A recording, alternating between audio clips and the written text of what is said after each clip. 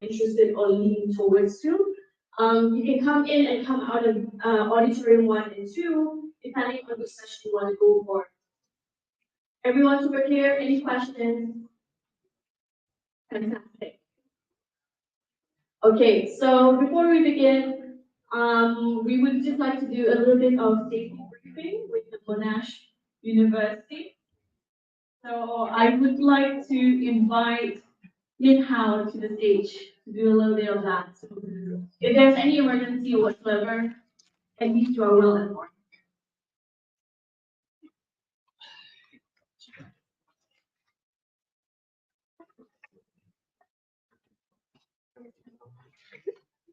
Right?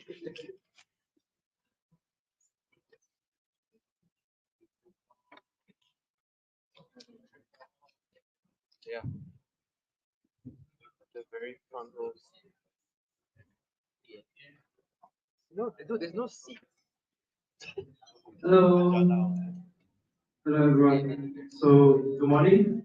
I still see some people coming in. Hello. Okay, so welcome everyone. I'm Minhao. I'm the current GDSC lead for Monash University Malaysia.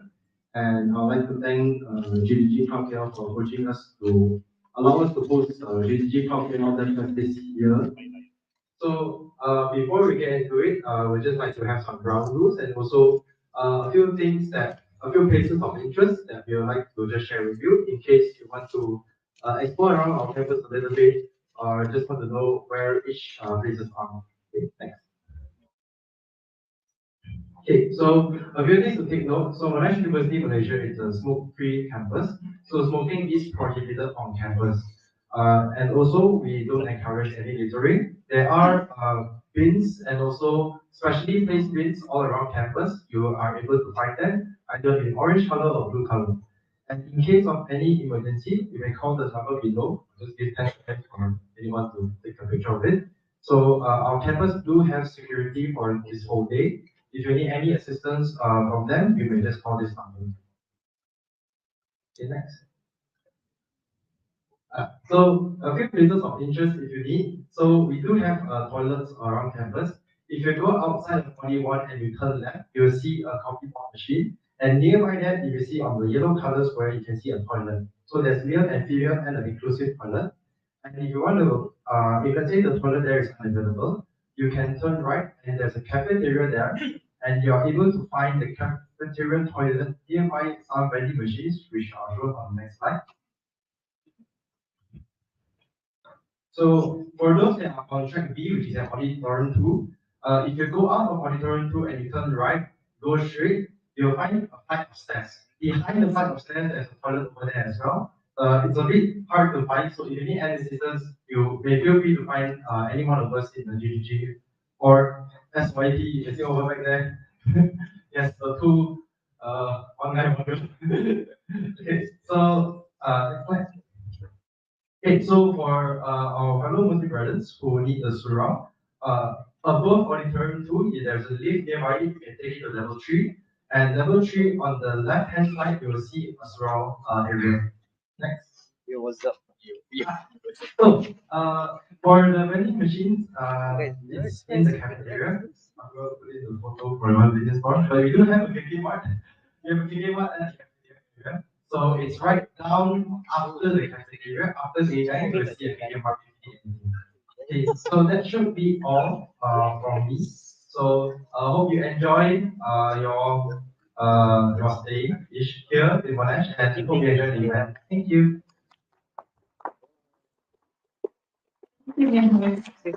All right, so I would like to invite the next person coming in, which is Benedict. So he's one of the leads for the Google developers group Kuala Lumpur. So would you like to give a few words? Good morning, folks. So welcome, and we have a lot of people today, and this is the first time we have this much people for GDG Cocktail. It's actually breaking the record. So give a big round of applause to yourself this time. Right, so today we have two tracks. The first track will be here, and the other track will be at Audi 2, is at Building 6. So we have some ushers that will lead you there if you wanted to go there later. And the opening is here, which is what's happening now, right? Okay, so hope you enjoy the event, the session, everything, the food, the swag, and everything. Yeah. So yeah, I'll pass on to the next speaker. Yeah. Thank you. Thank you, Xander.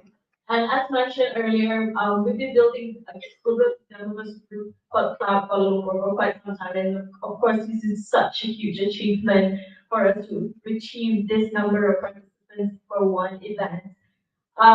With that in mind, I would like to invite another Google Fellow here, Amrita, who has been helping to build that community for quite a number of years. Woo. Hello everyone. Is everyone doing good? Yeah. I need more energy. Come on. Good? Yeah. Okay, thank you so much for joining us today. I'm super excited to see all of you here. As Sandy mentioned, this is probably the biggest event we've had so far. So thank you for joining us and I hope you're all comfortable. So once again, welcome to Next Cloud DevFest 2023. I hope that you're all as excited as we are. Okay, so let's just get started with what DevFest is all about. Yeah, so for DevFest, what we're doing is that we were trying to bring in everyone. We were trying to bring in tech enthusiasts, developers, either aspiring developers or people who have been in the industry. We want to make sure that we create a space for all of you to come together, connect, learn, and also explore your opportunities and explore all the new technologies that you could use to build your projects and things that you're trying to work on, right? And so today, first of all, I really want to thank our GDG Cloud KL organizers, volunteers, and also GDSC, we have over here our lead for Monash. So first of all, I want to thank all our organizers and volunteers for making this happen. I mean, there's a lot of work that's been put into this, and it hasn't been that easy either to bring this and to make sure that you all have an expression this experience today. So once again, I want to give a big round of applause to all of you for making this happen. And again, I want to thank our speakers over here. We have Michael, who has brought in a great team as well to come and join us from the Google Cloud team to come and speak and share with us their knowledge, and our GDEs who have joined us as well from across the globe, and also our industry experts in Malaysia who have joined us today to come and speak. So thank you for joining us and for being super passionate about helping the community to grow and build their skills. So apart from that, also thanks to Monash University for helping us and for hosting us here today. So yeah, thanks everyone for making this happen. So with GDG Talk, what we've been trying to do all this while is we want to make sure that we bring all of you together, make sure that we create a space for you to explore all the technologies or the opportunities that you would want to upskill yourself in, right? And we've spent the past few years, fun fact is, I started joining GDG Cloud Kill when I was an undergrad student.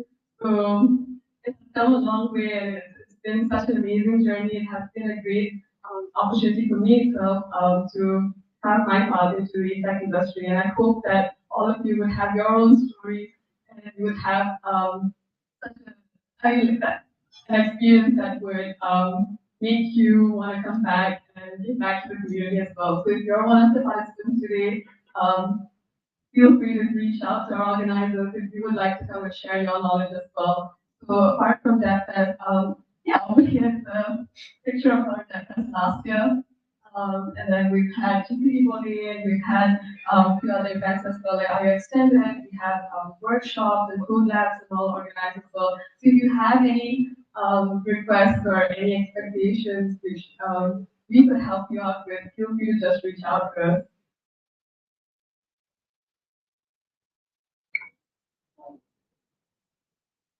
Yeah, so apart from GDG Cloud Hill, so the GDG community is a global community, and by being here, you're part of this global community, and we have over 1,000 GDGs all across the globe, and we've had numerous events, and we're having numerous events happening across the globe as well. Can you move to the next slide? Yeah, so apart from GDG Cloud KL DevFest this November, we also have GDG KL that's happening in DevFest on the 2nd of December. It's also going to happen over here, so if you're interested, you can come on and check it out as well. So GDG KL will be hosting a wider range of topics as well.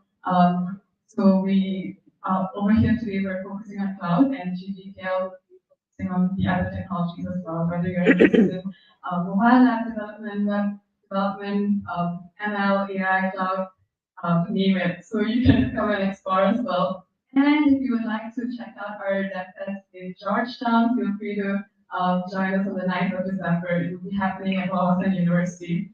So yeah, this DevFest season has started. You're not limited to just join the ones in Malaysia. You can always check out the ones globally as well. Next slide. Yeah. So if you'd like to find any event, any GDG event that's being organized around your locality, or if you're traveling and you want to check out other places as well, you can just check out gdcommunity.net. Over there, you can just type out which country you're in, and you'll be directed to the events that are happening near you. So feel free to check that out. All right, so once again, we're here to rise together. So let's learn, connect, and inspire each other today. So it's not just our speakers today who are going to share the knowledge. Please take this opportunity to get to know each other, network, and I'm sure you would find a lot of like-minded people, and it's going to be an amazing journey. So yeah, so apart from developing your skills and upskilling yourself, I understand how important it is for us. We have a huge range of participants as well today, not just people from the industry, but we also have people who are aspiring to be developers, and we have students who are joining us today as well. So take this opportunity to connect with people, get inspired, inspire each other, and this is a safe space, so let's use this opportunity to get the right skill set and prepare the tool belt that we need to be prepared for the industry. All right. And also for those of you who would like to explore the Google Cloud platform, we have the Google Cloud Innovators program. So feel free to check out this QR code over here. I'll give you a second to just capture that.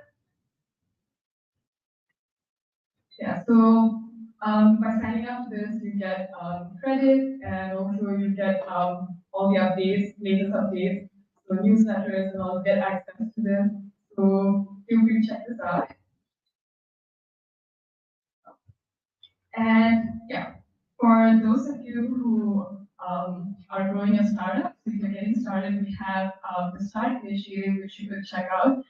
So you can sign up to this, and you would be able to get credits, and we will be helping you get started with your startup journey. And if you already have started your startup and it has been growing, you can go for the Scale Initiative instead. Yeah, so that's the QR code over there for you to check. Okay. All right, so that's all from me. Thank you so much once again for joining us. I hope you had fun, and I mean, happy learning, but don't forget to have fun and get to know each other. Okay. And I hope to see every one of you joining us as one of our speakers in the future as well. So do stay connected. Thank you so much.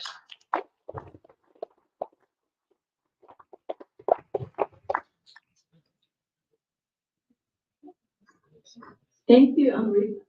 All right. So She mentioned a lot of good points earlier, earlier in her sharing session. So whether or not you are participant today, it's your decision whether you want to take that next step and share, of course, inspire people through your experience and expertise. Sorry, the mic is a bit fidgety. Right. So with that in mind, I would like to open up the floor. Sorry, before that, I noticed that some of the participants are at the back. I would like to invite you to please take a seat, because we're gonna have one more session, and of course we're open to the track one and track two, but we'll get that in just a bit. Okay. So for our next speaker is Michael Wu. So he's from one of the people from Google itself. So if you have any questions at the end of his keynote, I mean, you can always bring him on the side. So I would like to invite Michael up to stage. Okay, good morning, everybody. I always love coming back to campuses and give you very, you can see the average age group here is 2 decades older than I am. But that's all right. Still feel young. A bit about myself. I head the customer engineering team. So our team is the one that engage customers in building solutions, in getting the right technologies across, and helping customers through adoption.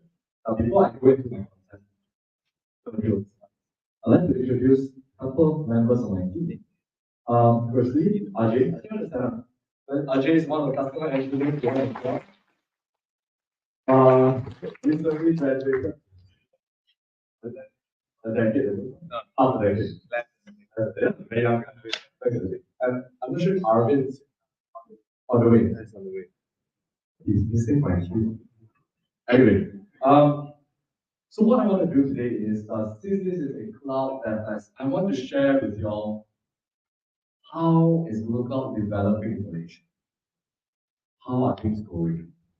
And I'm very excited to share some very high level views. So that for most of you who are thinking about, hey, Google a career or after graduate, or for some of you who are already working, thinking, hey, am I investing in the right technologies? I hope this will inspire you. Oh, do you have a bigger one? Oh, you're going to be like my bigger. I'll make sure that you get a track on that. Right. So just a few weeks back, this is our latest campus, Bayview campus. Some very cool innovation here. So this is next to Mountain View. If you look at the roof, we call it the dragon scale. Why is it called dragon scale? Because that is a 40,000 solar panels on it. So it generates 40 megawatts of electricity and is fully green. And despite this campus as a pod, Google is also taking the lead in making sure we are net water producers. We don't just, we are all consumers of water. How many of you actually produce usable water for other people? Why are you laughing? I'm not talking about new water in Singapore. Right. But so this campus was designed for that, for sustainability, and we're taking a step ahead in water as well. So it's an amazing campus. If you look from the outside, it looks like a circus tent. So, but when you step in, it's actually that high poles that support the roof, and it's a wide open space. And Google being Google, the culture is about being playful, being not playful, you're right? Not being playful when you're young, but playful in the sense of you tackle problems in a very candid manner, in a very possible manner, but horizontal thinking manner. So inside there's a lot of very funky decorations. I hope all of you will have a chance to visit this campus one. Okay, let's go into Google Cloud a little bit. Next slide, please. Slide, please.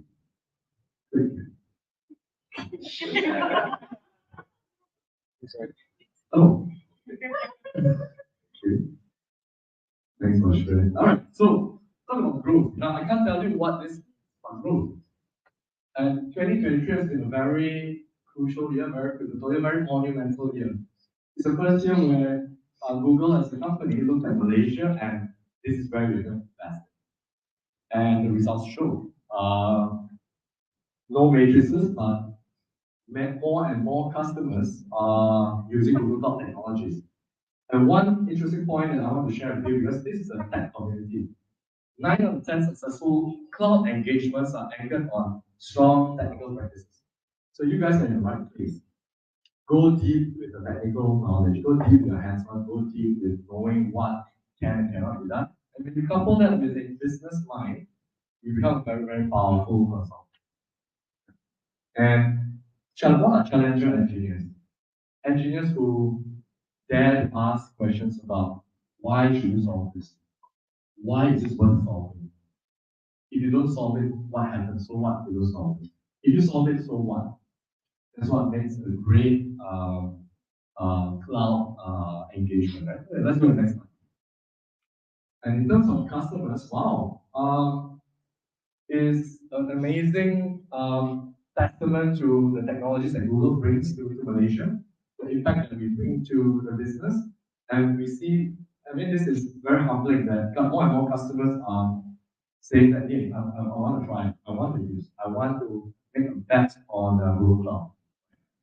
And so did you know that the third largest single customer in the world for Google Workspace is in Malaysia? So the first largest is a company called Tata Consulting, 2 million users in the company. Second largest is likely Walmart, million users. And third largest one is Malaysia. I can't reveal who that is. Yeah, then It's intentional. Okay. So customers are putting a lot of trust in us. So the investment, the focus that we have made has given us has been in the right direction. Next.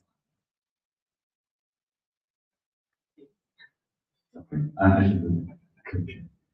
And in terms of traction, in terms of interest and activities, we see customers exponentially engaging us in data analytics, data management, data security, data governance, all things data. And with generative AI, we all know what trillion, right? And that has just skyrocketed. There's so much interest in that. And the next one is security. So I noticed that maybe this round, because of a security topic with you. Oh yeah. This will be a very pivotal topic for next year when businesses, many industries are taking bigger steps in using public cloud and cloud like Google Cloud. Security becomes a very important. So a lot of these 3 topics are always at the forefront of the CXO's minds in companies in Malaysia. Let's go next. I'm really okay, ecosystem. Now, so in Google Cloud, we don't operate by ourselves. We work with a lot of our partners, and we love partners. Application partners, technology partners, delivery partners, consulting partners. We love working with them. And by the sheer number of work that they're working with our team, the technical team, we see that partners love working with us as well. So in any engagement, did you know, in any engagement, your project, your impact, your work will be impactful, will be meaningful when you start first with the user, and then you work backwards. What does my user actually want? So respect the user, respect the opportunity that is given to you, and amazing things will happen. Okay, so one of the missions that we have in Google Malaysia is to make technology far more accessible to companies, to the government, to all the institutions in Malaysia. Why? Because technology is a competitive differentiator. We compete in ASEAN, we compete in APAC as well, we compete around the world, right? But to continue to make Malaysia competitive is about access to technology. Oh, my mind, okay. It's like that. All right, so that's gonna be. Oh, you guys can hear me? Okay, so one of the things that we announced last year is a Google Cloud region in Malaysia. So stay tuned, it's coming. All right, let's go next. Okay. And more and more businesses look at how do I be sustainable? How do I prove that I'm sustainable? Do you guys know why? Have you heard of the National Energy Transition Roadmap around is it roughly launched? Do you know why it's important? Anyone? Any guesses? So here's the gist of it. Sustainability is driven by the finance world. They are making decisions to invest in countries and projects that are more sustainable than ever before. So in the past few years, Malaysia is seen as not sustainable enough. So that has impacted on foreign direct investments. And that's the real national challenge. But the good thing is, many companies in Malaysia are very well aware of this. Companies like ours as well. We are ahead of sustainability globally. So we want to make sure that companies in Malaysia get a better head start by using the greenest cloud, by using the greenest technologies. And what Google intends to do with all our services is by 2030, we will be carbon zero. That means every watt of energy we use has zero carbon. That means every YouTube video that you watch, every Gmail that you send, every search that you do will have zero carbon footprint from 2030 onwards. What it means is from now to 2030, carbon footprint from whatever you do on our platforms will continue to drop. But that's just us, right? But what about our companies? So we are saying use Google Cloud because it's green and start with we start with a carbon neutral footprint rather than carbon footprint. Right? So let's go next. Okay, skills in Malaysia is super important. It's a gap. Cloud skills, and I hope I'm able to inspire you to think this is a huge career opportunity in the next few years for many. We need cloud architects. We need cloud skills. And what's happening is we find cloud users spending too much time on activities on the right side. So that's where Duet AI comes in. RJ will talk a little bit about it. Please check out his session, how this helps. Next slide. I think there's a little.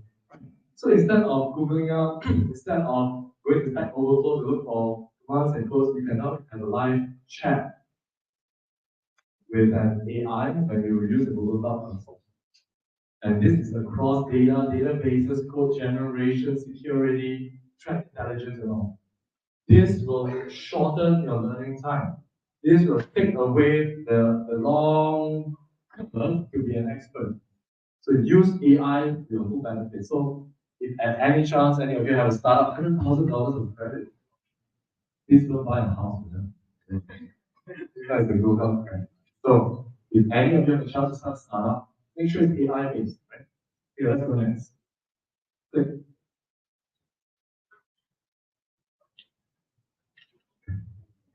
So the next one is companies are asking, hey, I need more insights. I need insights faster. Everything is digitized these days. If I'm slower than my competitor, they have better insights. Insights without a crystal ball. How can I predict? How can I understand these 300-400 people? What do they want personally? And that's where generative AI comes in. Right? I won't touch too much about it. I won't take the thunder from our speakers here, but think about it from that angle. Let's go quick. All right, so Google Next globally this year was in Las Vegas, and it's a record number, just like this hall right now, right? 15,000, almost 20,000 attendees. Attendees, 250 breakout sessions, a lot of customer meetings happening, a lot of labs and certifications, and amazing. First Google Next post-COVID. Now I'm going to have 3 or 4 minute snippets of the key announcements. Let's watch a video together. Oh.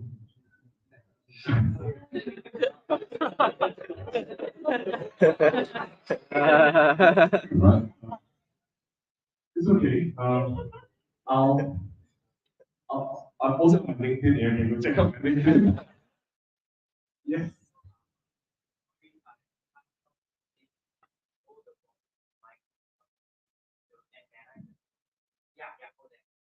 Are you serious? Oh.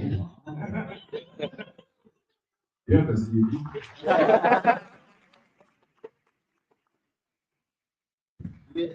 Imagine. Okay, I'll take it. Right. So, since you're going to take a video, really cool videos. We had Thomas Curran, our CEO, talking to the NVIDIA CEO, talking about AI. We have a Workday CEO talking to our CEO, and a lot of customers stepping up, making a bet on Google because of AI capabilities, infrastructure, and services. Now, some of the key themes around Google Next in Vegas. We want to solve what are the problems we're trying to solve for customers. What is out there? So number one, with cloud adoption at the first decade of its life, so customers are asking how can cloud infrastructure and applications be easier than it is today? Right? How do I make cloud work easier, faster for me? How do I make applications easier? How do I build applications faster? How do I generate better codes?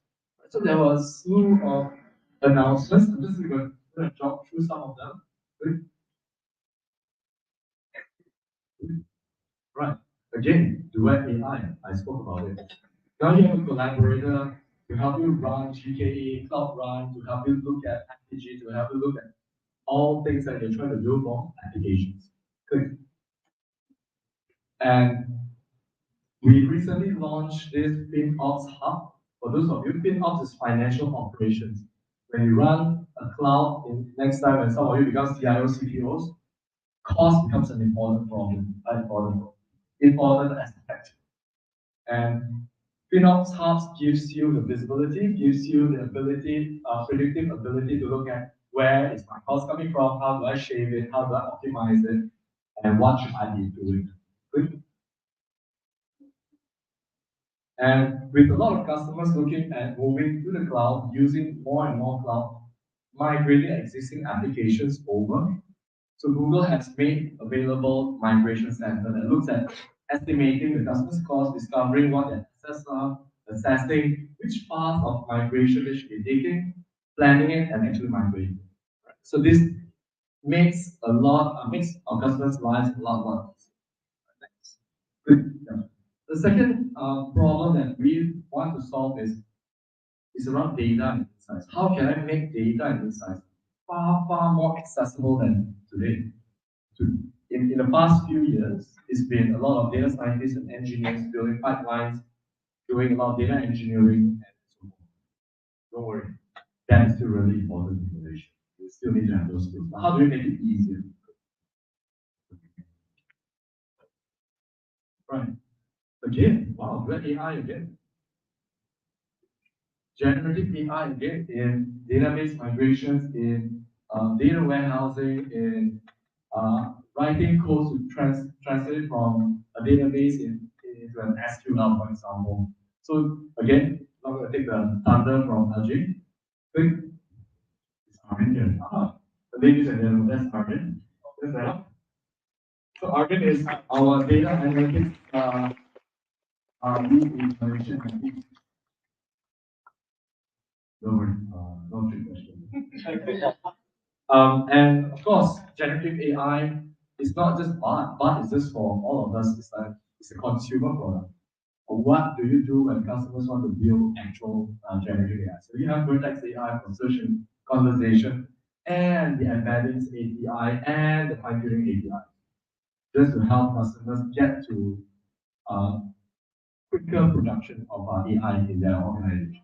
That's what next. And sustainability is important. So Google Cloud has tools to help customers look at the carbon footprint, to report the carbon footprint. Because now regulators are asking for carbon footprint reports. And our customers are asking for carbon footprint reports as well. So there are a lot of APIs. One of the coolest APIs that we made available, still a small scope in Malaysia, but it's the solar API. So with satellite images, with our AI, we are able to, with Google Maps, we are able to take rooftop geometries of your houses, put a pin in it, and you can actually estimate how much solar energy you can generate with your rooftop. And what it does is it takes cloud coverage into account, shadows across the day and sunset throughout the year. So how homeowners can actually get actual solar estimates. Something that we're working with the government, but let's move to the third area. How do I then, the third area is, next. How do I keep abreast with the threats in my environment, security? Let's see what I've summarized here. Good. Do AI in security. So at the end of the day, I hope you all make friends, network. Remember what I tell you. And you have all the terminals, remember to AI. Right. So, so 2 years back, Google acquired a company called Mandiant, a security consulting firm. And what they do is they get involved in the Ukraine-Russia war, they get involved in Taiwan, China, tension situations. They get into a lot of defense situations and threat, state actor threat situations as well. And because of that history, they have a huge database of threat intelligence. The dark web can be named. And by coupling that with AI, generative AI, identifying threats, finding remediations in cyber security has accelerated tremendously. So take note of this. Don't worry, guys. Last few slides. So the new way to cloud is, if you saw all the announcements on Google Next, it's really about AI. It's really about getting data right. Really about getting security right. So for 2024, Malaysia, I foresee customers will begin actively generating ideas, experiments, and products. Not Google products, they are banking products, telco products with generative AI. So if at all you want to focus on something, right? Average age 18, 19. Some marks, some reduced marks. And so, number one. Number two, next. Customers will begin to accelerate data analytics, data readiness, and data governance because they're preparing for an AI era of business reinvention. They realize that they want to go AI quickly, but their own data is not ready. So that's the realization that many customers are having. So there will be an acceleration of data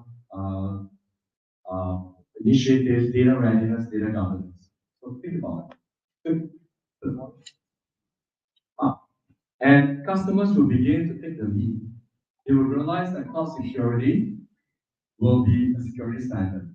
They realize that, oh wow, regardless of what cloud it is, the cloud providers, the hyperscalers, handle more security events and far more advanced security tools than they will ever be able to have on their own.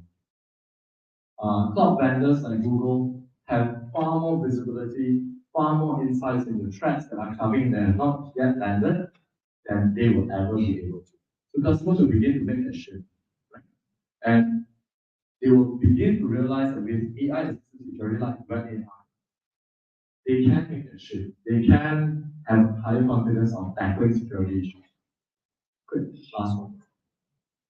And we will see next year customers will embrace this energy transition because it's a really big topic. I can't name customers that are making an active move here, but the big players are really big, and when they move, the rest of the industry will follow through. Right? So having a view on sustainability, how do I use technology to make my company a little bit more sustainable becomes a very important thing. Will become a very important thing this year. All right. So that's my four prediction. My four, crystal ball for 2024 prediction. Okay. So all right. So hey, thank you for your time. I hope it was useful. I hope it gave you a view of the business and technology. All right. Thank you so much. I will pass the time back to Leah, and I hope you all have a great day. Okay? Thank you, Michael. That was really insightful. So I think you guys learned quite a few things because this was a lot of information. It was so info-packed. I think one of the highlights from his sharing is that data is basically the future of what are the solutions that we're trying to build. And I just want to say that something that kind of crossed my mind is technologies are basically tools, and it shows you the what and the how, but it is you as the person that drives the why, the purpose of what are the solutions you're trying to build, right? And so for those who just arrived, welcome. My name is Alia. I'm the learning designer, and I'm one of the community members of the GDG Cloud Follower. Okay, so before we begin with the next part of the session, so this is going to be a bit tricky. I would like you guys to scan this QR code. So this is going to bring you to the Instagram page of the GDG PL. In that Instagram, you'll find an agenda. So there's 2 tracks, so track 1 and track 2, and each of those tracks has similar timelines with different sessions. So what does that mean? So you have a variety of menu, I would say, to choose from. Which session interests you the most? Which session do you want to go for? And this does not mean that if you choose track 1, you need to stay in track 1. We give you the full flexibility of going in and out of Auditorium 1 and 2 between the sessions, right? So before that, do we have any questions?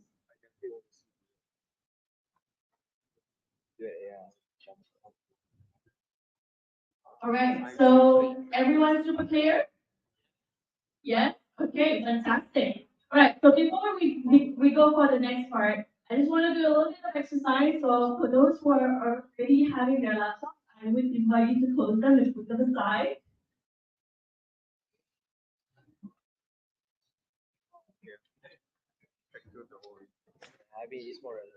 Every laptop's okay? Like everyone's comfortable to get up and get down a little bit? No?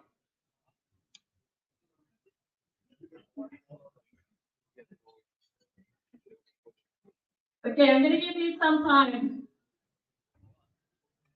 I'll go to track 2 for 11 a.m. And then Okay, so for those, let's have what's going on. oh, well, it just seems to be a coincidence. Yeah. Shit.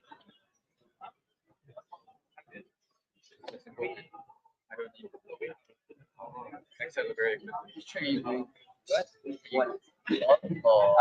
Okay, for the 11 a.m. session, I'll go to track 2 for Duet AI.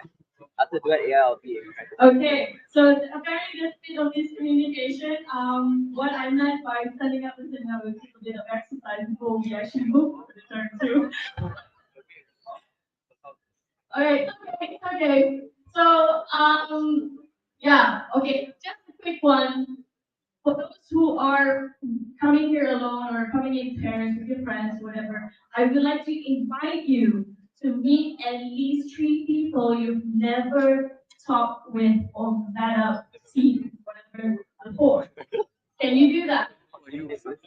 Can't hear you. Can you do that? Can we meet 3 people? What to do with white shoes? Okay, right. So with that in mind, for those who are staying in track 1, we'll proceed with building a robust.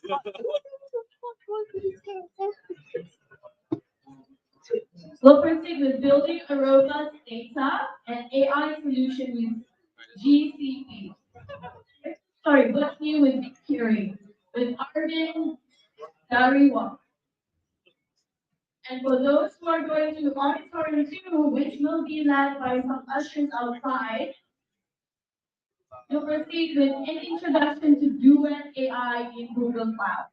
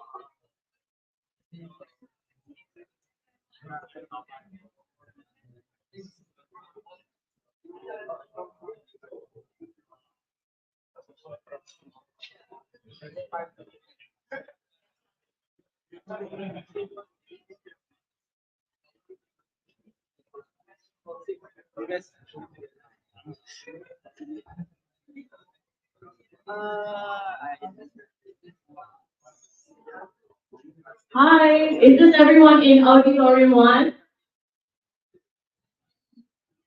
Is anyone home? Okay, so for those who are here today for this session, what's new in BigQuery?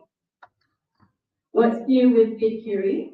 I would like to invite you to sit up in the center if that's okay. So at least it's more centralized. You guys can maybe even know each other and, make lifelong connections.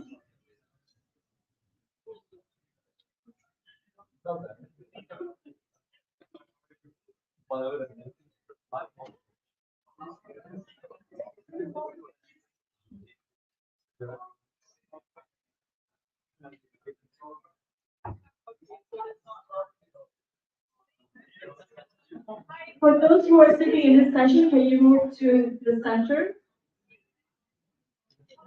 Especially the ones at the back. Is that okay?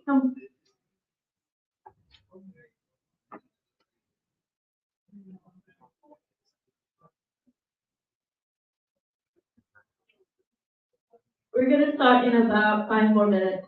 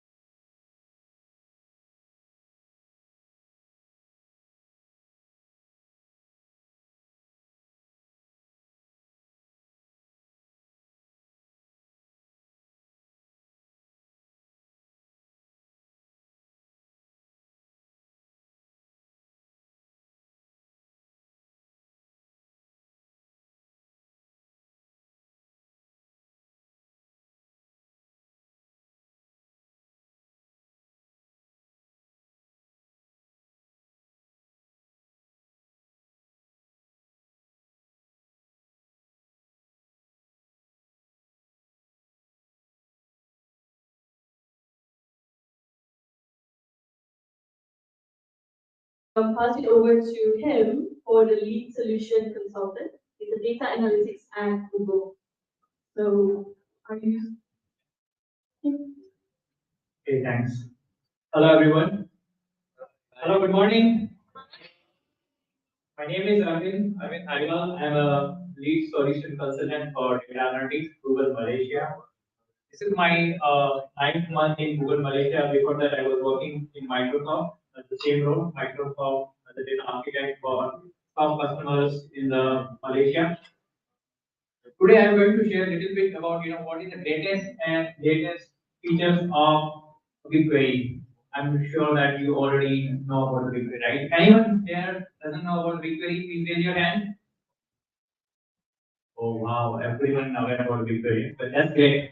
So latest the greatest feature of the BigQuery, we're gonna talk about it, and also we're gonna talk about why BigQuery is so popular, why everybody likes the BigQuery. Okay. My next slide.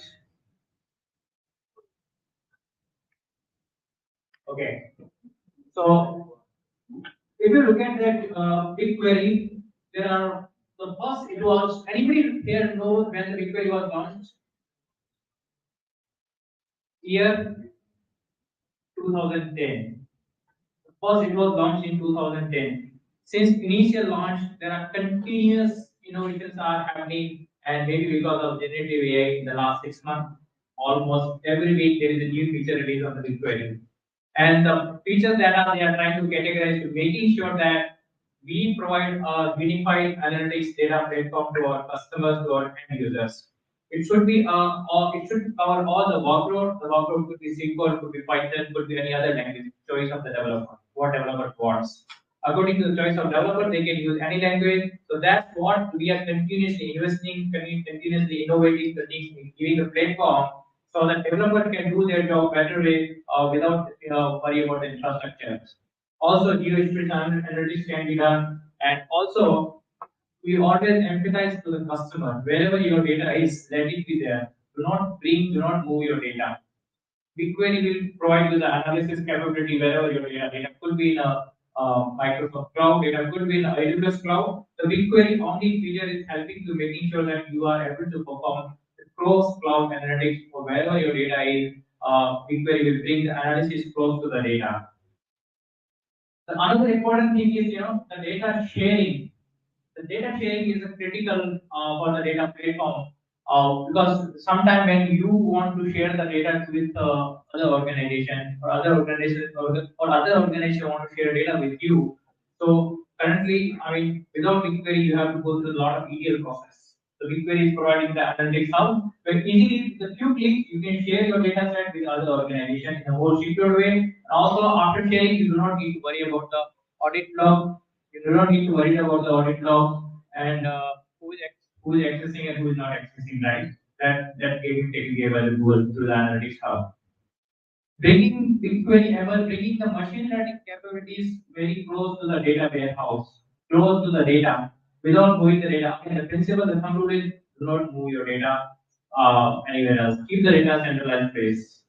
Whatever you need, bring whether it's machine learning, whether it's a data sharing, or it could be any language, bring those close to the data within the BigQuery. You know that when you're moving the data is could be a simple task. We have to think about data governance, you have to think about security and all when you are trying to move the data. The why BigQuery is so popular? Because of the architecture. In the BigQuery architecture on the left hand side, if you see that you can easily do the batch ingestion, you can do the streaming ingestion of the data, and the foundation, the storage system of the BigQuery is Colossus. It is a global file distributed system.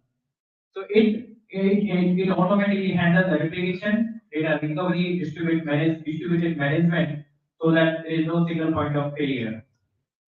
And along with the policies of the storage on the compute side, like the high available compute, if you see, it is using the Fog and Rebel. Fog is a cluster management system, which makes sure that whenever the high processing task comes, it routes all the processing tasks to the reliable, highly efficient global Google's highly infrastructure. So the tasks perform very well. And Dremel. Dremel is again anybody know here what is Dremel? Anyone? It's a query execution engine. So this query execution engine is really making sure that if any one particular node goes down or entire cluster goes down, your existing running queries will not be interrupted.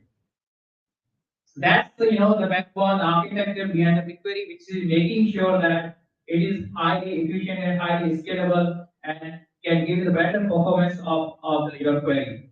And because of the architecture of the BigQuery, now the Google is leveraging this BigQuery's infrastructure more and more to deliver and innovate more and more other features we're going to talk about in the next couple of slides, which announced during the next 23. So firstly, what it is providing the unified data platform. So recently the announcement is the BigQuery Studio. The BigQuery Studio, which means that you are not only just in a traditional way just writing the SQL query, but you can also use a Python script or any other scripting that you can use and do the your data analysis, data transformation work within the BigQuery.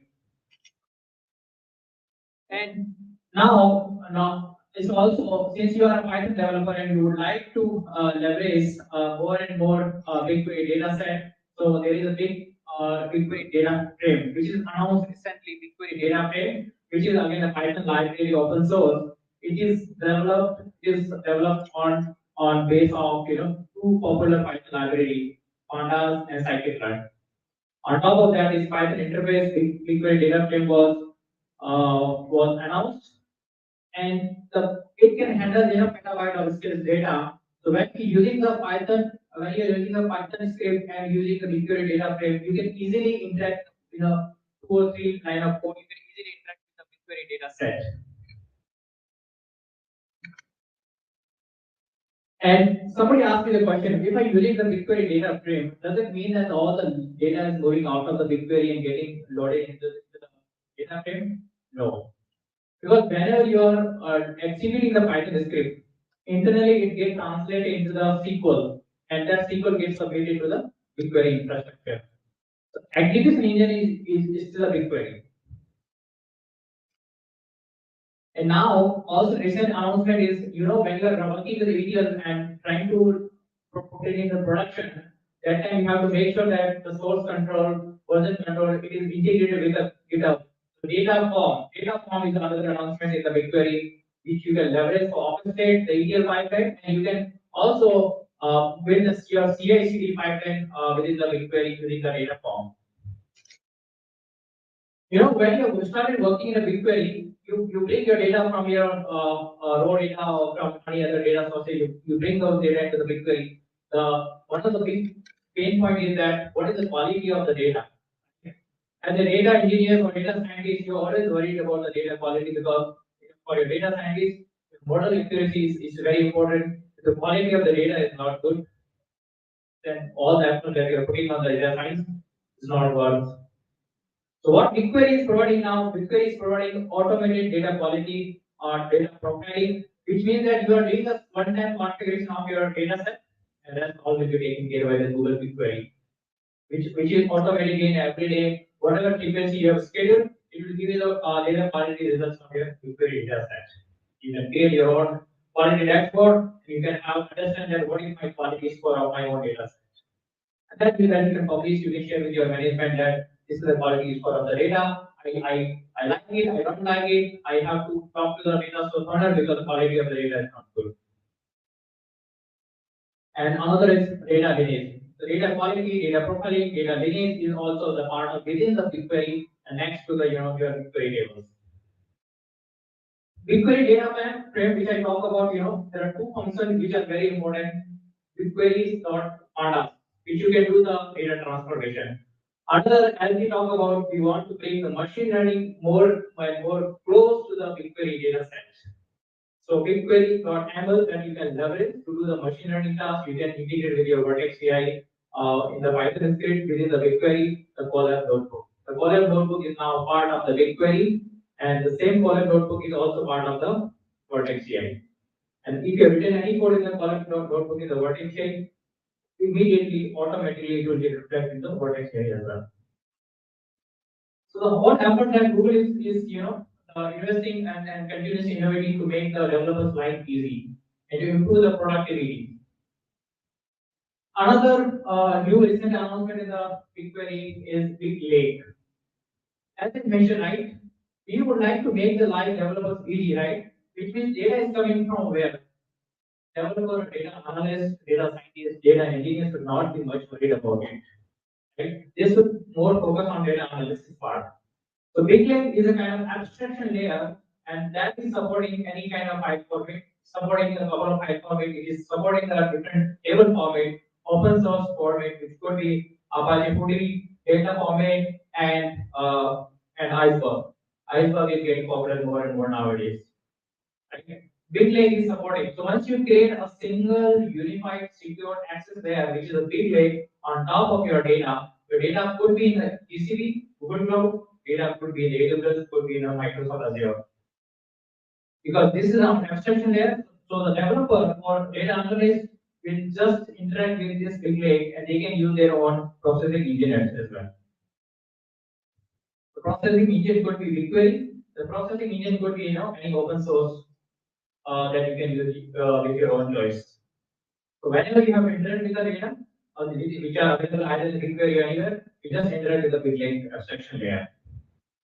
And another important point is that Big Lake is supporting the unstructured data also. If you have images, if you have audio files, video files, you want to perform the analysis, you just create a Big Lake table on top of it. Now the question comes is that what about the security? How the Big Lake table is different from the BigQuery tables? Yes, in the Big Lake you can do the row security, columnar security, access layer you can configure in the Big Lake layer, the same the way you are doing in a BigQuery tables. Big Lake is not outside the BigQuery; it is part of BigQuery. It's just creating a abstraction layer on top of the data. Data could be any format and any locations.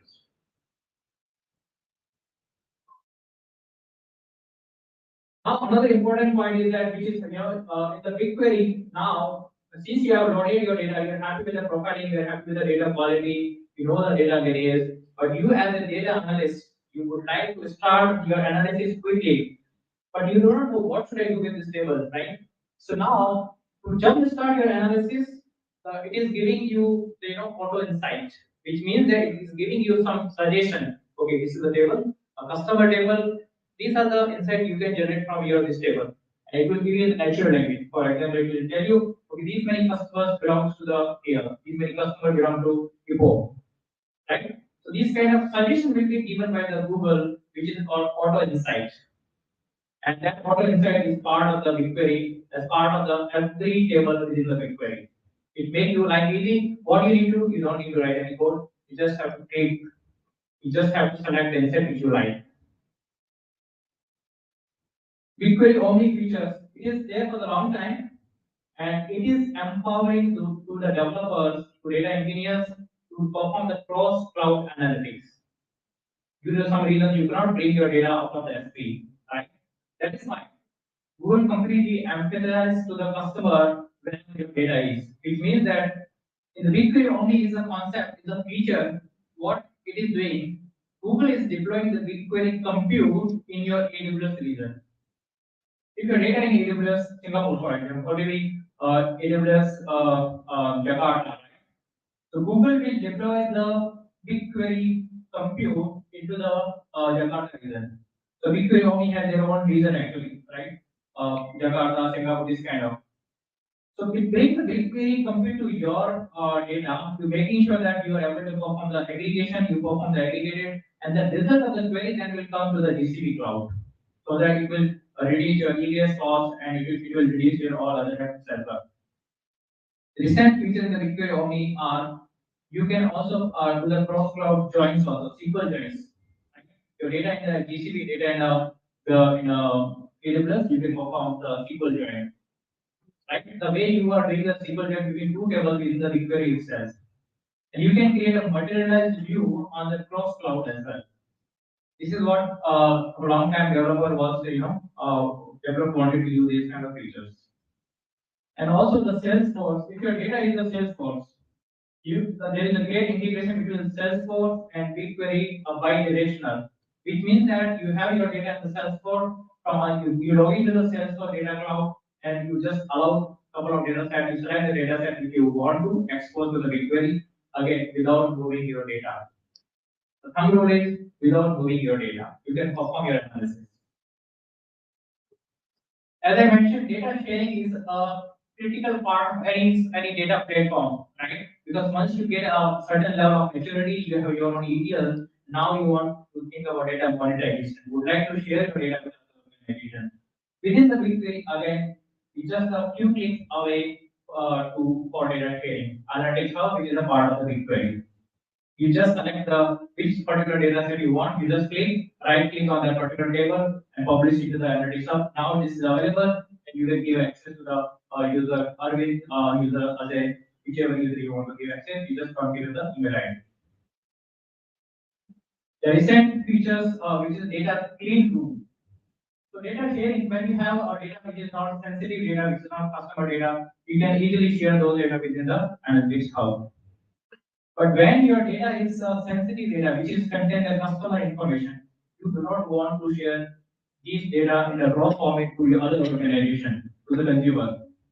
Then what you do, you go and create a clean room within the analytics hub. So the clean room will take care, making sure that the consumer, you are a producer, you are sending those data into the analytics hub.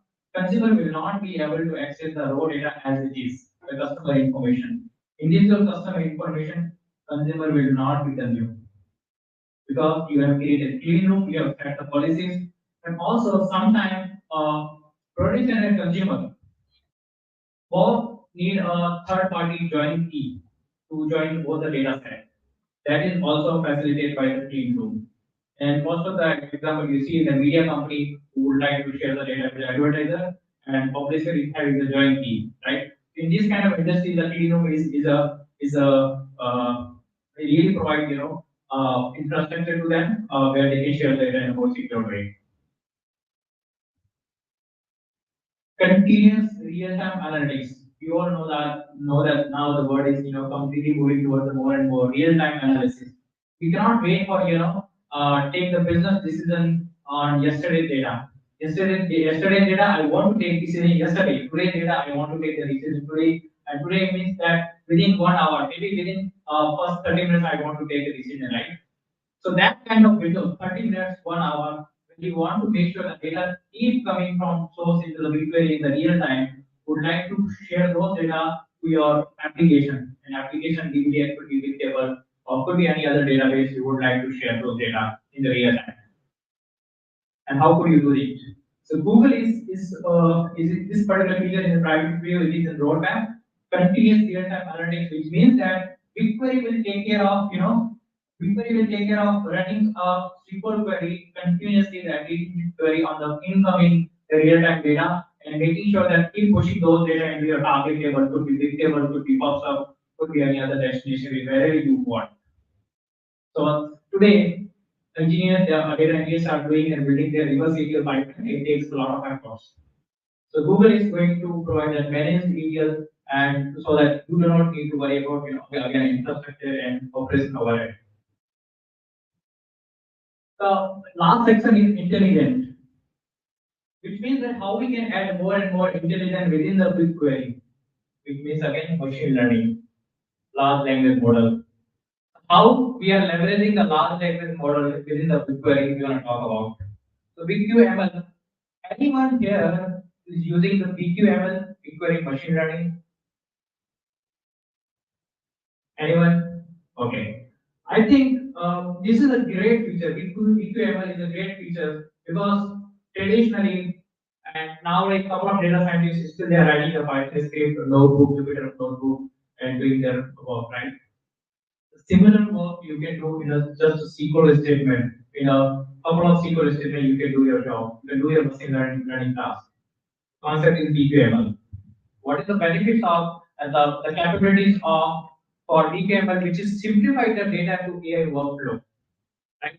You data engineers, you write ETL pipeline, then you share those data with data scientists writing their ML pipeline, AI pipeline, and how can we make this workflow more efficient and easy within the BigQuery? And now you know that when we are doing analysis, it's not just about structured data. There are unstructured data, images, audio, video files, and there are use cases like I want to do the similarity search, right? If the user is entering on your application and want to perform a recommendation, want to a real-time recommendation or similarity search, how would it get done? Which is for embedding. You have to create a vector embedding on top of your image or audio files, and then store that vector embedding and serving those vector embedding in the real time. BigQuery ML is supporting that.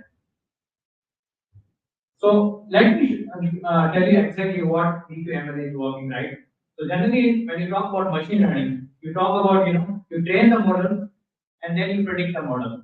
So when you train the model, you can train the model within the BigQuery. So you say that I want to create my model in the BigQuery, and you say that no, I don't. Instead of creating a model, my model is already there in the Google Cloud storage. I just want to leverage that model and then doing the prediction within the BigQuery. So if you look at that, the code inference board here, right? So you can use the existing model, or you can train the model using BigQuery, and you can use the large language model, which is a foundation model. Vertex foundation model also you can leverage within the BigQuery. Or you can import your model could be if you already trained XGBoost or X model, you can import those models within the BigQuery. That is the step one. Create a model. Just simply writing a write a create table, create a database schema. Similarly, you're writing a create model. I'm going to show the code exactly. So the first statement that you're writing is create a model. And the model could be you pointing to the somewhere where it is, or you use the inbuilt model. The step one, once you create a model, after the second step is prediction. For doing the prediction, then again you are using the SQL function here. For doing the prediction and for generating the generative AI word, you are generating a text. Again, you are using the SQL function within the SQL statement to perform your ML task of EPM. I can show you the exact code as well, but before showing the code, the capabilities of the VQML, right? What are the things which are being supported? If anyone knows anything is not supported which you want, let me know. Okay. So a lot of things are being supported. VQML features and capability, whether it's embedding, whether it's forecasting, or remote model inferencing, which is a foundation model, all are being supported with the VQML. So that data scientists, right, can perform their work in more easiest way within the SQL statement. Even the data engineers nowadays, data engineers are also so excited to perform a machine learning work, right? But there is a mental blocker. We are human beings. There is a mental blocker. I'm a data engineer. How can I do perform a data science work? You can still do it because now it's a SQL. You're just writing as and then you know how to write a SQL statement. And BPML is the one who can help you elevate your profile from data engineers to the data scientist just by running the couple of SQL statements. Then you can say, that, hey, I trained my model, I'm able to predict the model. So in the BigQuery, in the BQML, now BQLLM, BigQuery large language model. So what are the use cases, right? Okay, I'm talking about the BQML, the machine learning capability should be there in BigQuery. We should able to leverage the large language model in the BigQuery. But question is why? Why should I leverage the large language model in the BigQuery? Then couple of use cases, right? Just think about you have customer table in the BigQuery. There is one of the column of the customer is email, right? And you would like to send an email, a personalized email you would like to share your thousands of customers. What will you do? What will you do? Are you gonna create a code, or are you gonna do it manually one by one? Copy paste the name and all in the when you draft the email. Are you going to copy paste the name? No, right? So that's why you need a content generation, which is again large language model functionality. You need a content generation. To existing table, you want to generate a personalized email within the BigQuery. That's the reason you leverage the large language model in a BigQuery. The content generation you can do with just the word SQL statement. I promise you, I'm going to show you the code. Okay. You talk about sentiment analysis or talk about data enrichment. Again, good example, data enrichment. You got a data set, you got a table from your data source model, and that column is containing city. Doesn't contain the capital that you would like to, or country, right? Anything you would like to, if you're a city, you would like to add a state, or you want to add the country of that particular city in your tables.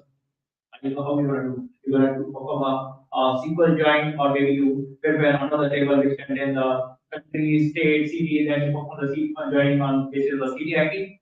You're going to do this way. You can use a large language model within the BigQuery. Calling the large language model that will help you. I'm going to show the code exactly. Summarization, classification of the data within the data set. You can do the clustering. If you have a data in the BigQuery, you can use the k-means model type within the BigQuery, and you can do the clustering of your data as well.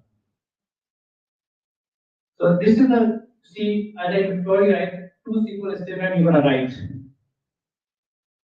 So the first statement that you're gonna write is create a model. The important thing which you need to know in the first SQL statement in the green color, cloud underscore AI underscore natural language. What is the use case here? Read the point number 2. Point number 1 is a first SQL statement, register the model. But look at the point number 2. Example, what we are doing is analyzing the sentiment of free-form text reviews. Your reviews are there in the BigQuery table. The table name is example underscore table. Example underscore table is having a free-form text. You want to perform, you want to do analyzing the sentiments. So since you want to analyzing sentiments, you want for the model large language model, which is a natural language V1. According to the use cases, you select the model in the query statement 1. And that model once you create it, which is my project, my company, natural language, and an underscore model, that is the model name. And that model name, once you have, you're going to use that into the SQL statement 2. Similarly, for the another query, which is you are using the large language model, because here you would like to fill the country column name. The thing which I would like to hear, another important feature in the BigQuery, vector embedding is another data type. Right? So BigQuery is helping you if you have your data which is could be in a text format, images you would like to create a vector embedding, text embedding. Again with a few SQL statements you can do it. These are the SQL statement here. You use the large language model name text underscore embedding underscore model. And then the second SQL statement, you generate the text of the particular column in the BigQuery tables. In the data science world, the feature store is very critical because feature store is a column which can influence the accuracy of your model, and that the feature store that you use for model training, and also when you do the model prediction, you use that feature store. Today there are a lot of pain points. So the feature store 2.0, which is built up on the top of the BigQuery infrastructure. Again, I mentioned the backbone of the BigQuery, the core of the BigQuery is architecture.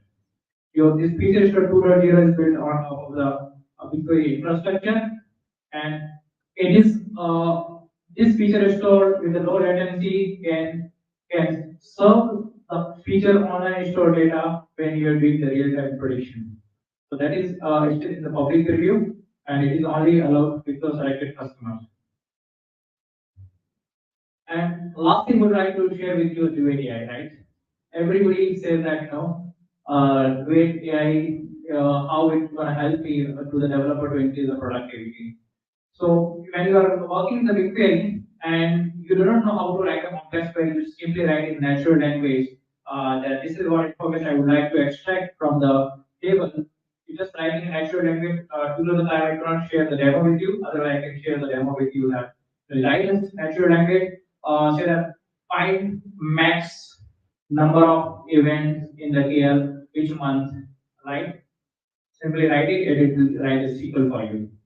So SQL generation, SQL completion, and also within the BigQuery you have a chat window. If somebody has written a query and you are not able to understand that query, you just copy paste that query into the window, ask, hey, can you explain this query, what it is doing? So Duet AI chat window will explain you what exactly that query is doing. Thank you so much. I hope that this was helpful. Any question, if you have any question, please reach out to me. Thank you.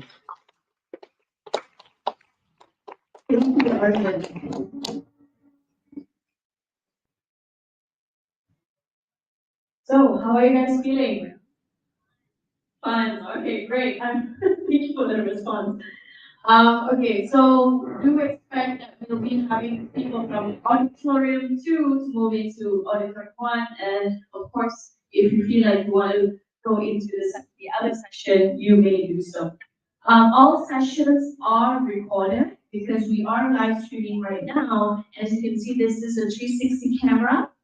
So in the StreamYard, in the streaming, we have the screen basically the slide big enough for you to see, and of course the speaker as well as part of the audience. So don't worry about missing out. All content will be shared on the GDG Cloud Facebook group, Facebook page. Okay, so for our next speaker, we will have someone from Air Asia to share a little bit from his insights as a data engineer.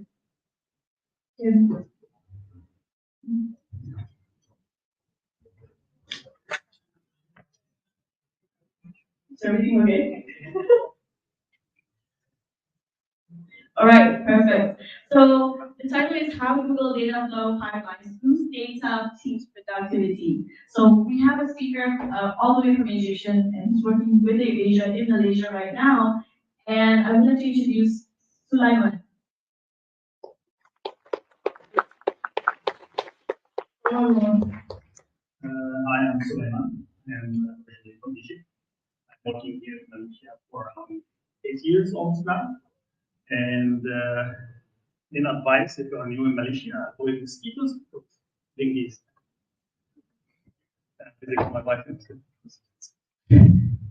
Okay, today we will be talking about Google Data Flow Pipelines and how it goes from at the team productivity, but we will start with a little bit introduction about what's the big data and how to process it and so on, then we will jump to the tools we are. Okay. Next. Can you give me the release?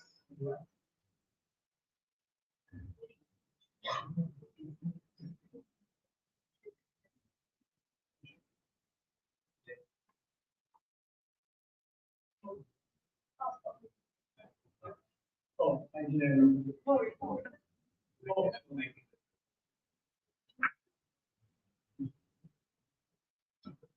Okay. This is our agenda for today. We'll talk about the data in Asia Move. I'm working for Asia Move.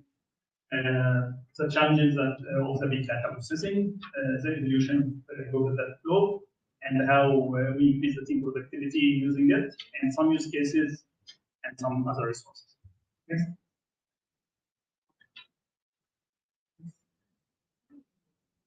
Yeah, okay. Data in Asia Move. Okay, please start.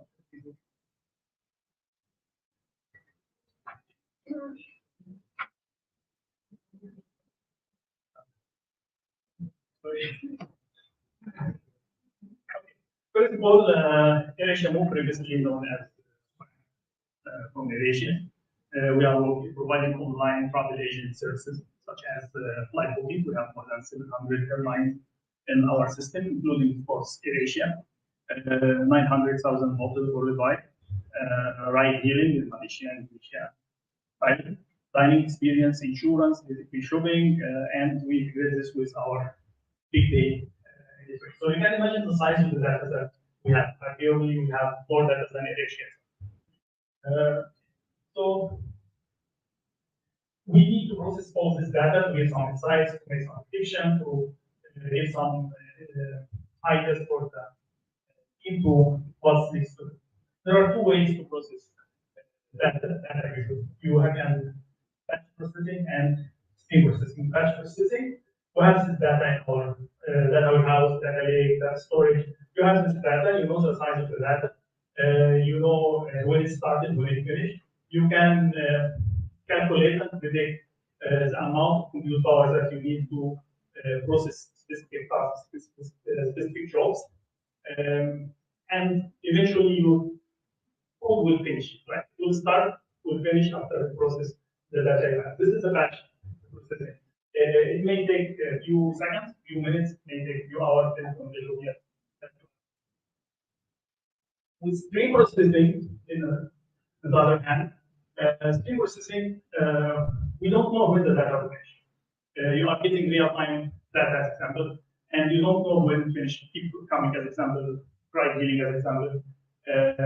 You also not sure about the size of the messages you are getting. Usually you can predict it, you can know what's the information you are getting, but for any moment you can get more data than you expect. Usually we read this from stream provider like stream services like WhatsApp, and we call it unbound. Okay. The application you run against this data usually will not stop. You need this application to keep running forever. So you cannot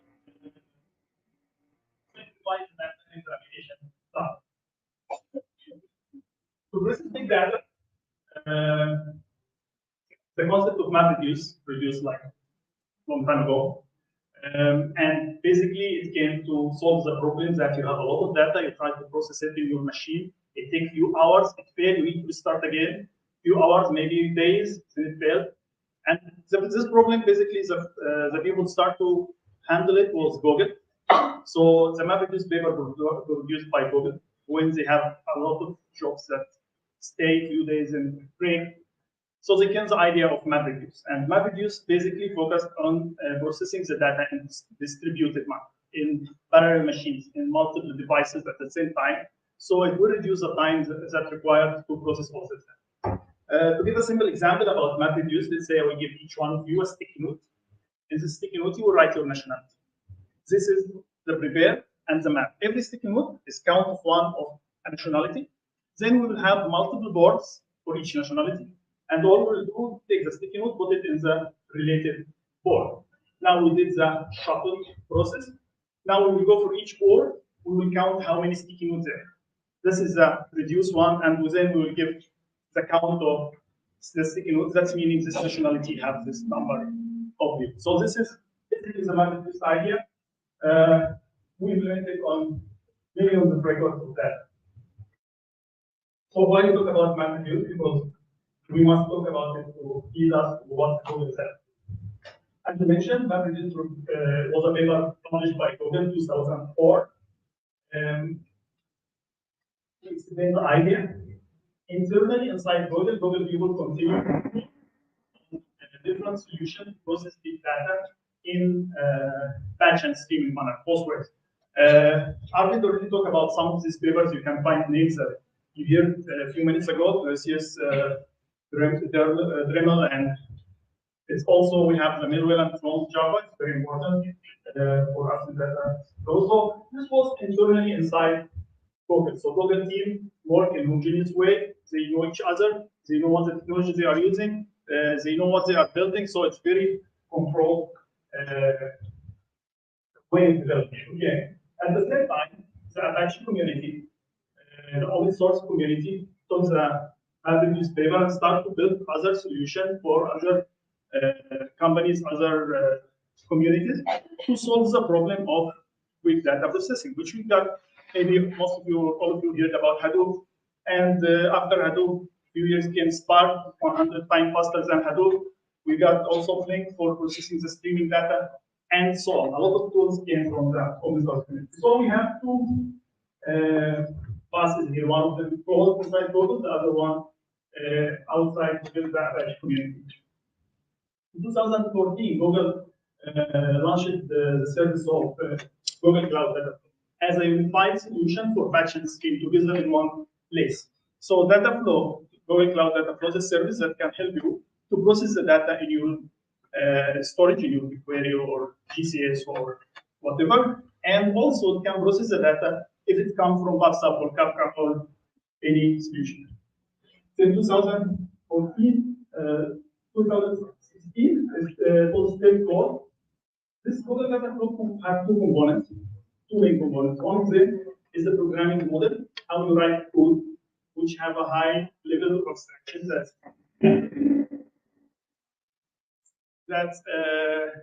you write business logic. You don't care about how to shuffle the data between machines. You don't care about how to start machine, close machine, all these things. And the infrastructure from Google, which is a Google Cloud Data Flow, that they manage it by having multiple parallel machines and running forever machines and so on. In 2016, January 2016, Google implemented a programming component to the Apache community under the name Apache Beam. So the programming component that you write the business logic, you can translate to all this map reducing or whatever it is, translate to, that became open source called Apache Beam.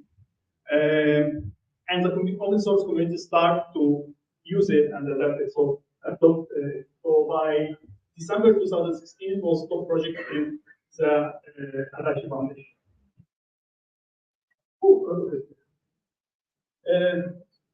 Apache means simply batch and streaming.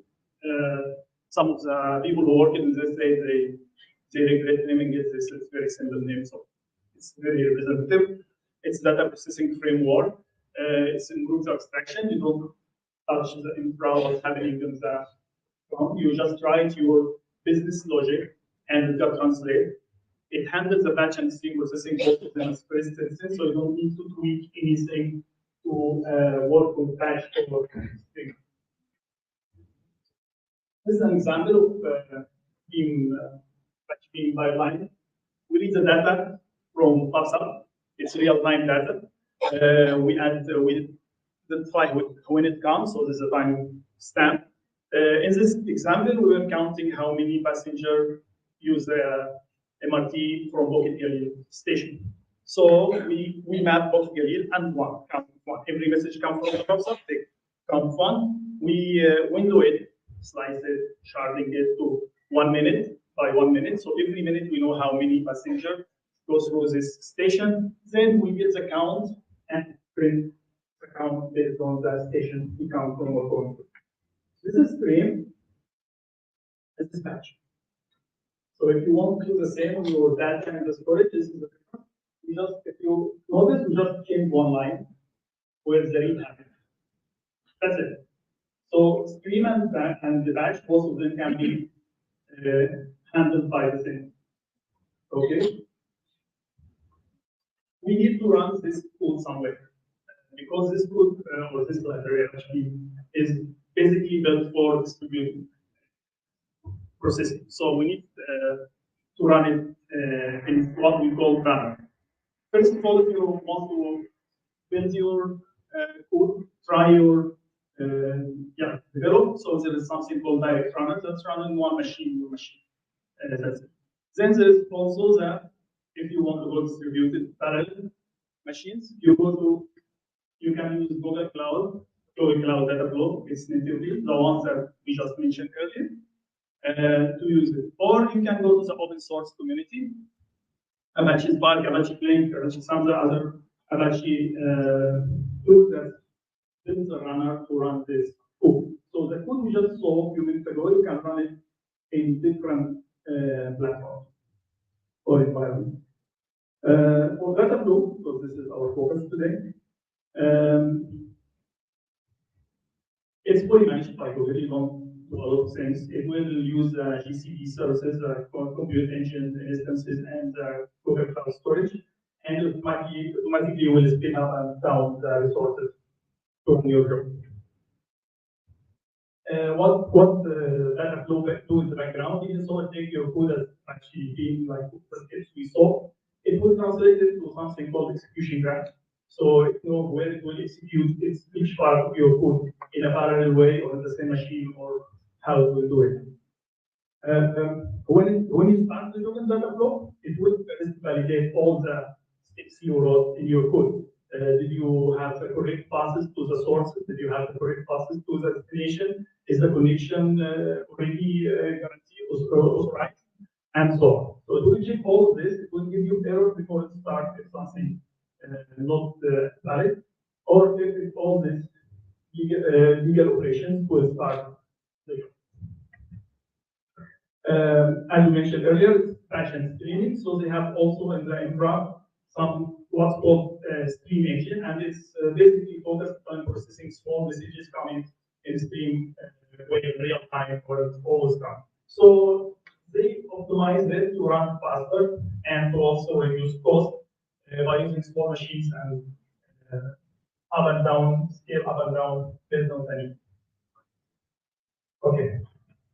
So right, data flow jobs, you have the traditional way and the templates. Okay, so the traditional way, you write the code, you run the command, you see the execution happen, that's it. The template way, you write the code in a specific way that you can reuse this template again. Okay. We'll talk more about this. You can use the language you want to use. Java is the original language. Python is the one keep up with it, and there's also Scala and Go and other in development. Okay, we have the cloud. So we share infrastructure in Google Cloud. So that's why we will go data flow as solution for our run. We have in Asia Move, we have like more than 40 people distributed between data analysts, data engineers, and data scientists, and data ops and data ops. And if you are data analyst, you know what you are doing, your metrics that you want to figure out. If you are data scientist, you mostly don't know what you are doing, and you will try everything, and you will read all the data, and you will try to figure out if the model will work or not. So we expect you to use a lot of compute power, resources, and so on. So we need to be sure that we can help you to be more productive and also control the cost.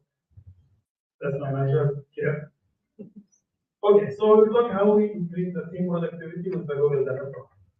First of all, we use the template. Second, we'll talk about how to observe and monitor all the work. Our Google Data Flow. Okay, first of all, it's portable. Why is portable? Because it's actually, if tomorrow my manager came and said, hey, we are no more using Google Cloud Data Flow, we go to Spark, I don't care. My code is the same. If he decided, oh, we used to use Spark, but no more Spark runner, we must go fully cloud with data flow, I still don't care because my code will run both of them. That change is very minimal and can be handled. So why we are using it, we don't really worry about the future plans of the company migration here or there. Data flow is managed by code. So we really don't worry about how to assign the resource. We just tell them, hey, start the job. The resource will be assigned to this job. We can control the resource. We can control the maximum number of nodes that will be assigned. We can also control the costs that we can have or get by for some calculations. If we are using it for streaming, we are not worried because it will automatically auto-scale if we have like a lot of data coming. It will automatically scale down also when this traffic is less. The parallel execution of the data managed by Google also, so we don't spend a lot of time in the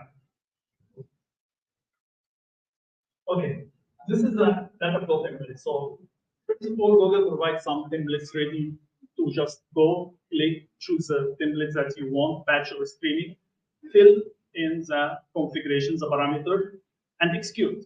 That's it. So if you don't want to use write code at all, there are a lot of solutions can be having for batch processing if you have a lot of data and you want to move it to BigQuery or to PubSub or to move it to get it from streaming from PubSub to put it in BigQuery. Also, there is a lot of CDC solutions also provide and so on. So all you need to do, just go pick the template you want and add the parameters and execute it. Also, that's not everything. You can have your own custom templates. So you can just like go to the video, see how to build the templates, put your code inside the template, upload it in GCS, and your team can just browse to it, select this template, it will show him the parameter he needs to insert, and he can run it. So as example, we have one case that our data science, when they run a model and now they get the result, they want to push it to Firestore. As example, a lot of people use Firestore. So every time it's new request to us to push it, something like this. All we did was just create a template that feeding the data from the source, doing the conversion between the tabular format or whatever the format to the document format and push it to Firestore.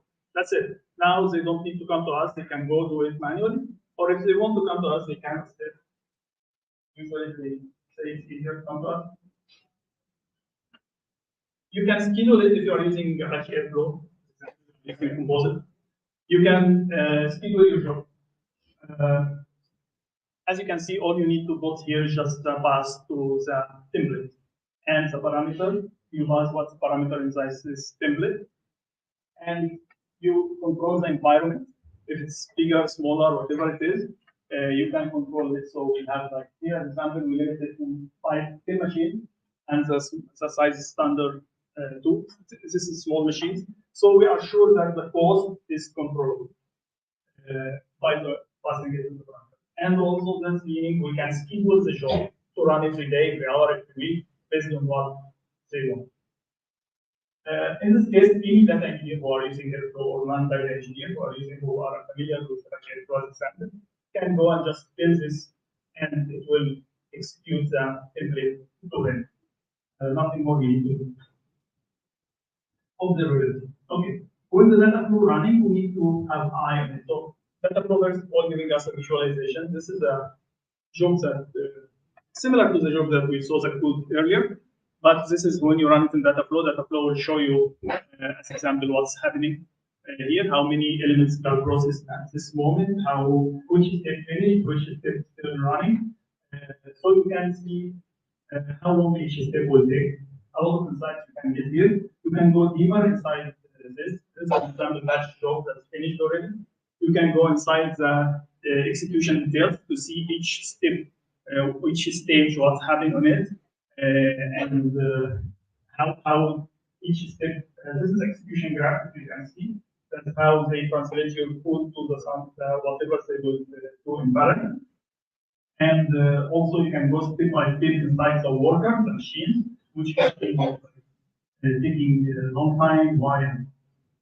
There are the job matrices. Here you can see this is a stream job.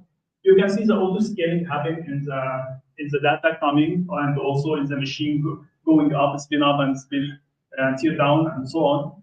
You also can see how the data is fresh or not, what's the delay happening in this pipeline, if you need to adjust anything or not. This job, as example, was running for the last 3 months. We didn't change anything about it. We didn't touch the infra, like zero infra involvement. Job log. This was a big failure job. As you can see, there are 100,000 plus error. This was a barrier machine, a lot of machine running, a lot of workers running. We will not go inside each worker to see what's the error. Everything will come to the logs. So you can monitor all the logs, all the errors in one place. You don't need to go around. This is inside Dataflow, and also you can go to the cloud logging to see it. This is a profiler for the job sector. If you run the job, this is a comparison between 2 versions of the student job that we have. And it shows us exactly what's the difference in impact happened between the job, the first version and second version in the job profiler. You can name this, or you can simulate if you wish, but usually we did. Let's go into some insights, like, oh, you need to increase the workers. Of course, if you increase the workers, that's meaning you will pay more. So you need to build your matrix, how much you are willing to pay to this job, and so on. Others will be suggestions about the image and font. So this insights you can have a look at if you want to handle it or keep it. And this you keep on the cost. You can monitor the cost inside the data flow and also of course the cost sensor. Okay. Okay.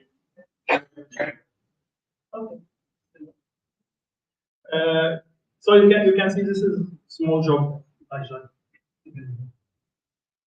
16 or something. You can add alert for your streaming jobs, so it will notify you if the cost of the job go up more than something like that. All the alert that can be added. Okay, we don't talk about that, so let's talk about some use cases we have inside our organization. So we have a streaming job that's handling the e-healing services that we are providing. So this one is internally used by the operation team and so on. So we process the data in real time and we reflect it after some calculation, some stuff in real time dashboards for our team. So this is real time streaming process with data flow. We also can do like aggregation inside the data flow. Actually, this color, my manager didn't like it. So he didn't approve the color, so this is not the final one. But as you can see, this showing with the supply and demand. We do support, as we said, like the machine learning guys love stuff. So we needed to support them in some data preparation stage and also data delivery stage. So you can see like they love data so much. We have billions of records, and they love to do fuzzy match between this and this. So we prefer to do it in a control manner inside data flow. So this is a summary of the productivity was that we were able to do variety of programming language. If you're a developer, if you're data engineer, it's Java or Python, it's no problem. You can use his skills to build that pipeline. If you are working with Google like us, there is integration directly, one line of code. Big from PubSub, that's it. Private PubSub, that's it. Code visibility, as we mentioned before, as you saw in the first example of the code, that's the same code for batch you can do it for streaming. The templates, you can pass parameters. It's managed services, we don't care. The infrastructure cost is go to the minimum, that's the infrastructure cost. You have the auto scaling up and down, that's reduce the amount you pay for the machines. We don't do any administration for the data flow, zero. So nobody wake me at night. That's everything. And support team of all stuff. More with data flow also have like you can do model run in there. If you have a model somewhere in GCS somewhere and you want to run it against the streaming thing, there is one line of code like run inference and you give it the pass of the model, it will run it. Data flow prime, we talked about how we do horizontal scaling, like multiple workers, but we sometimes need to change the node or the workers peaks between the work. When we start to load the data, we need big memory. But after that, we don't need the whole memory. We want to go to smaller machines. So data flow prime gives you the capabilities that you assign the resources for each step as required. Also, there are GPU if you need to use the GPU. In outside, in the resources for a batch team for the documentation, start all the documentation. Python will start. There is beam playground, you want to find line, two beams, platform, and work with it. Data flow documentation, for sure, you can use it all the time. Apache use documentation and verification. Professional services is some libraries provided from Google, which help you to build a lot of services inside Google Data Flow and other stuff. And Data Flow Cookbook is a lot of templates ready if you want to. Yeah, that's it.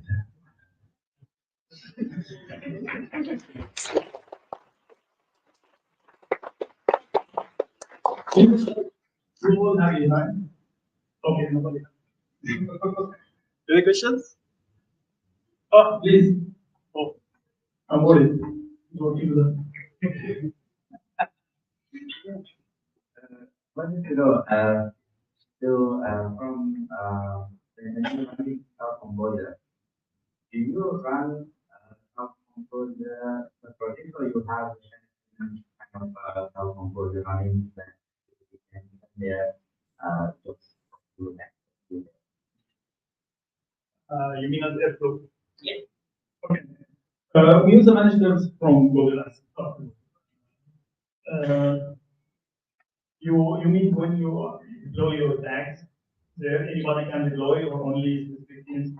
There's not a team decision if they want to make it access for multiple teams or no. We have both examples. Some of the composer is only for 16. They only the only people that publish the pipeline there.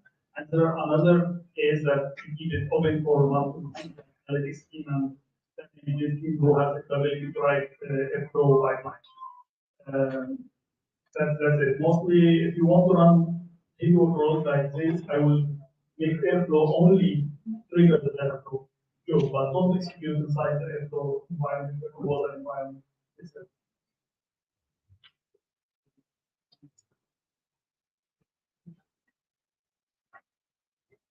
So in Asia, I think you guys distribute the thing, right? So you have something like driver, master, and you have executor, which is the worker and the slave, right? So my question is, how many workers do you guys have for your, I mean, for your worker? Okay. 28. Yeah. Okay. That's with data flow, we don't touch this. I mean, I give it the maximum number of workers. Data flow will handle which one is the master, which one is the slave or worker or whatever. I don't touch it. So zero infrastructure involved. So when you use data flow, which is our main point today, we don't touch this at all. They manage it. So we just put some constraints if we want to control cost. It can go up for hundreds or thousands of workers. But to control the cost, you still involve my maximum worker is this, and the machine type is this, so you can control what's happening. But we don't put our hands. The team totally do not touch like the infra workers, the master. Another question. Yeah. For data flow, how do you manage the people? Do you have a cluster manager? I know. Data flow. So it's handled in all. Yeah, exactly. Oh. No knowledge required for this. To be honest, like zero. That's why we. Any more questions? Build on this point about point the cost. Is it how to put constraints on like using alerts? You can use alert sure to alert to notify you, and you can update the max number of workers, minimum number of workers automatically during the job run. You don't need to tear it down and start again. So let's say with one of the cases we have, like we started without putting limit for machines. And the easiest thing for data flow is just spinning on more worker and so on. And we find that, oh, it's spinning up, let's go down. So we got the pattern, we know the average, then we want this average as the maximum. We sacrifice data efficiency, which means the data will be maybe slower a little bit when there is spike. But the control is stable. The cost is stable to control this. The cost will go down, but will never go up, and this threshold that we want for the next worker. You also choose a worker, the machine size matters. So if it's big machine, it will cost you more. Do you need big machine or you just need small machine? If your work need to, some steps need big machine, some steps need small machine, go to data program, so you can control also which step is a big machine, which step is a small machine.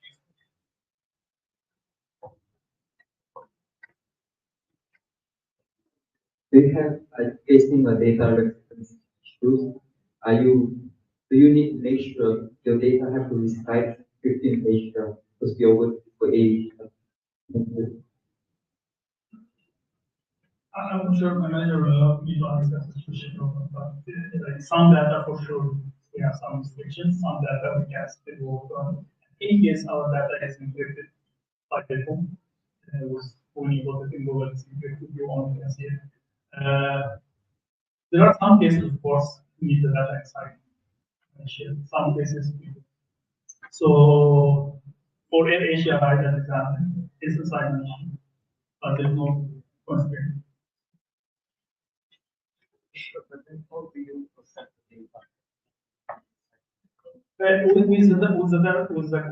the Google ecosystem, you can have access between this location, this location, this area, this project, and this project. If you need to move it in this project, so the project, which region or zone you are using, that's where you decide. So I don't have in mind now some case that will restrict this implementation, but there are other departments working with financial data. They need to follow some regulation. So it's not based on the project. I cannot say Asia or doing this or not doing this. All right. So, any final questions?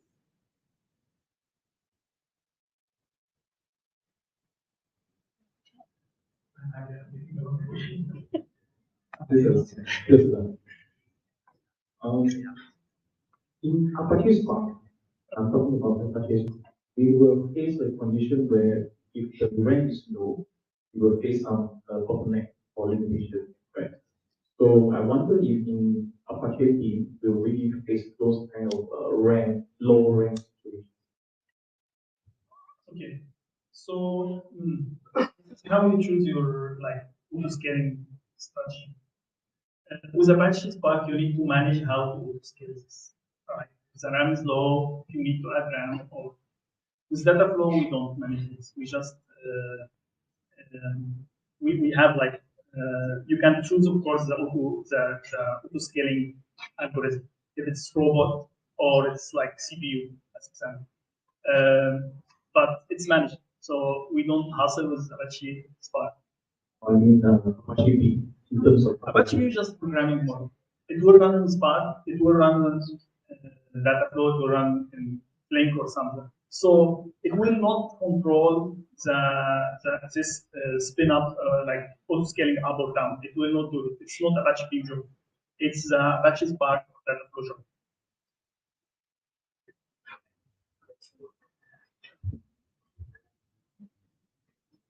All right. Any more questions? Just checking, especially those at the back. Okay. Thank you, guys. Thanks a lot. All right. Thank you.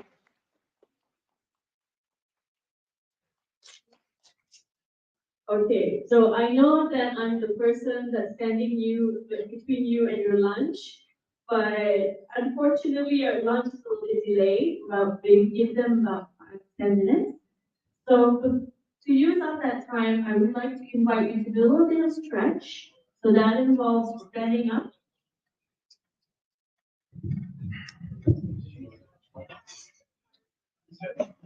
Right?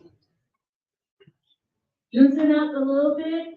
Make sure you don't hit anybody. I don't want to be accounted for this any sort of injuries. All right. Okay, so you can do a little bit of twisting, a little bit of stretching, pushing upward. And of course, for those who need that often, let's have a deep breath. So inhale and exhale. Right? So let's do it one more time. Inhale and exhale. Does it feel better? Right? Okay, so I want you to look around, find the nearest person you've never really talked to or you never really met. Introduce yourself, the name, what you do. If you're a student, introduce which university you went, and one fun fact about you. And of course, I would invite you to go out and to go to the toilet. And of course, your lunch will be just outside on the right area of the auditorium one. So we invite them for lunch, have a chat, and see you guys at 1 o'clock.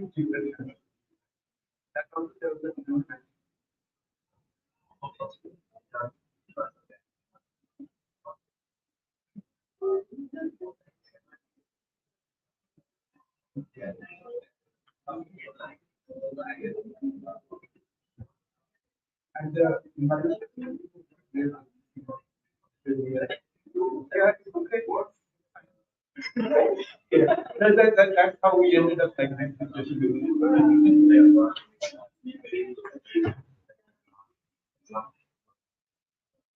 And then they go to Singapore.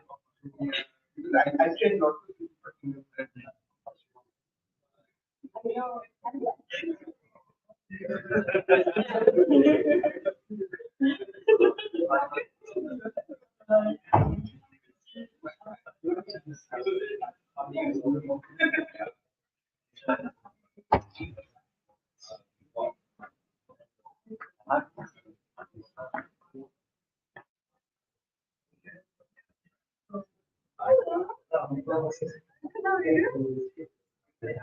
Thank you.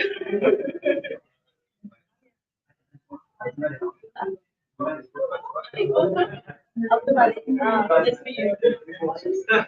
Yeah, yes.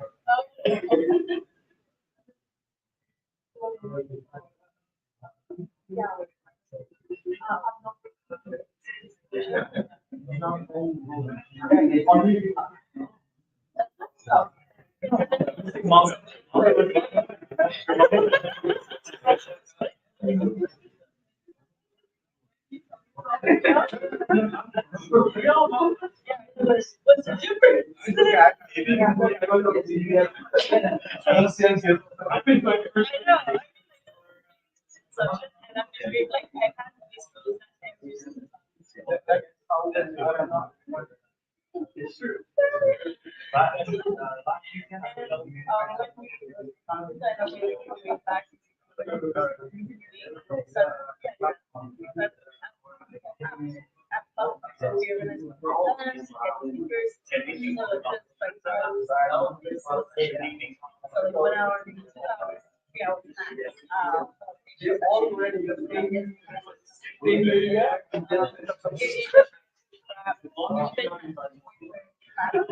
Standing to people all day rather than like lecture or the weekend, like just for like yeah, it was like insane. So that's what we knew about how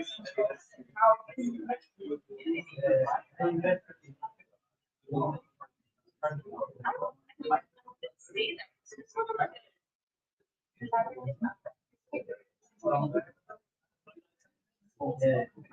that's just like and then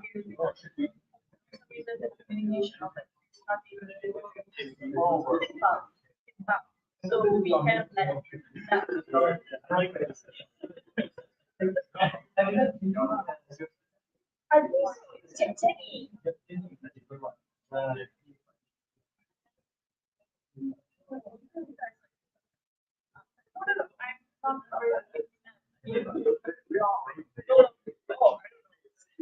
I'm sorry, I don't keep track. Yes, I'm working with basically the organization.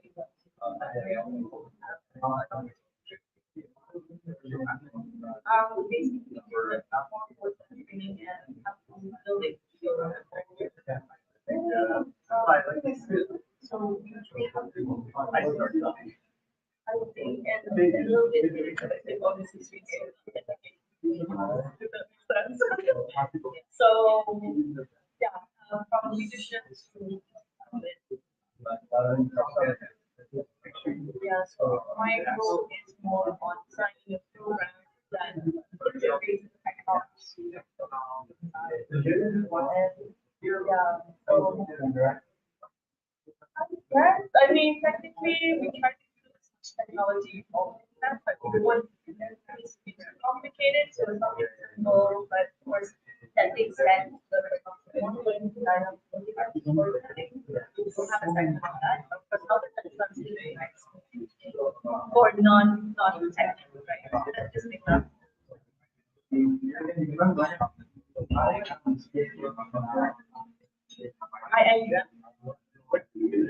Yeah, it's one of the universities of Malaysia, yeah.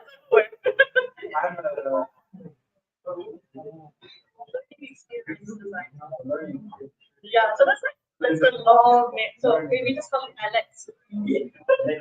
LXD. A learning experience.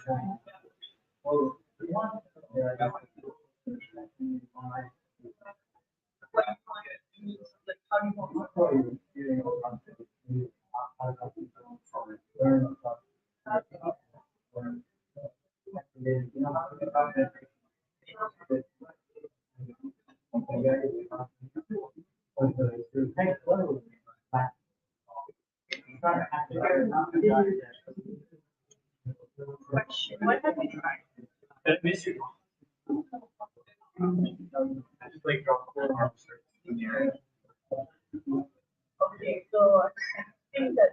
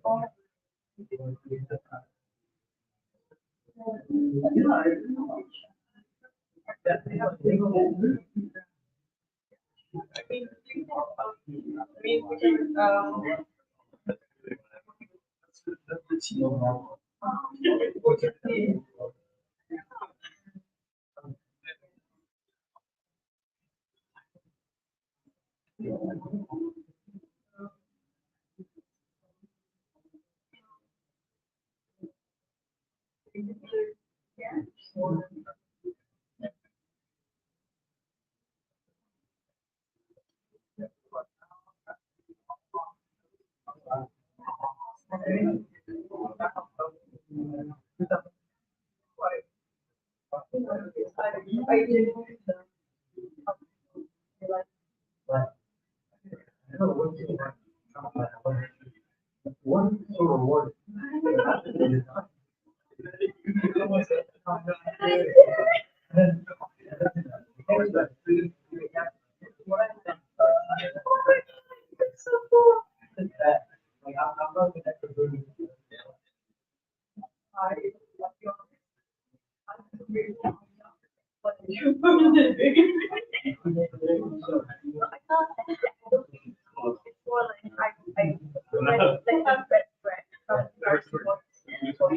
And then I read told how to create a story, and then what we are.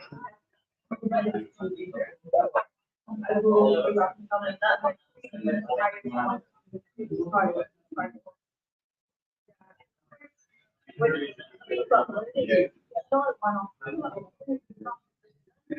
like that. So that's what workshop, coaching, what practice.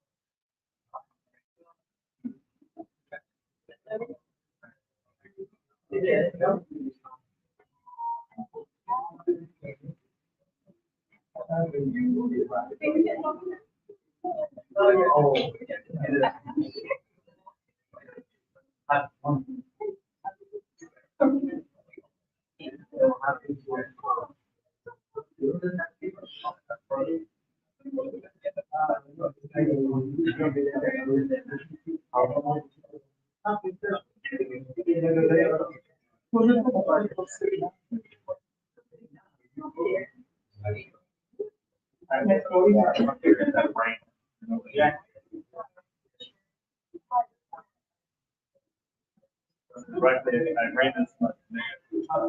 We were like, just walk in.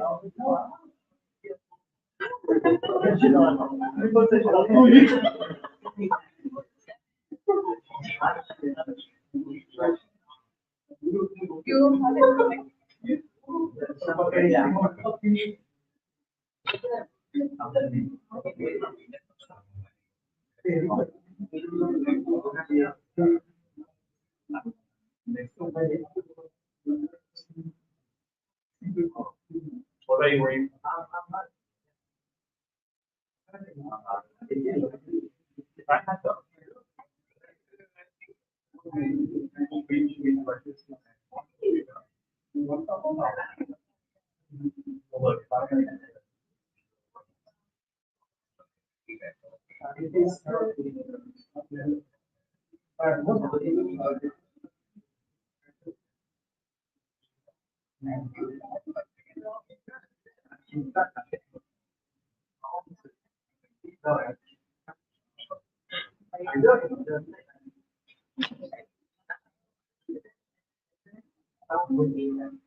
They're wrong.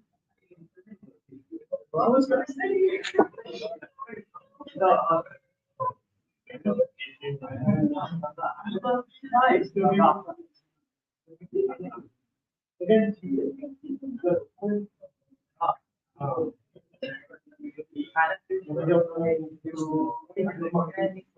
No, nice.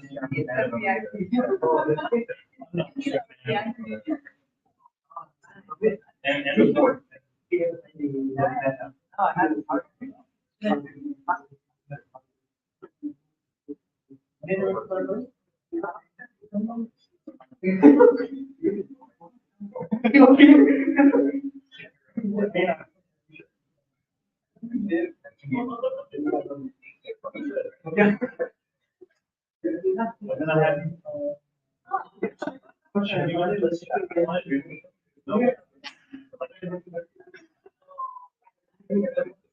Really? No, no, I'm not.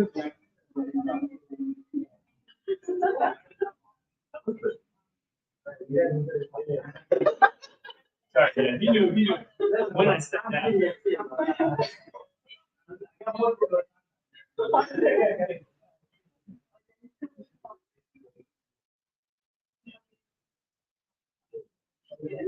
We need it. You can't just be like, what we're doing. All three money.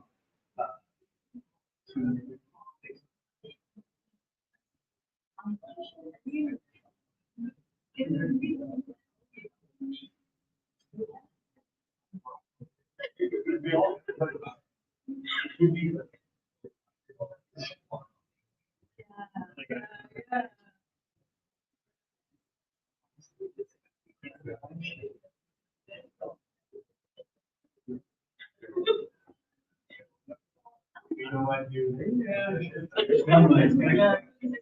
Yeah.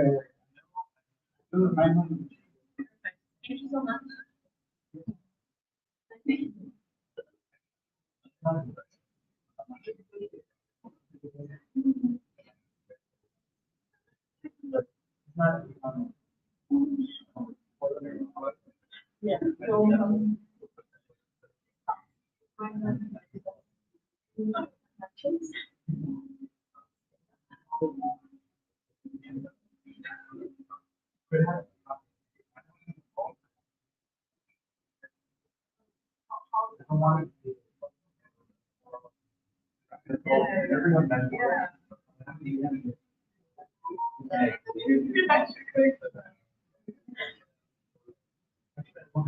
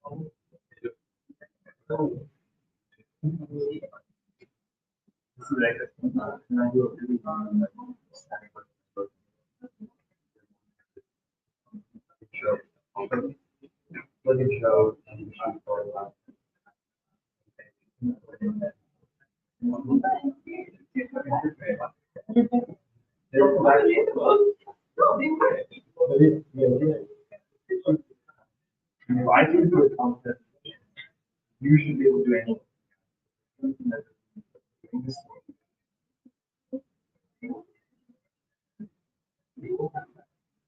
I mean, that was yeah,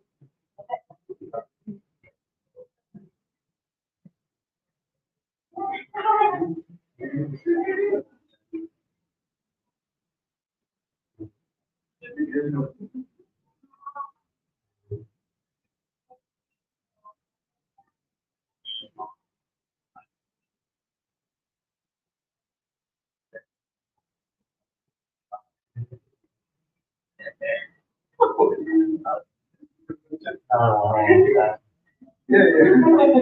Is it, you know,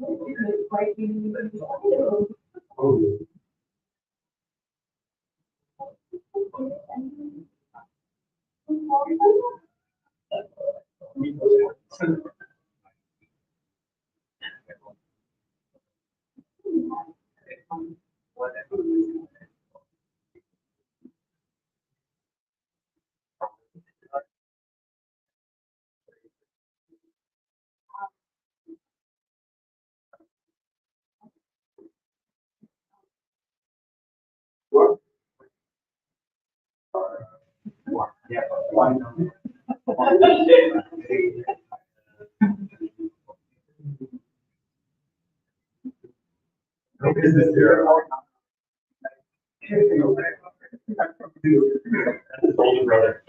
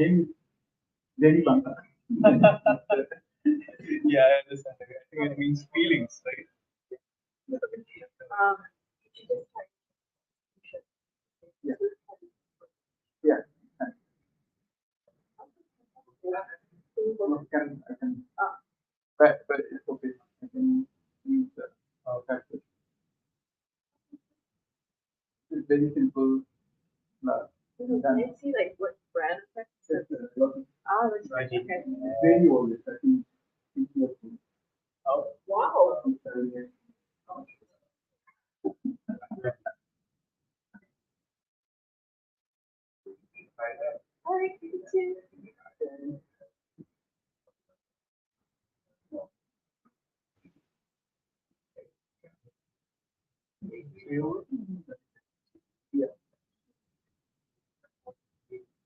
I working on next class.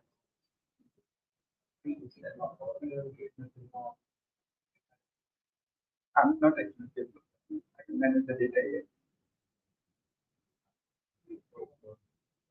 Data work, and it's basically the intel of data here and text. Also the meaning of the data.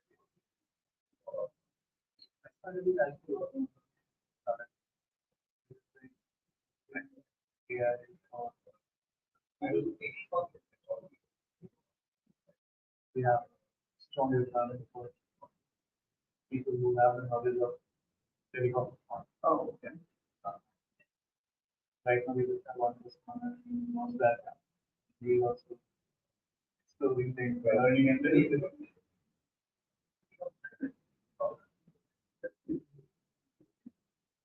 It's interesting that this is so like, you need to get it right. You cannot have any margin of error in communication. Yeah, yeah. You know, that is good. Feel like because I'm already very sick. The chance that if I get a good lunch right now. But you travel different. So, I still get one. This has been the same. It was very, the 2.5 hours. We don't have for a week in experience over the residency and then I found that yeah, okay. That is the first one, so I just came directly. This screen is nice. Nice.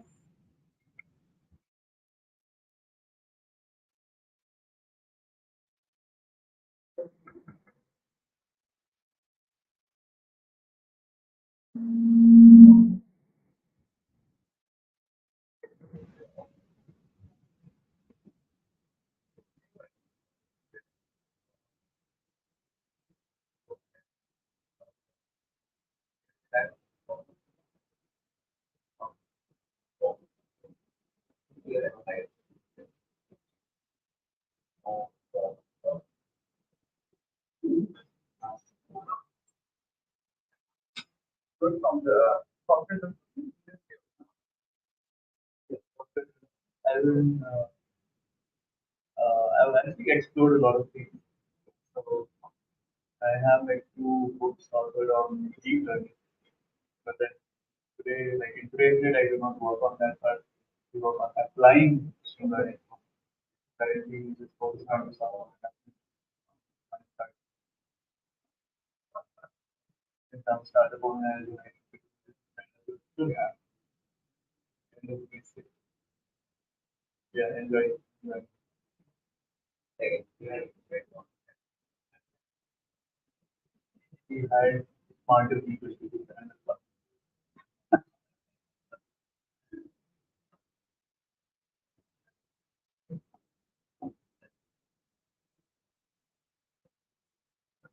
So it's very tough. Not meant by a lot of trying. I have tried it. I respect people who have it. I'm better off just applying things, but really talk around it.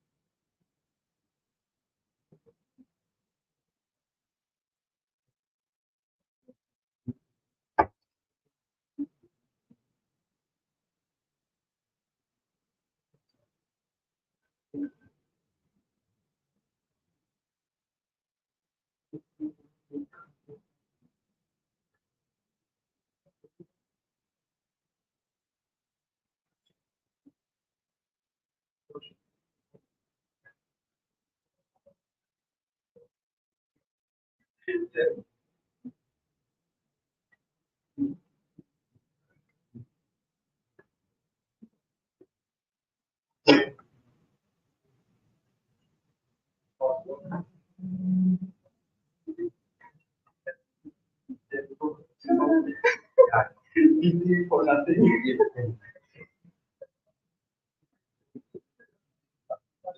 Yeah, I know.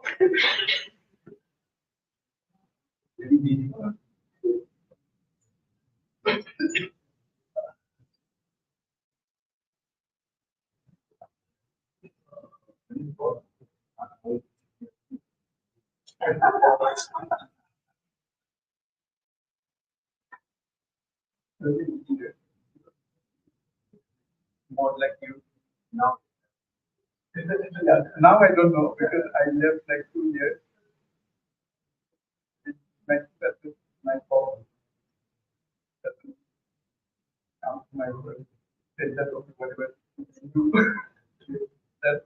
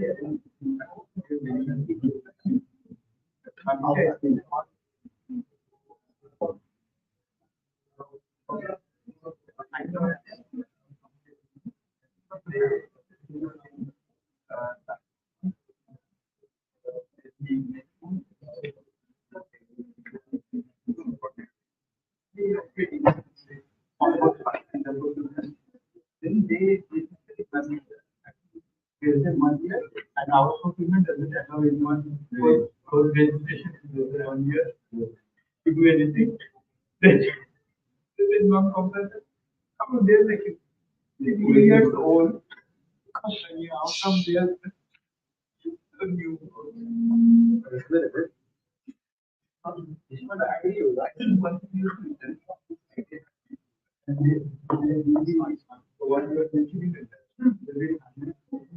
We should be put up.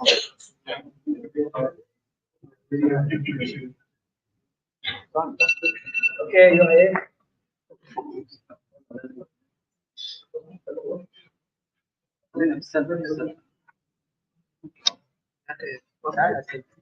No, the center.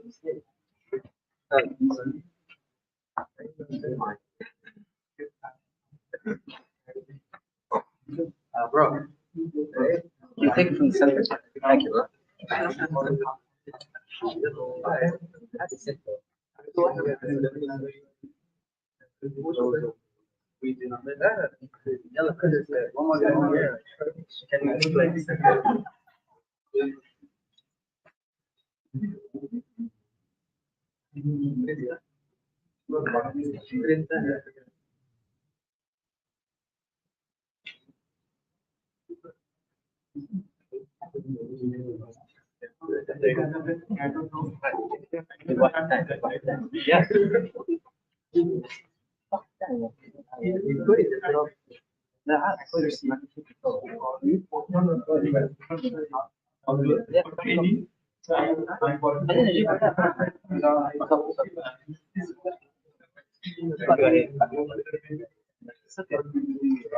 I know they organize.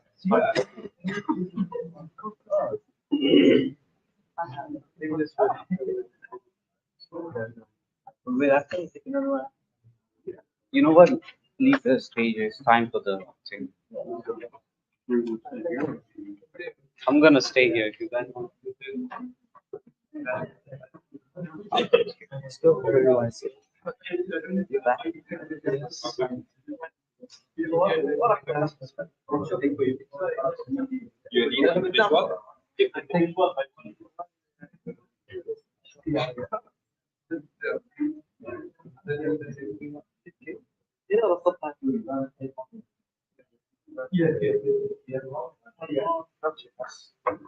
Okay.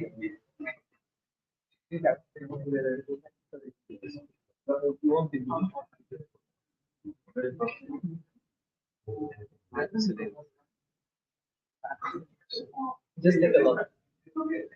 More? Spread your legs. Only that's you. Okay.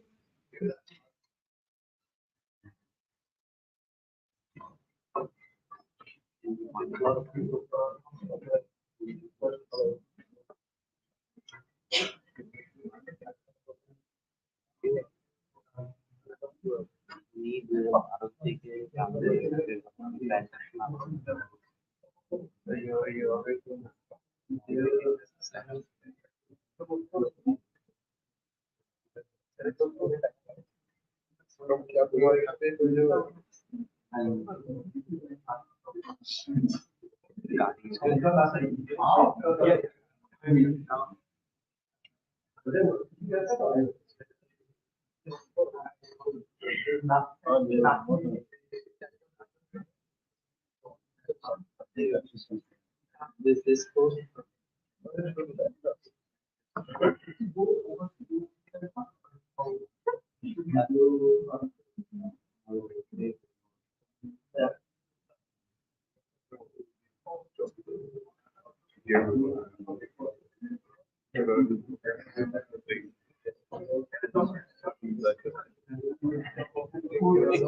I took a lot, so it's just one no, those do two.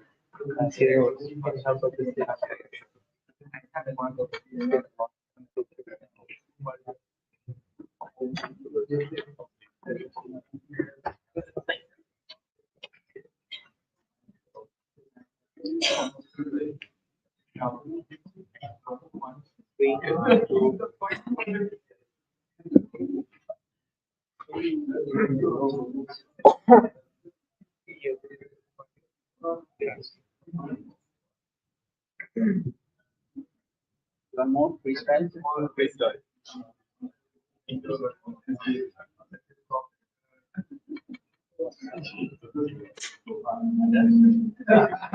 Thank you.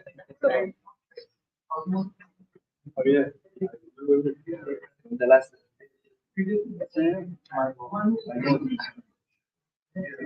The biggest.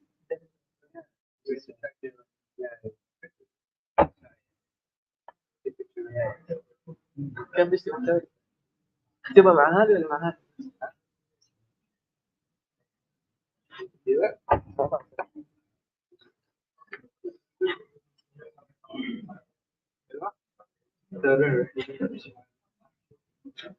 تعال شوية بس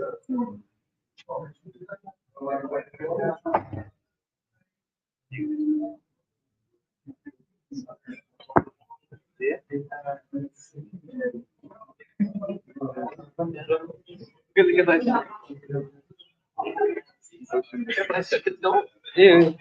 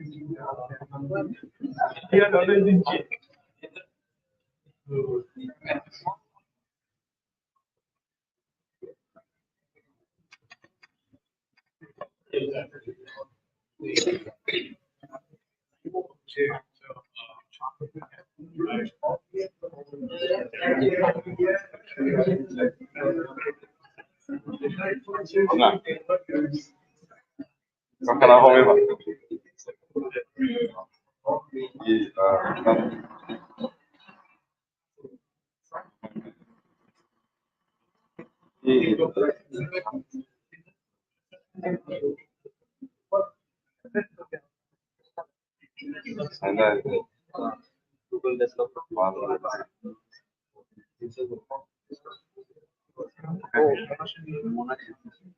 Screen of the camera.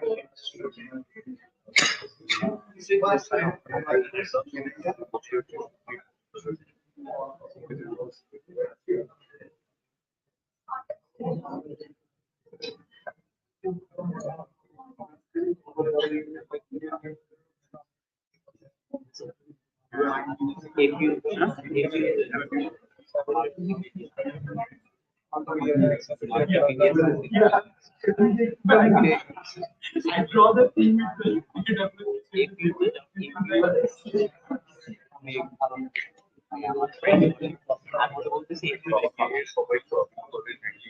Yeah.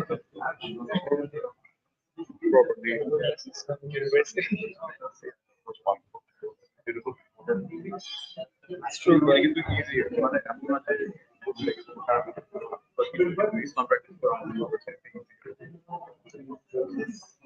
Easier.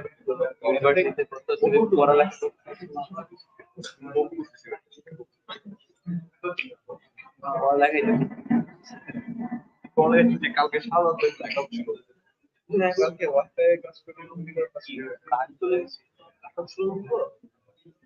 Wi-Fi card, আরে পুরো না ডর্মে ডর্মে ছিল পুরো সেন্টারের কথা বলি হ্যাঁ হ্যাঁ কালকে রাতে আসার সময় তাকে মতো করেই আমার তো ইন্টারনেট আছে আমার ওয়াইফাই যেটা পরে ওটা টাওয়ার স্লো হয়ে যায় অনেক স্লো হয়েছে কাজ করে স্ট্রিট স্লো কারণ সবাই আমাদের আমার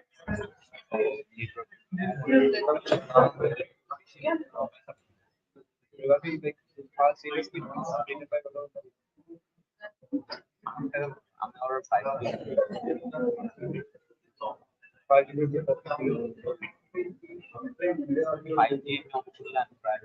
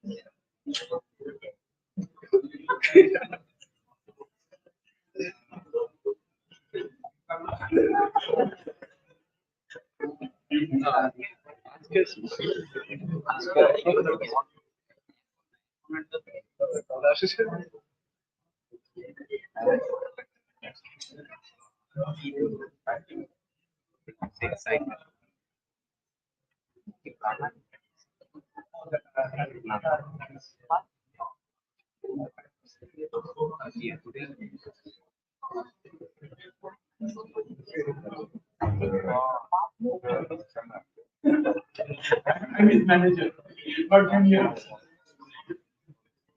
Much better job. Oh, it's good kind.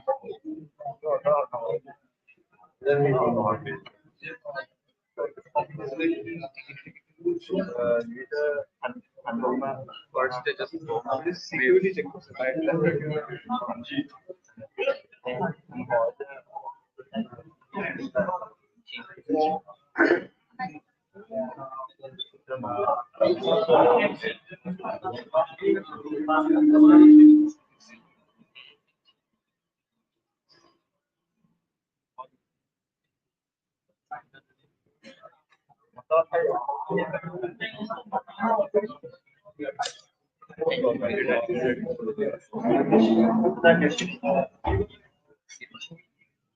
AI just go on okay.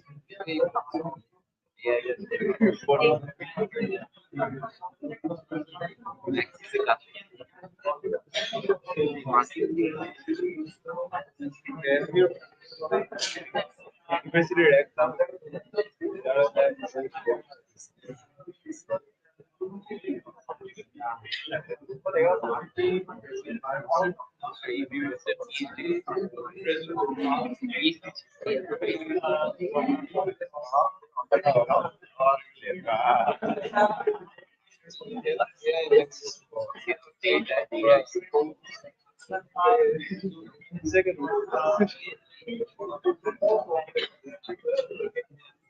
No, no.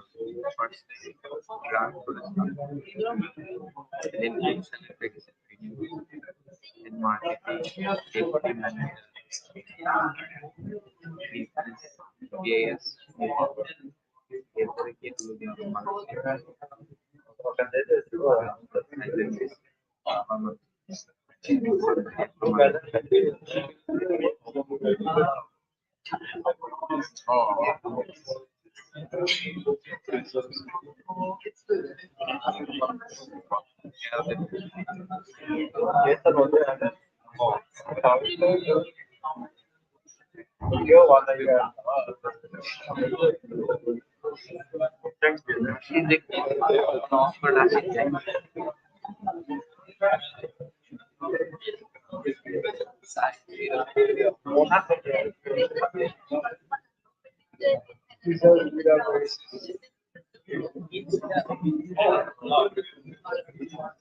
Awkward business.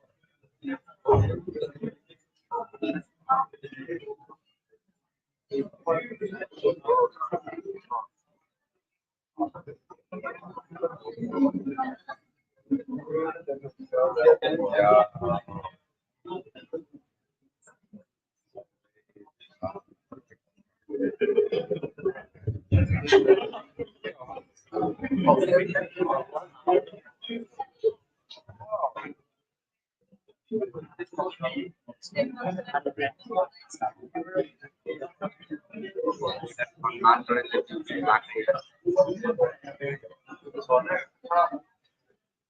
Hi everyone, how are you? Did you guys enjoy your lunch? Okay, I'm super glad to hear that. Again, so sorry for the delay. There was a miscommunication, but I'm glad that everyone's here and comfortable. We're gonna start in about 4 more minutes, but of course, I just wanted to again congratulate you for staying on this course for the whole session. Our next bit will be talking about building a robust data and AI solutions in GCP. So we have Asif, who will be taking on the journey through his experience, and of course, We welcome some questions at the end, but if you have more personal questions, we would appreciate if you can hit it on one side. Everyone cool? All right, perfect.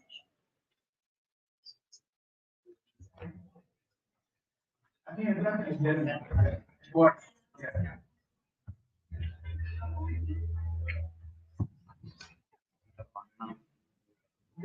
Hopefully the lunch was good.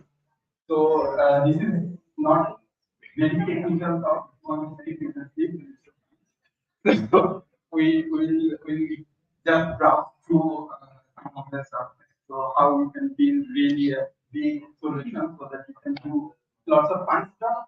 You can help your colleagues who can, if you are a data engineer, then you can help your colleagues who do the AI ML thing, and or the people who in your organization who do the daily analysis, how you can help them, right? So how you can build a cohesive ecosystem so that it can work well. Right? So in the morning, how many of you were in the morning in Arvind session?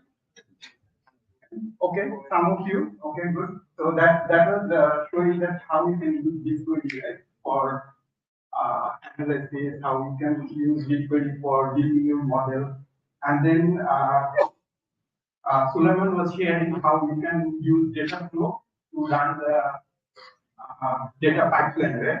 So I will try to show you that how you can build the end-to-end solution. But before I jump into there, I was having a chat with Dr. Pu, and we are talking about running. How many of you run? Any runner here?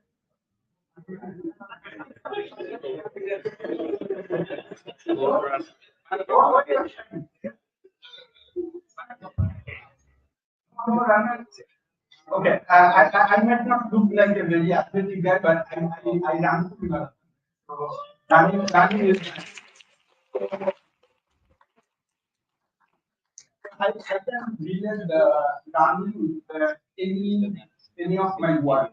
So the thing I develop feel like it's also like a run. That's a full marathon. The people who are not runners of the full marathon is 42 kilometers. Even if you drive, it will take half an hour or 1 hour. Yeah. So the runner, we can run like 42 kilometers. Some people take 2 hours, some people take 3 hours. I think I'm 5 hours, but still can finish it, right? So the building the global data solution is also like marathon. It's not in speed. It will take lots of moving parts. It will take lots of people. It takes lots of focus. So let's jump into it, right? So you see, this is an interesting quote. I really like it. So it says that big data is not about the data. So then what is it, right? So we are talking about big data and we are saying it's not about data. So no one cares about what data you are using. Everything is about how useful you can make the insights, how you can make the decision easy. Right? So you can use the lots of data, you can use lots of complex BigQuery, data flow, TensorFlow, lots of things. Kubernetes or slave, master, someone is asking so many complex questions that really doesn't matter. No one cares about that. Unless the data is, you can help anyone to make decision, right? Or give really a good insights. So that's the whole thing about the big data. So it's not really about data. So when we talk about any big data solution, I think we need to talk about the factor, right? The first thing is we need to have a clear vision. It's same like the running, right? So if you run 42 kilometers, if you have not had that vision that you can finish it, you never would be able to finish it. Running marathon is not like a physical. You can still looking into your back and also run that. So you don't need to be a very athletic. As long as you have the clear vision, you can finish it. You need a team. Data is always a team game. it's not one single person can do. And the team needs to talk to each other. It needs to have that collaborative culture. And then this is the interesting part. We talk about this here. So this is the one of the interesting part is that you need architecture. You cannot do it one at a time. You need to have the whole thing together. You need to have all the moving parts bringing together. You can have the data pipeline, fantastic data pipeline. You might have the office stream or the masters web, all those kind of things. But if it doesn't talk to the BigQuery properly, it really doesn't help, right? So you need a proper architecture. And finally, you need the right talent. This is cut across, right? So we see that so many people are here. So we need this. Everyone needs to be expert in the different skills. So that's how we can complement each other. We can create that collaborative culture. Then we can talk about that. Okay, what are the elements that actually work in the when we build the robust thing, right? So we need the data, we need the tech stack, and when you build a tech stack, you also this one is also the part of the larger ecosystem, right? So the only if you build one solution for the data and AI, it doesn't work in isolation, right? It is part of the larger solution. So enterprise ecosystem needs to be part of the enterprise ecosystem. And finally, you need to have the governance and security. So that's the few key elements you need to keep in mind. Okay. So we need so we are talking about the tech stack and the architecture and all this. So this is if you're familiar with all the large consultancy firms, they all have the reference architecture, right? Like GDG and McKinsey and I just put one here, right? So this one you can see it's when I say that the end-to-end solution, this one is actually look like this, right? So there's lots of components here, right? So I'll show you later a simple version of this. So if you look into it, just how you can read it, right? So you can read it from bottom to up, right? So it's you have the entire stack in cloud, okay? Then you have your data ops and ML ops, which will cut across the entire thing, and these two needs to talk to each other very well, right? And this one you can also needs to be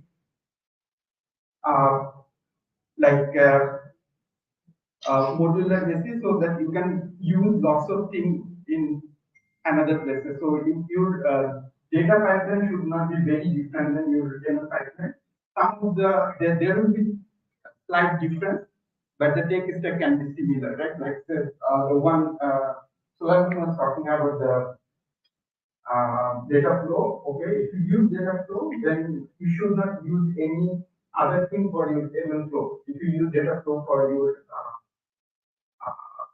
data ops, right? So these are the questions and decision or strategic question we should ask when we build our stack. Okay, and then when we talk about the data is coming from different places. Right? So it can be structured data, it can be unstructured data, and then when we see that not every organization is like Grab or Asia or someone like these are like the digital native organization, right? So they are they're born in the cloud, so their every system is in cloud. Right? So the source system is in one place. But if you talk about the financial institute, say some bank or even telco, they have lots of they are like 30 years, 40 years old organization. Right? So they are not all their stack is in cloud. So you will have lots of legacy system in the on-prem. So then your whole data source becomes super complex because some of the system you will have like they cannot even expose to API. Right? So I talk to my daughter, she doesn't know what is floppy disk, right? And okay, I mean lots of you also doesn't know what is that. So so it's like that. Oh, okay, how can the IT system doesn't have the API? Oh, okay, how is it possible, right? So yes, we need to deal with lots of system like that also. Those system is also very important. It might happen that 60% of your important data is coming from those systems. So then how you will bring those data into your data lake, how you will bring those data into your data warehouse and do the AIML and building your reports, right? And then you will have there's another uh, perspective is like if you have your own data, it's in isolation data is okay, it's powerful. Right?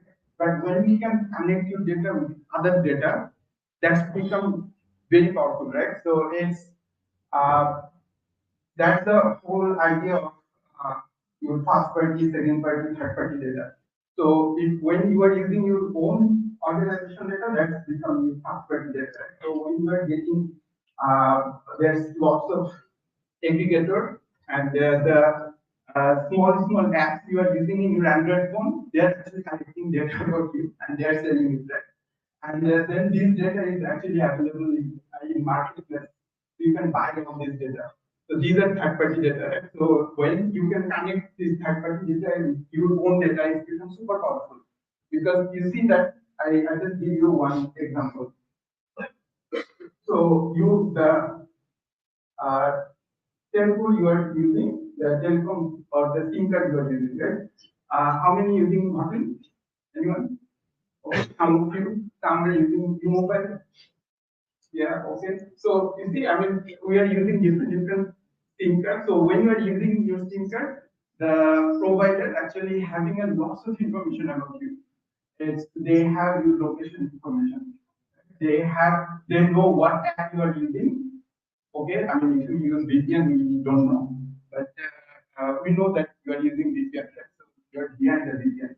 So you can see that all these data points, and you are also how you are reloading. If you are using prepaid or if you are using postpaid, how you are paying the bill. So the your telco operator knows a lot about you. So they know about how you commute, how which location is your preferred place, right? And how you are transacting and all this. So when this data is very powerful, but the moment you have all this app you are using, they also have lots of information about you, right? So even when you are offline or you are using Wi-Fi, when you are using Wi-Fi, your telco operator doesn't know what you are doing. But all these apps sitting in your phone, they still listening to you, what you are doing, how you are using the phone, which app you are using now, which app is running in the background. So now you just think about that. You connect these two data, how powerful it becomes.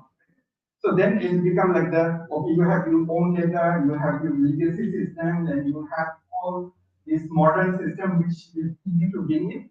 Okay, that was really easy, right? And then you have your external data. So when you're bringing all these data together, that becomes your data lake, right? So that is the underground layer, right?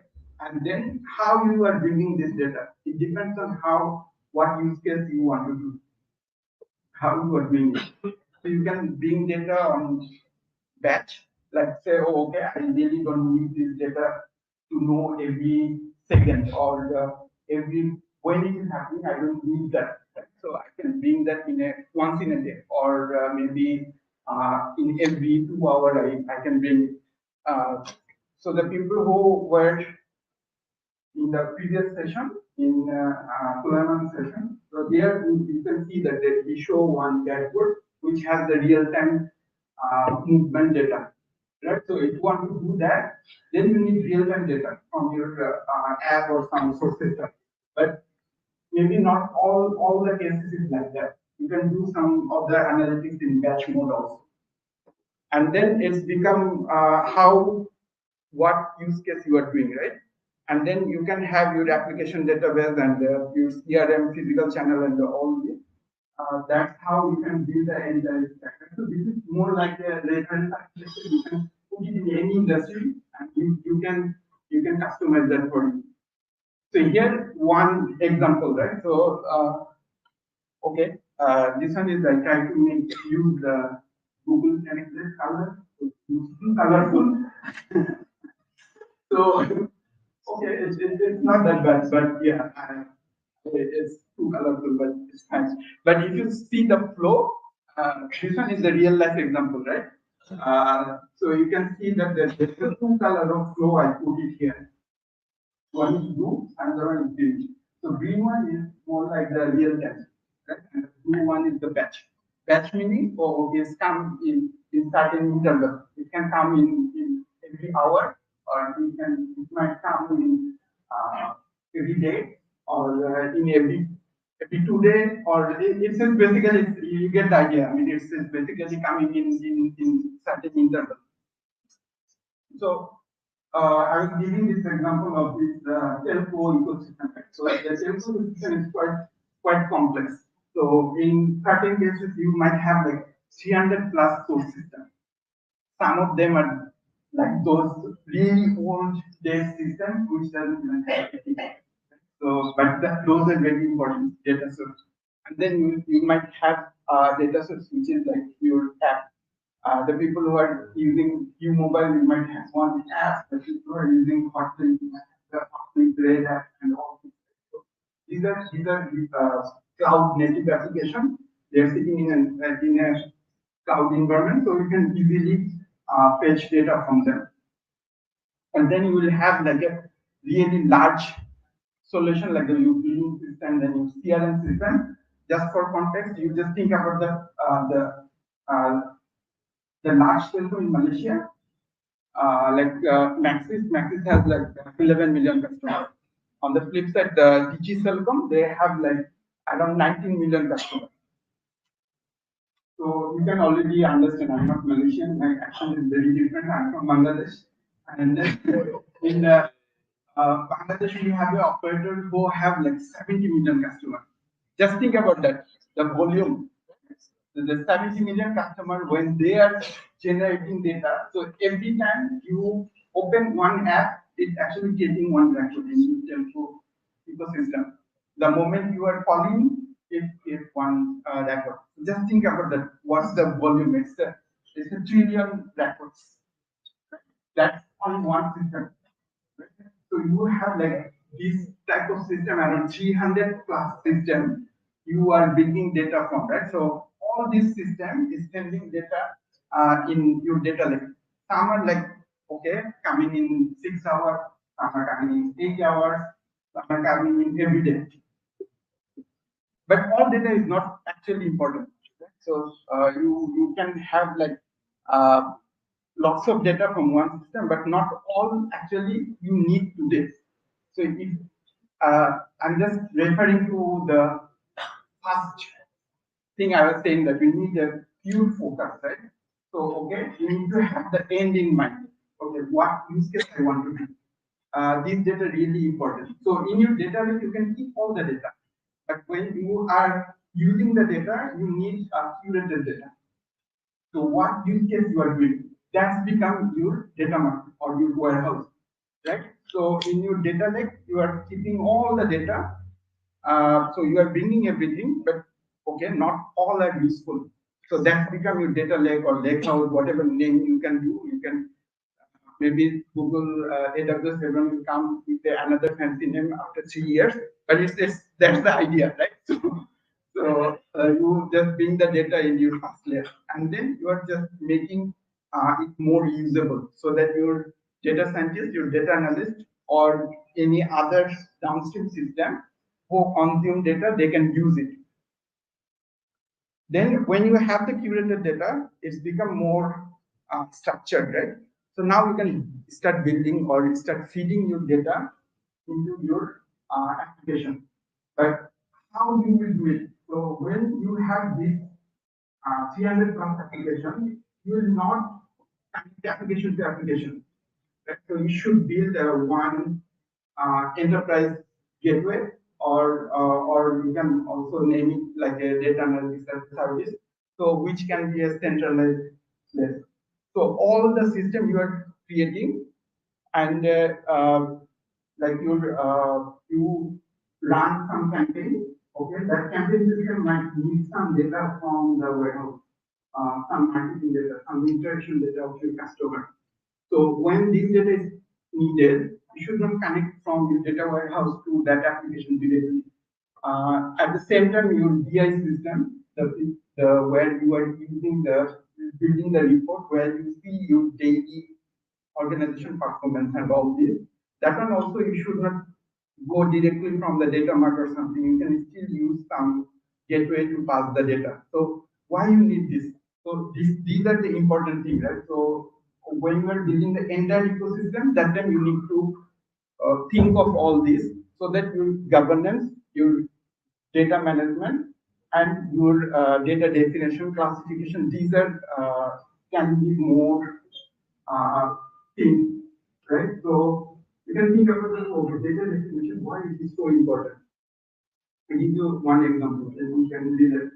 So the organization where say maybe 5,000 people work, and if you have like 1,000 people who is actually data analytics profile. So when I say data analytics profile, meaning they are even their data scientists or data analysts, or they do some reporting or something. You just think about it. It's a simple definition, like how much revenue my customer giving, and if that is coming, and everyone if you start defining that, then what will happen? Like your CMO, the chief marketing officer, he's saying that, oh, okay, my one customer is giving me like a 30 ringgit.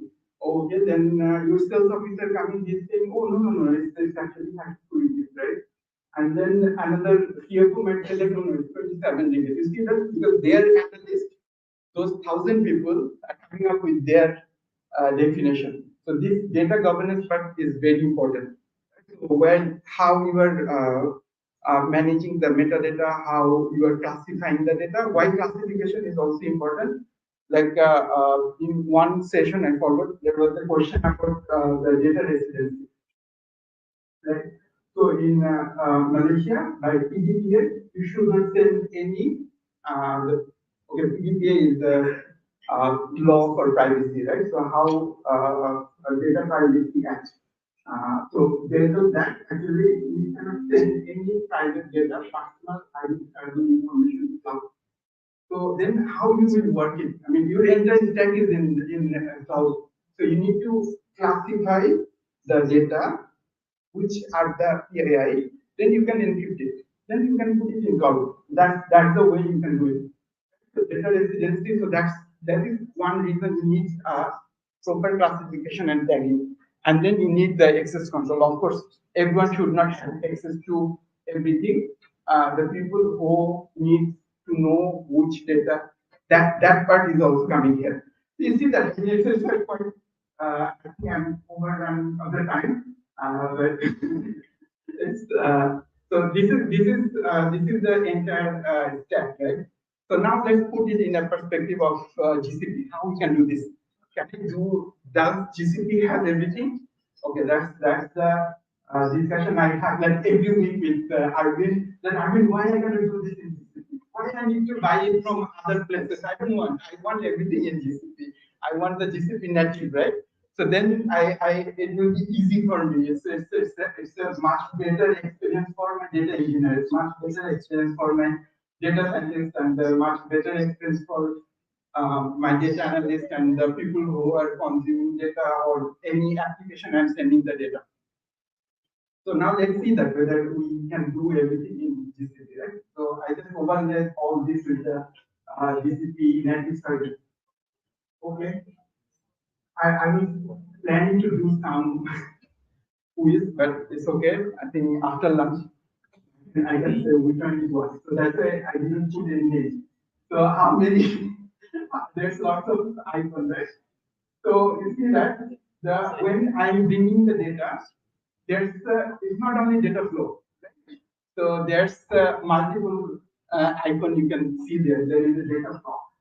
There is a composer, and then you have the data flow, all this, right?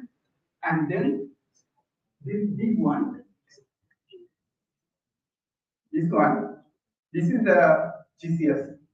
So this is your low cost storage. So you can bring any data, every data. Okay, just put it here. It's fine. You don't need to discuss about the business case or anything. So the moment you have all the data here, you can keep it here, but you are not loading it into yet in your database. So where actually you are creating your structured data or creating the your database, right? So this one is the BigQuery. So BigQuery is the place where you can keep all your structured data, and you can create multiple projects. Or okay, you can create like one for the marketing team, one for the sales team, or one for the finance team, or how it depends on how large your organization, how complex is your architecture you want to make, and then you can create it, right? And then you have your AI ML stack. Okay, you can do lots of stuff actually with G2ML, what Arvind was showing in the morning.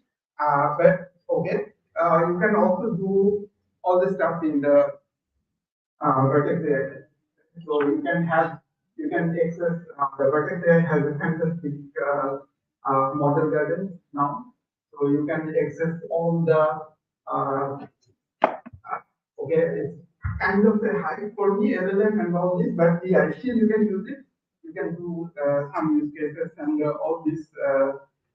So you can build quite complex and large model here. You can get access easily with the GPU. So I still don't know that whether we can use the GPU in DQML, but it's if you really want to use the GPU, you need to go to the let's say, and of course it's Python, and you can use Python or any other language. But now I think BQ Studio is in preview or public preview, so you can actually use it even in BQ BigQuery. When I say BQ, I could say sorry, I mean BigQuery. Right? So it's the BigQuery. You can also use Python in BigQuery.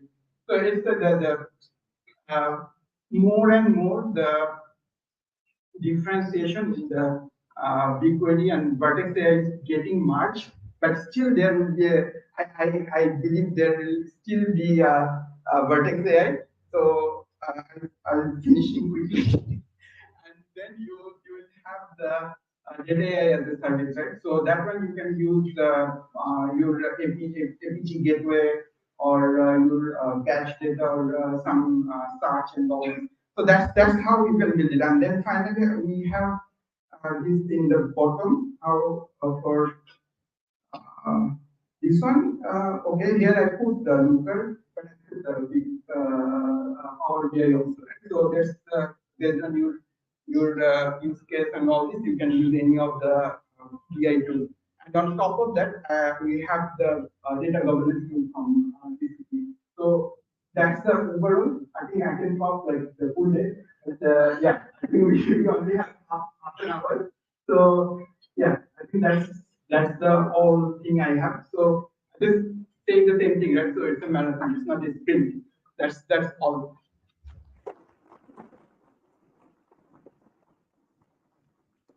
Do you have time? We have time for one.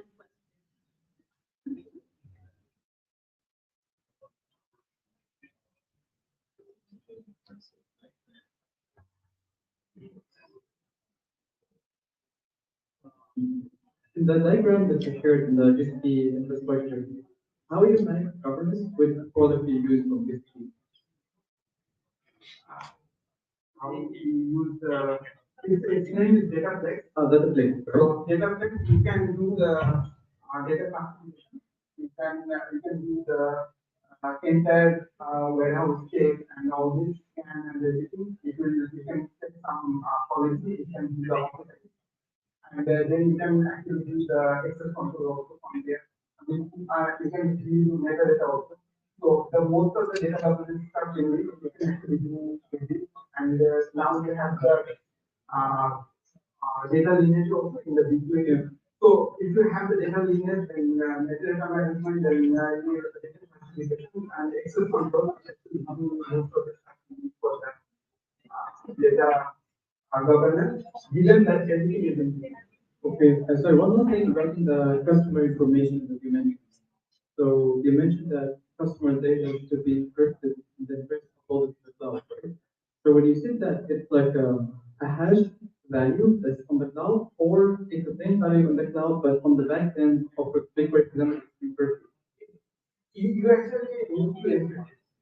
You cannot put backend anything. The moment it's reading Malaysia, you need to encrypt it. So you're talking about BigQuery encrypting this on the back end, right? It's basically it's not BigQuery, it's on the source.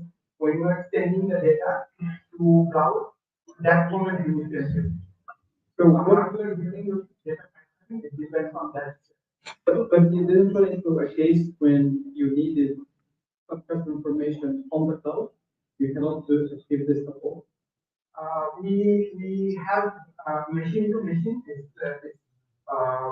You can do that, but it depends on your IT management. If you have proper IT management, you never need to know who it is. Okay. Okay. Thanks a lot.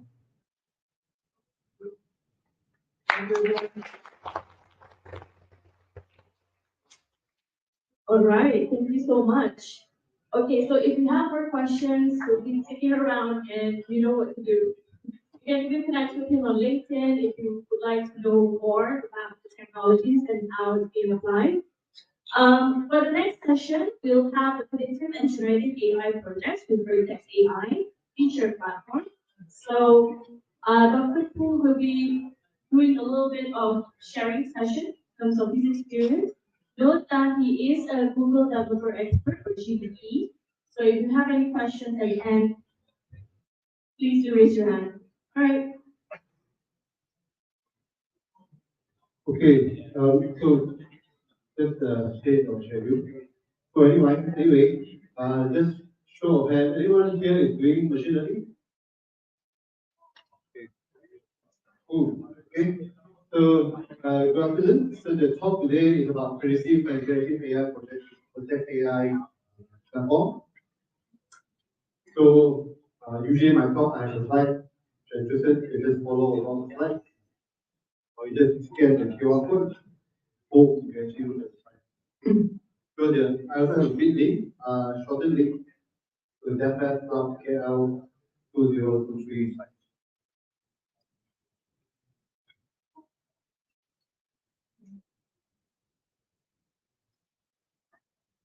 Okay.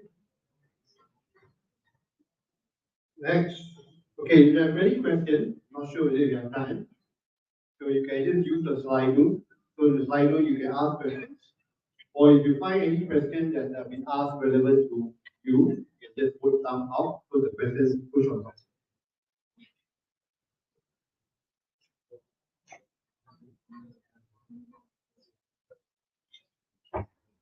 Okay. So I will introduce myself again. So my name is Paul Ho. You can call me KH. I'm currently working as a senior manager data science in AAT. Like I mentioned, I'm also a Google developer expert in machine learning. So I'm very passionate about running communities in Malaysia. So I founded two communities in Malaysia. So I founded the TensorFlow and Deep Learning Malaysia user group. I also founded the Malaysia R user group. Last week we had a big event, which is the R conference at some universities. So recently we also branched out the R user group to R ladies to encourage more participants on the lady side. At the same time, I also have a podcast. So my podcast is AI ML Data Talk Podcast. So basically, in the podcast, I talk to data science practitioner, AI practitioner in the industry. I invite them, and then we talk about what do they do, what are the challenges, what are the things that they look for when they want to recruit people. Those are things. The podcast is is available via Spotify. And recently, I also recorded a video and it's also available on YouTube. At the same time, I always like to connect people. Once you can connect with me in LinkedIn. So I think you can follow me in LinkedIn. Okay, so this is the agenda I'll talk. So we don't have 30 minutes. Okay, of course, I may cannot learn about machine learning in 30 minutes and say after this we are experts. Okay, so basically what I'm going to cover is a very high overview of data machine learning. How does feature engineering is used in data and machine learning. Then there's something what we call training self skill. And then of course when we do machine learning nowadays, we are moving away from just normal DevOps. We have ML ops also now. Then I'll talk about what is feature store. Okay, so what is feature store? And then feature store is also available in Vertex AI. So there is a feature store available in Vertex AI, and recently in the Google Cloud Next event, they actually launched a new generation of feature store. Okay, then if I have time, I will do a demo. Okay, so we know that the main ingredient for machine learning is data. Okay, in fact, AI is the same. No data, you cannot do machine learning. Okay, so when you do machine learning, there's a basic workflow. Okay, so the basic workflow will look something like this. You spend some time to do the data preparation, which is very important. So 60 to 70%, even more sometimes, you spend on data preparation. Then you will spend a lot of time train the model. So there are a lot of famous models out there that you can train. Then you evaluate the model, you go through several iterations to see which model gives you the best result. Then you deploy the model, you serve the model. At the same time, you monitor the model. Okay, so as a data scientist or data engineer or machine learning engineer, you will probably go through this cycle. But most of the time, okay, our learning workflow, we spend a lot of time in this data preparation cycle. Okay, so data preparation is one of the most important steps. Okay, as we know, garbage in, garbage out. Okay, if the data not prepared properly, if you have not selected the right features, okay, for your model training, then you will not have a good model. Okay, so when you do more machine learning model training, okay, we need to look up what are the features that we want to fit into our model. Okay, so what is features? Okay, features basically is something that quantifiable. Okay, then your data will be used to input into a machine learning model. Okay, so as a good data scientist, okay, as a good data scientist, you should know what features relevant to be input into your training. Okay, you cannot just simply dump everything inside. You need to know what are the features relevant that can actually help your model training. Okay, and then there are some of the steps, okay, some of the process to transform the data. Okay, so the process to transform your raw data into features. Those are called feature engineering. Okay, so if you are a data scientist or machine learning engineer, one of the most important things that you should know is about feature engineering. How to select, extract, and transform data into features. Then only you can fit into your machine learning model training, and then you can derive insight. Okay, so how does the features look like? Okay, a very basic feature is all the things that is in the top, the column. So passenger ID, survive. Also, this is a Titanic data set. So whether a person survive or not survive, the name, the gender, the age, okay, which ticket, the fare, the cabin, the embark, whether which port they going to embark. Okay, so just by looking at this data, okay, which of the features here, if you were to predict whether the person survived Titanic or not, is relevant. Do you think name is relevant? No, isn't it? You cannot say, oh, because your name Henry, you sure die one. Okay, so I will call, so the name is very, very important. No, isn't it? What do you think is important features here? Trust. Huh? Class.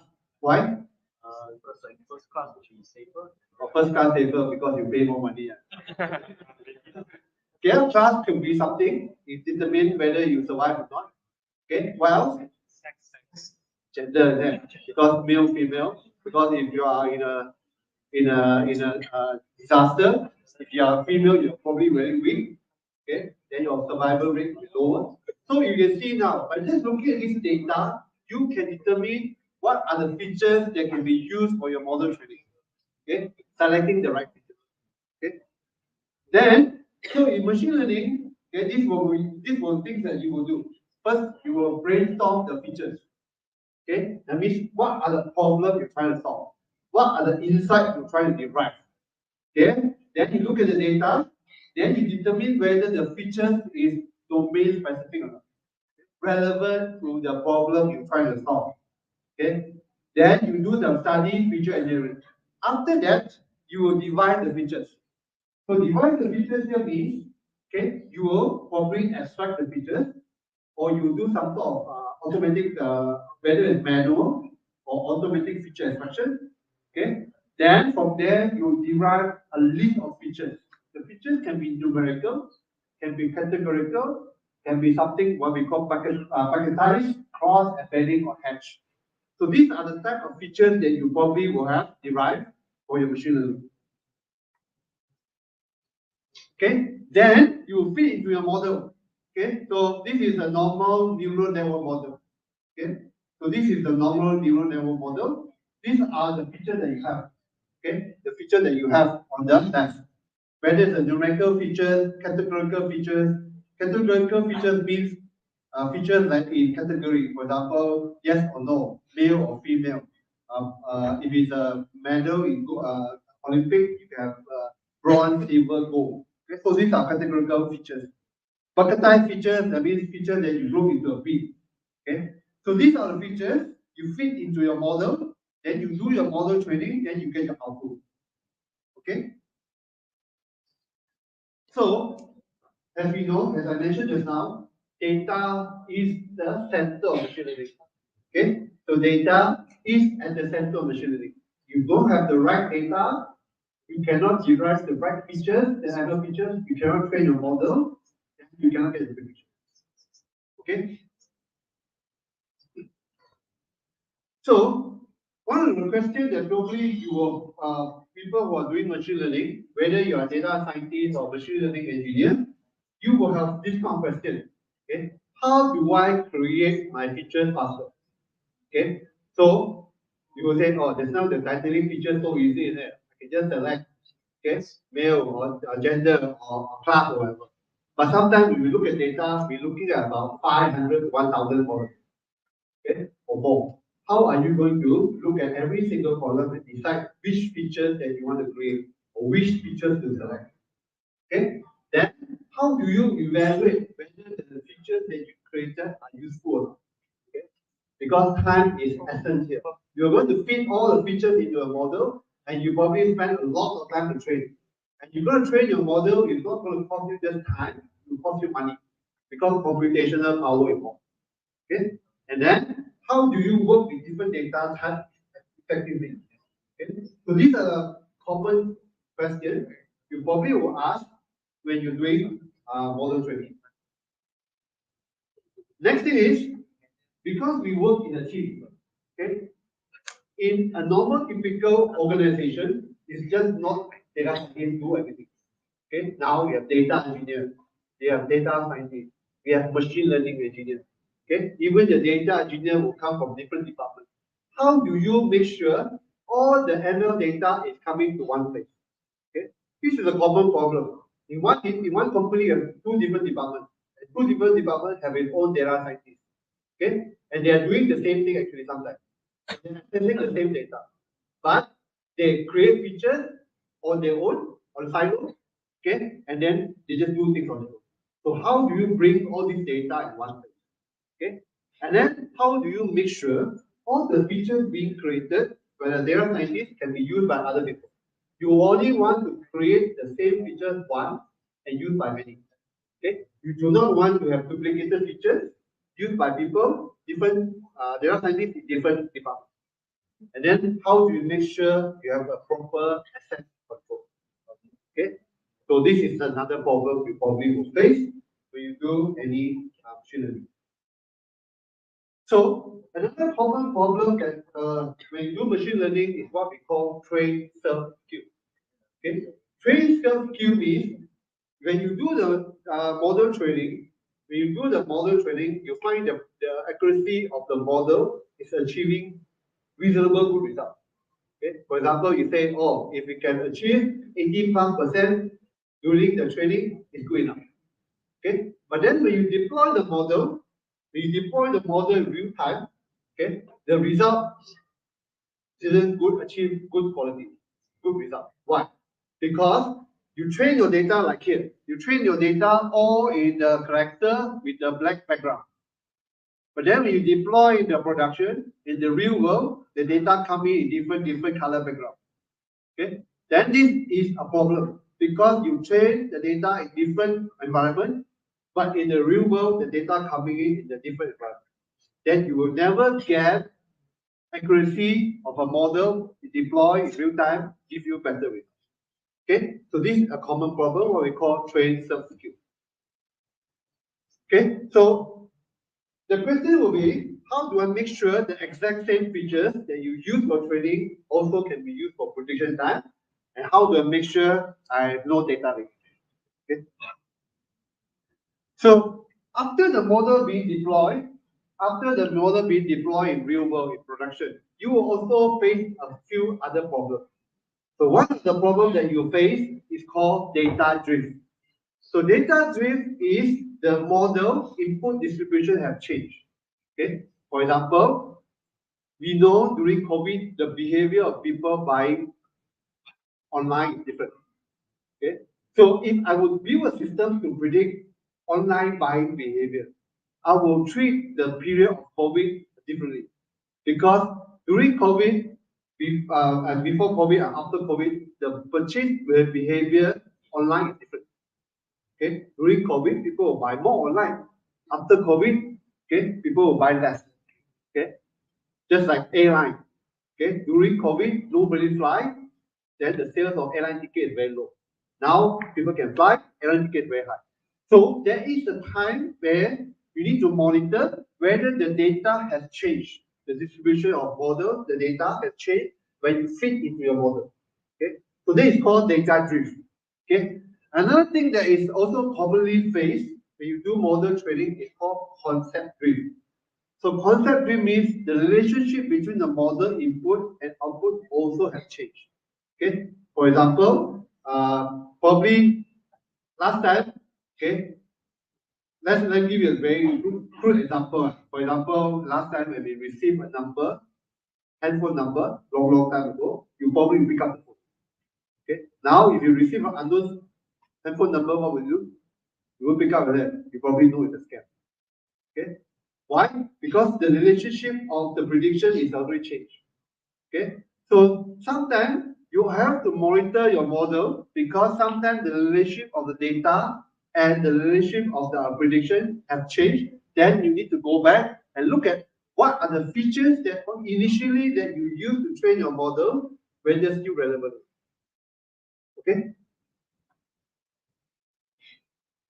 Okay. Lastly, model also have this like a lifespan. Okay. Model also have a lifespan. Okay. So after some time, the model prediction result, okay, the quality of the performance will drop. Okay. So this is what we call model decay. Okay. So when let's say you train 12-month data, you use 12-month data to predict the next 6 months. Okay. After 6 months, do you think the prediction is still accurate? You need to go back, maybe you need to retrain your model. Why? Because maybe the data has changed, environment has changed, you probably need to go back and refresh the model. So there is something what we call model decay. Okay, so normally if you're doing any ML ops, okay, if you're doing any ML ops, an ML engineer will have to monitor the model. Okay, if the model performance keep on dropping, the accuracy keep on dropping, okay, then you probably need to say that okay, the model now needs to be retrained. Okay, because of the model have decayed. So when your model needs to be retrained, then you go back to select again which are the right features now, which is still relevant for you to do your model training. Okay, So after you train your model, after you find the right features, then the next thing is, okay, when we are working in a real environment, we just don't simply train the model. We need to deploy the model and we need to serve the model. Okay. So how do you serve now your data in real time with low latency? Okay. So after we train our model, okay, now if a customer come in, for example, if I'm an AirAsia customer, I go to AirAsia website. Okay. When I go to AirAsia website, if I log in, straight away it will try to predict based on your last 12-month activity, what are the destinations you most likely want to purchase. Okay. I will try to serve you, and then I will try to serve the web page in real time for you. Okay. So, and lastly, how do I scale and manage my infrastructure as my workload grows? Okay. So as I said, okay, the important thing about after all the model training is to do model deployment and machine learning serving. Okay. So a trained model needs to be deployed in production. Okay. So there are many ways you can deploy a model. Of course, you can load the model directly into an application. If you have done any machine learning, you can say I can save the model as a pickle or serialize a file, then I can call the pickle file. Okay. Or I can actually deploy my model as an endpoint. Okay. I can deploy a model as an endpoint, API endpoint. I can deploy it into Docker, in the Kubernetes. I can actually deploy as a REST API with the Flask or Django. Then also I can deploy as a serverless function, like all these AWS Lambda, Google Cloud function or Azure function. Okay. So as you can see here, okay, whether you are using GCP, Azure or AWS, there's many ways you can deploy your model. Okay, so like I mentioned just now, model will decay. Okay, so model will decay. So when you're doing any model being deployed, there is the ML offsite to help you to make sure you have the reliable end-to-end pipeline that you can monitor the serving.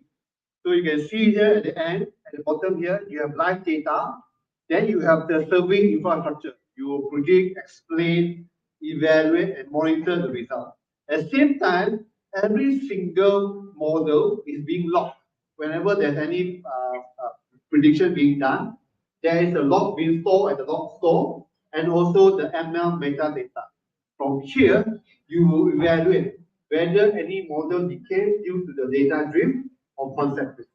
And this will actually trigger notification to your ML engineer and also to your data scientist that your model now is not performing as it should be. Then you need to go back and probably retrain the model. Okay, so with that, okay, we come to something what we call a feature store. Okay, so what is a feature store? So feature store basically is a repo where you store, organize, and share all your features. Okay, and to be used in your machine learning. Okay, so a feature store now is basically a single place. Okay, where all the data scientists and all the data engineer can find access to the features when they want to retrain or deploy a machine learning model. Okay, so your feature store is where you transform your data, store it in one central location, and then you will actually use for your serving. Okay, when you want to call prediction offline or online prediction. Okay, so basically you have something like this, your data source, the feature pipeline, you have all your features, then you store all your features in one central location, which is your Vertex AI feature store that can be used for your training data set and model training. Okay. At the same time, okay, your feature store commonly will have three major components. Okay. First, you have to have the online features. Online features means you can do prediction online in real time. Okay. The second feature will be offline features where you can actually serve large batch of features for you to train your data set, and also to use for any train or batch application job. And then the third feature store will commonly have is feature registry. So you have all the metadata of features, okay, and all the lineage, so they can be used for offline and online. Okay, so with the features registry, you make sure that the same features can be used by across all the data scientists. Okay, and then they know that this is the same features. Okay, that they can actually use. Okay. Okay, so now talk about the next generation of feature store that we recently launched at the Cloud Next about 2 months ago in US. So the next generation of feature store is the Vertex AI feature store. Okay, so Vertex AI feature store has been around, but there is a new version or new next generation of the feature store. So the Vertex AI feature store basically is a managed cloud native feature store that is integrated inside Vertex AI. Okay, so it actually allows you to streamline all your ML features, where you can actually manage your features properly, do your online serving. At the same time, you can access your features directly from big data, BigQuery. Okay, that means your data is actually from BigQuery, but you can actually create the features, okay, and link to your the feature store, link to the BigQuery. Then you can set up online serving by specifying your features or data source. Okay, like I mentioned just now, the latest generation of the Vertex AI feature store is available for public preview starting in September, about 2 months ago. Okay, so feature store, if you look at the diagram just now was ML features at the center of your machine learning. Now with feature store, your feature store now is the center of the machine learning. Okay, so Vertex AI feature store now is something that is being completely reimagined around the BigQuery. You have the advanced feature where you can have the management of all the features. It has a low latency, and same time now, because of generative AI, you can actually load all the features related to generative AI into a feature store. Okay, so a general big query data source will look something like this. You have your feature record, you have the ID column, your features, the timestamp, whatever, and then you have all your features values. Then what you do is you link all these features into your Vertex AI feature group, feature store. Okay, that means instead of having your feature store now, it's directly linked to your BigQuery, okay, as a feature group. Okay, so this is how a Vertex AI feature store will look like. You can actually directly link to your BigQuery. You have a BigQuery storage. You have the feature registry. Then you can do your model training, and also you can do your online predictions. Okay, so you can see now you have a model registry. You can do your prediction and everything. Okay, so the next generation feature store built on BigQuery, low latency, ready for generative AI. Okay, for example, in generative AI, one of the most important thing is about word embedding. Okay, so if you doing something like large language model, you have something what we call word to vec. You actually have an embedding for all the words. Now you can store all this embedding inside your BigQuery and call it in your feature store.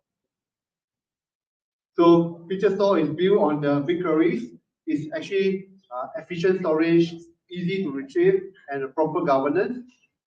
Ultra low latency, automatic scaling, easy governance. And for generative AI, it can actually store embedding data type. You can do offline retrieval and also online serving. Okay. At the same time, it has all the other features for machine learning, all the lineage, versioning, cache optimization, accessible wire web UI in your Google Cloud Console, and also available as a IDSC. So as a conclusion, the feature store has actually played a critical role in deploying machine learning, and the latest Vertex AI feature store is fully managed cloud-native feature store integrated into Vertex AI. Yeah, so you can contact with me in LinkedIn or Instagram. If I have time, I will try to show a bit of demo.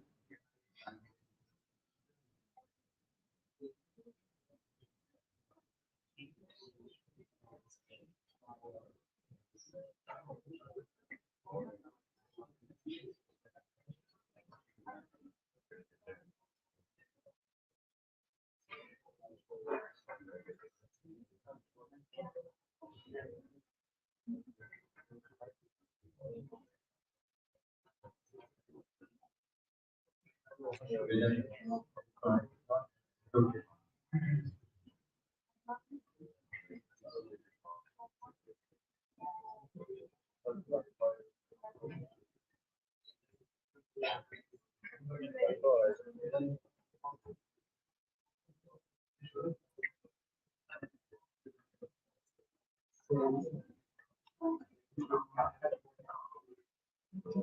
Okay, so if you go to Vertex AI, there's something called visual store.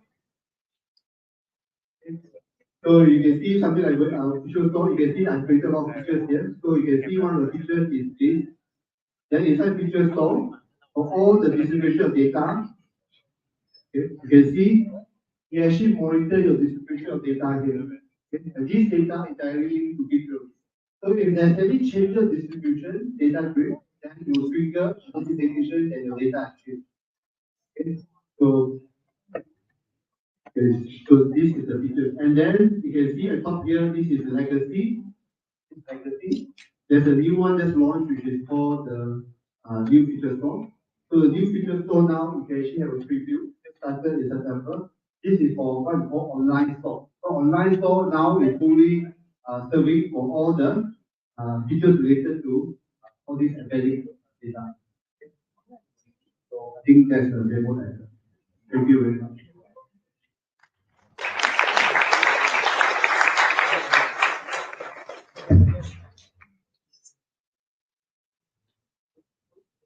All right, thank you so much. If you have any questions, please do connect with Dr. Poole individually, so you have his LinkedIn, his Instagram. If you do have the chance to speak with him after this event, please do that. And okay, so moving on to our next segment. Okay, fantastic. Ooh. Okay, great. Okay, so we have Kristen T, also someone is from the GDE or Google Developers Expert. She will talk about building AI using Colab Enterprise using Vertex AI. So you guys get a glimpse of what Vertex AI is. But now we're going to dive into the applications of Vertex AI. So I pass the floor to Kristen.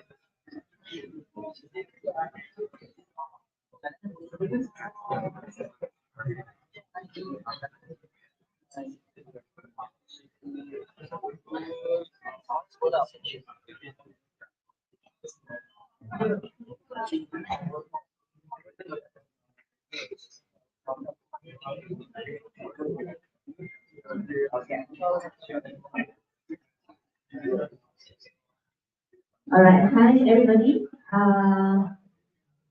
My name is Christine. I am a staff engineer in Chile, which is a company in the US. I'm also a technical certified developer, and I also founded a company of my own, which does something. So, if you guys want to comment, this is my LinkedIn. If you want to connect with me. So the topic today is build AI using Colab Enterprise with Next AI. It is a bit similar to the previous session. So you might see a bit of repetitive pattern here. But let's just go over it. So this is our structure, how we are going to go through this is we are going to have an overview, brief history, research to cloud, availability of Collab Enterprise, AI assistant, e-teacher, workbench versus Collab, fine-tuning, which is a demo that I'll be showing later, and let's recap of the demo later. So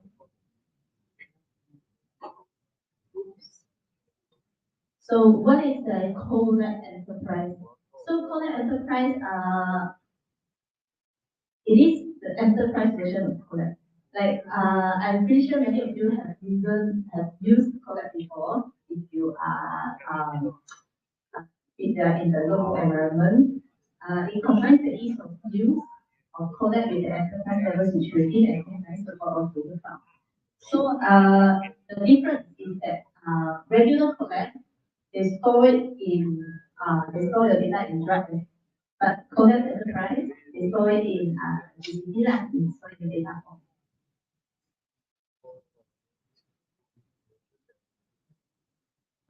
Okay, a brief history of Collab. So Collab actually launched in November 2017. By November 2019, which is like 2 years later, and then it got 1 million users, which is very exciting. It's not very easy for anyone to reach 1 million users. By July 2021, AlphaFold launched on Collab. So AlphaFold is protein structure prediction. Yeah. So and then Collab went on. Like there are more and more users like using Collab.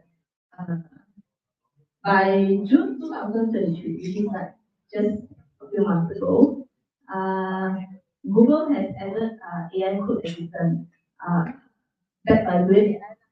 So it is very, very exciting because you see that AI code assistant make way even in the local environment.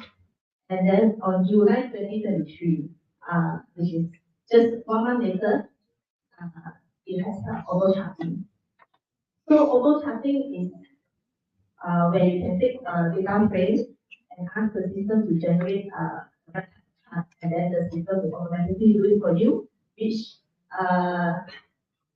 if we have the time, then I will have a demo on auto charting. And then August 2023, which is like just a few months ago, it officially launched, right? So on to the next one. So right here, we see how Collab came a long way.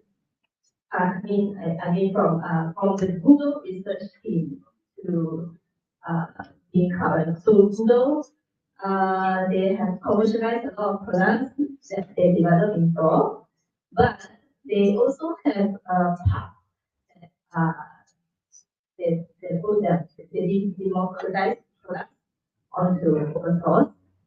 The first library that we see Google open source is actually TensorFlow library. So TensorFlow then followed by Kubernetes and thousands of other products and models of open source library. And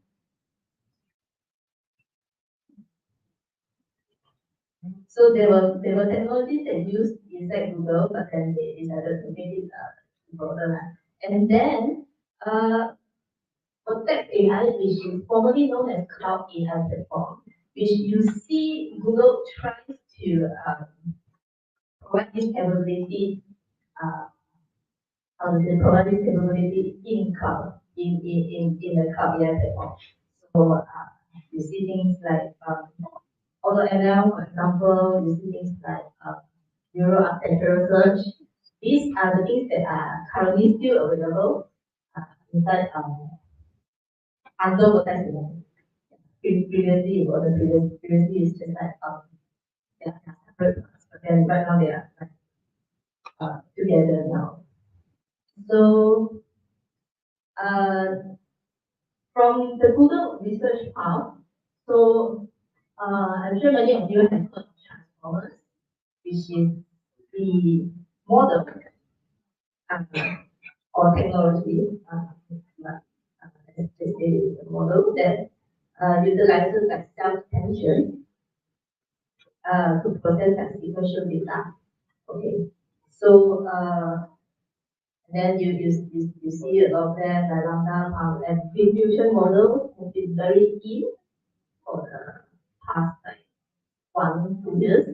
Yeah, people have been really into it. So is the partnership of Google Research and Google Cloud that brings the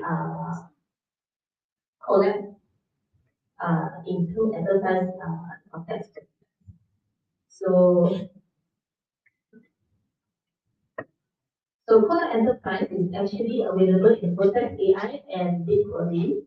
I'm pretty sure Dr. Ho has mentioned it just now as well. So in Vertex AI, there is a Collab Enterprise under it.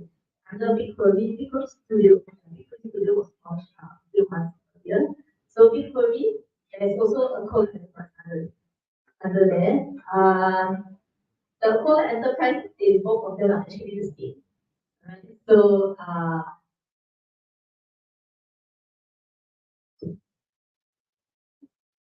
yeah, so there's many people, any user you feel like any users can use them, data team business users, decision users, all these.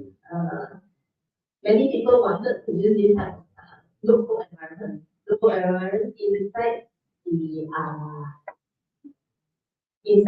the Google Cloud. So it's not the easiest for them to stitch these products together, but now we have them now. So Core Enterprise is particularly powerful because let's say for example you want to build a data set, you want to do feature engineering, you could do that in Colab now. You want to do things like plotting, you want to do things like descriptive statistics, or you want to train a model, you can train it in Codex AI. And of course, you can also deploy it in Colab as well. Like everything is just inside the logo instead of having to go through like all kinds of services. So this is to show you that it is a single environment that you can do that the whole process. So one thing about Colab Enterprise is that there is AI assistance. You have code completion, code generation, autopilot. This is just this is one example of it, a screenshot of it that just show me how to code a 3 million neural network, and then it will just generate the code for you. You can ask it to generate it in Python. You can ask it to generate it in Keras. It will do it for you. Okay. So this is just the example of it because right now this feature is still not available for everybody, and I couldn't show you my company's Google Cloud platform, access to that. I have to declare with the company which I can do. So this is just the example of how it's generated in Code Enterprise. So since we talked a little bit about code assistance, code generation, so the company that I'm working in is called Turing, which is a company in California. So we have a very early access to Duet AI, which we have been using it in our work. So this is our findings. This is just one of the experiments. Actually, in the company, we do like multiple experiments. So this is like just one of it. This experiment included full stack developers, data scientists, data and ML engineers, and then we measured the pull request merges 4 weeks before and after the AI. So this is just to show you how much the AI has been helping us in our company. So we have it shows you that 87 developers were involved in the experiment. So we conducted a few different experiments, and then the results are quite similar. So in this one, we saw a 33% productivity improvement in terms of the averages per developer for 4 weeks period. So,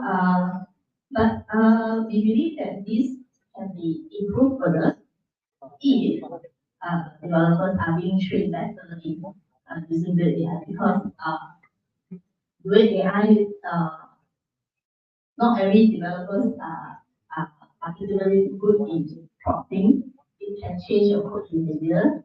So 33% increase is just the beginning. Right? So we see some early evidence that train developers use great AI. We believe it's even higher productivity. So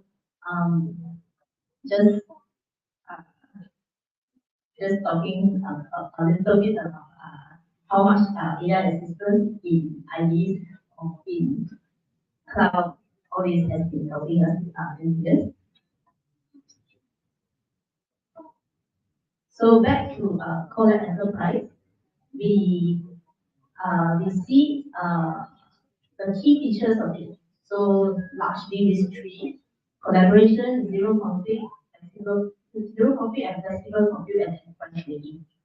So collaboration, you can share your notebook with other people by hand.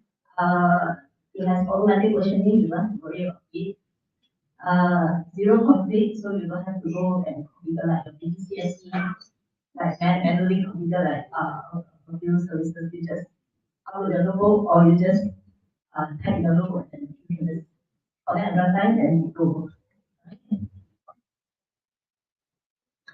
So this one, I just want to cover a little bit about where Vertex AI is. So the first layer at the bottom is Google Cloud Infra. So this is not inside Vertex AI yet. It is Cloud Infra. So the Cloud Infra, inside the Cloud Infra, we connect to Model Garden. Model Garden, like you have model from Google, model from open source, Facebook, OpenAI, all these, and also partner models, many other models that you can access directly via Model Garden. And for AI platform, you have you can do all these things. You can tune, you can evaluate, you can extend, you can then. So search and conversation. So we're going up to search and conversation, which is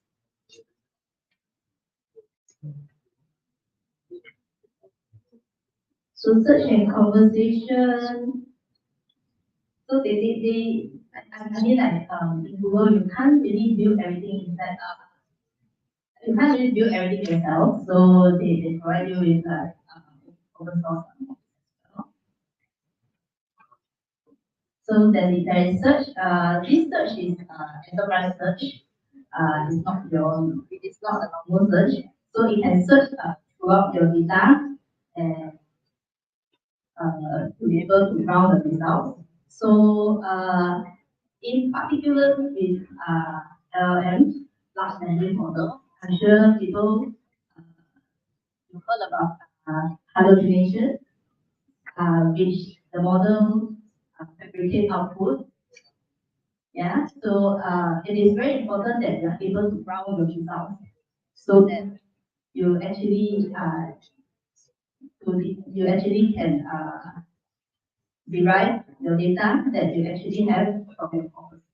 Okay, so conversation is another one. So conversation is really chat, but this is not normal like chatbot. You can actually like you can actually do a whole transaction inside chat interface in conversation. So, and then going up to AI solutions. AI solutions pretty straightforward as well. You have contact center AI, document AI, risk AI. All these AI solutions that can be deployed into businesses.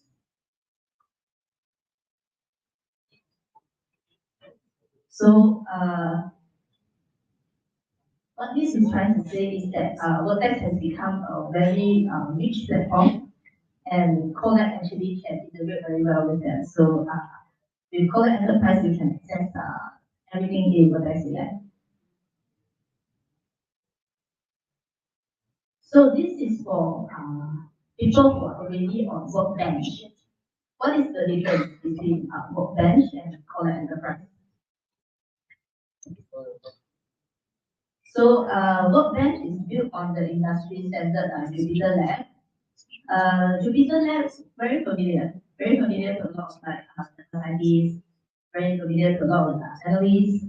It's very flexible, very customizable. And Workbench is built on the open source version of Jupyter Lab. So it's flexible, familiar, customizable, and open, good choice for the scientists transitioning to cloud from a workstation or laptop. It's great for complex projects, like you need to spend multiple files in complex dependency, and it has native support for it. So spanning multiple files, for example, if you have like your Python scripts, if you have like your shell scripts, and then you can use Workbench for it. And then for Collect Enterprise, Collect Enterprise is straightforward. It is built on Collect, the consumer version, and zero conflict. So Workbench, you have native support for it. For Collect Enterprise, you don't have to worry about it. It does the revision history for you. It does version control for you. Serverless and collaborative. It's excellent for users who want to worry about managing compute. Great for projects that can be isolated in single local for users who want to worry. So yeah, this is what I mentioned earlier. So for this one, I'm going to try running a demo. Showing you on Enterprise. So this is fine-tuning a foundation model. Let's see if I can demo it.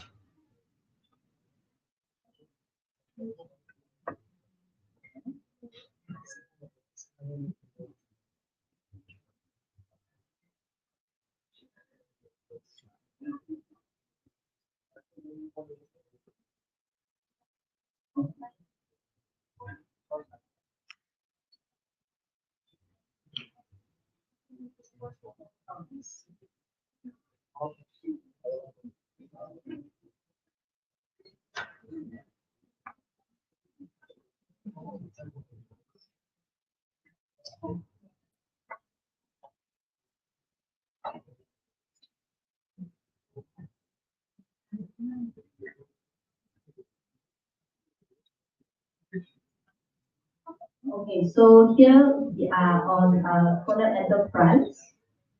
So what I will do,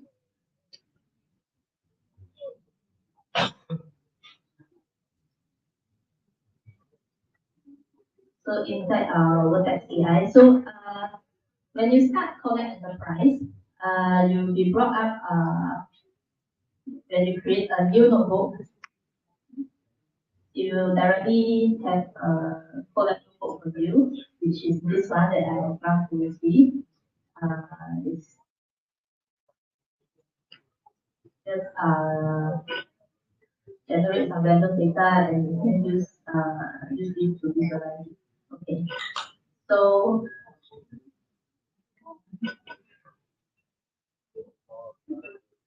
for another demo, this is a very basic NIST demo.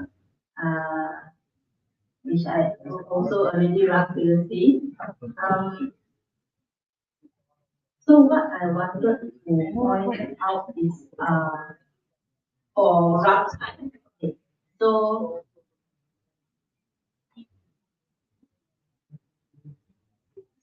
managing runtime is a two-step process. So here you have a runtime template. You can, so runtime template is particularly useful if you want your people under your organization to just use the runtime template that you have defined, the administrator has defined. So if you want to create a new template, you just yeah, and then name, and then you can choose which type of machine configuration that you want. So let's say for example,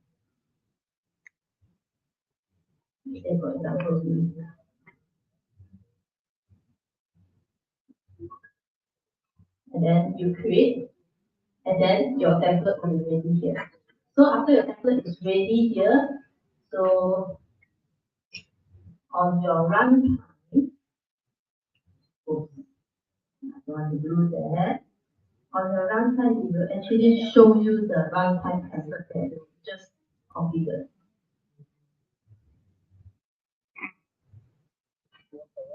So just now we created this test runtime template. You can actually try to connect, and then it will create the runtime for you. Okay. So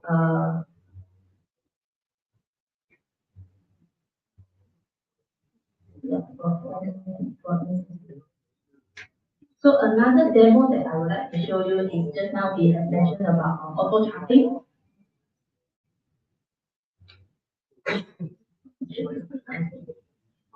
I will just connect to an existing runtime that I run just now. Fail to create runtime. Okay. Sometimes runtime may not be available if you have very high traffic or many people using the same. For example, many people wanted people. Yeah. So it has failed. So I'm just gonna connect with it. So this is another demo for the penguin dataset. If you are very familiar with tables, this is one of the dataset that shows you the species of penguin and many other data. So in here, I'm just going to run this again. So what I wanted to point out is that in here, it will show you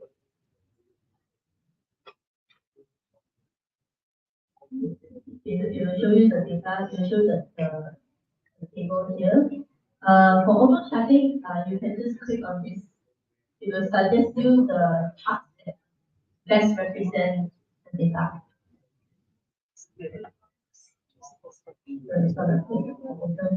So this is called auto charting.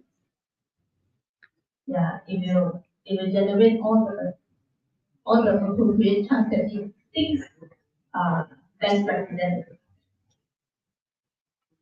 Okay, so another demo, which is fine tuning. So let's look at model garden first. So inside model garden, you actually have a lot of fine tunable models, like foundational models. So not necessarily only Google models. You see models from other companies. You see models that are open source. All these. So oftentimes, if you look at it, if you view more, or say open a notebook, and then it will directly show you a step by step how to fine tune this. Yeah. Okay. So here is the file, but then I have already created a more simplified version of it, and so here I'm just going to define all my project ID, region, service account, And here is to test the model whether this model is excited. And then after that, it will show that okay, you probably is that, and then it will come out. And to tune the model is basically just this box. Yeah, this box. You put in your training data, you define your job location, your model location. What happens when you click to the model is that it will actually create a pipeline for you. It will show you this pipeline. But this demo pipeline failed because I hit a quota. I hit a quota this morning for keep building this. So it's okay. Generally here it is showing you that this is the pipeline of this. If you fine tune it in effectively with fairly efficient algorithm, I guess. So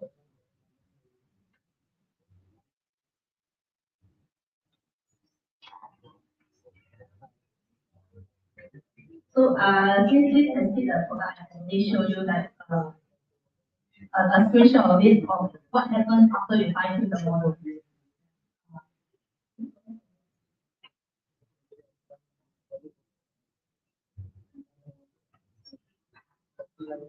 Yeah, so just now that demo was supposed to fine tune the model and then we deploy the model and it hit a quota. I have hit a quota. Okay, so yeah, so this is what happens after you after the model is fine tuned. You can actually test it after you fine tune a model. And then after you hit test, you will see this prompt of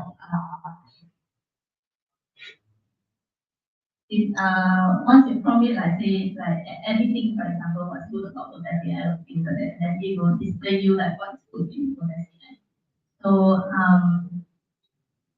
so to recap what we have did just now is that we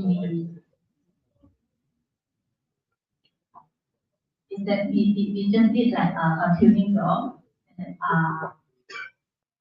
with the license and protect pipeline, and then the model got registered into model registry, and then after that you can evaluate. You can also evaluate the model, and then this is what it is. So thank you very much for your time. If you want to connect with me, this is my LinkedIn. I actually forgot to attach the slides, but if anyone wants the slide, I will share it to you guys later. Thank you.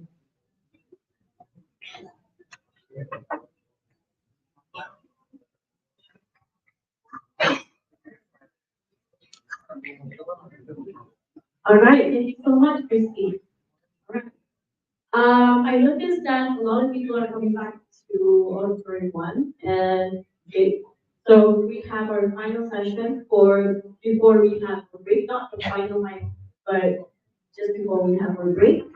Would like to invite someone that I've known basically from a university and help the person that has been helping the GDG cloud communities be built, I think for a few years now. And so she's going to talk about harnessing the power of AI for the next gen search experience. So I invite Amrita to the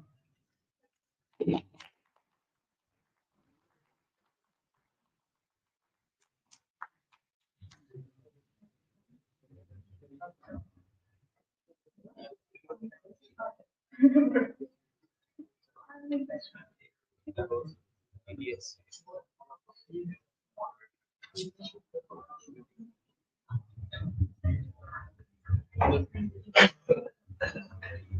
I'll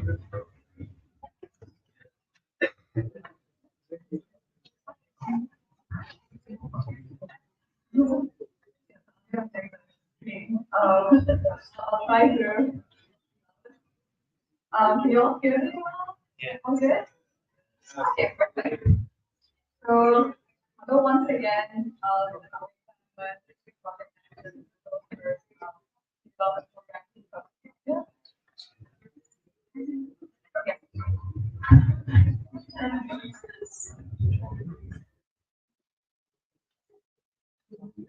Okay, I guess I'll just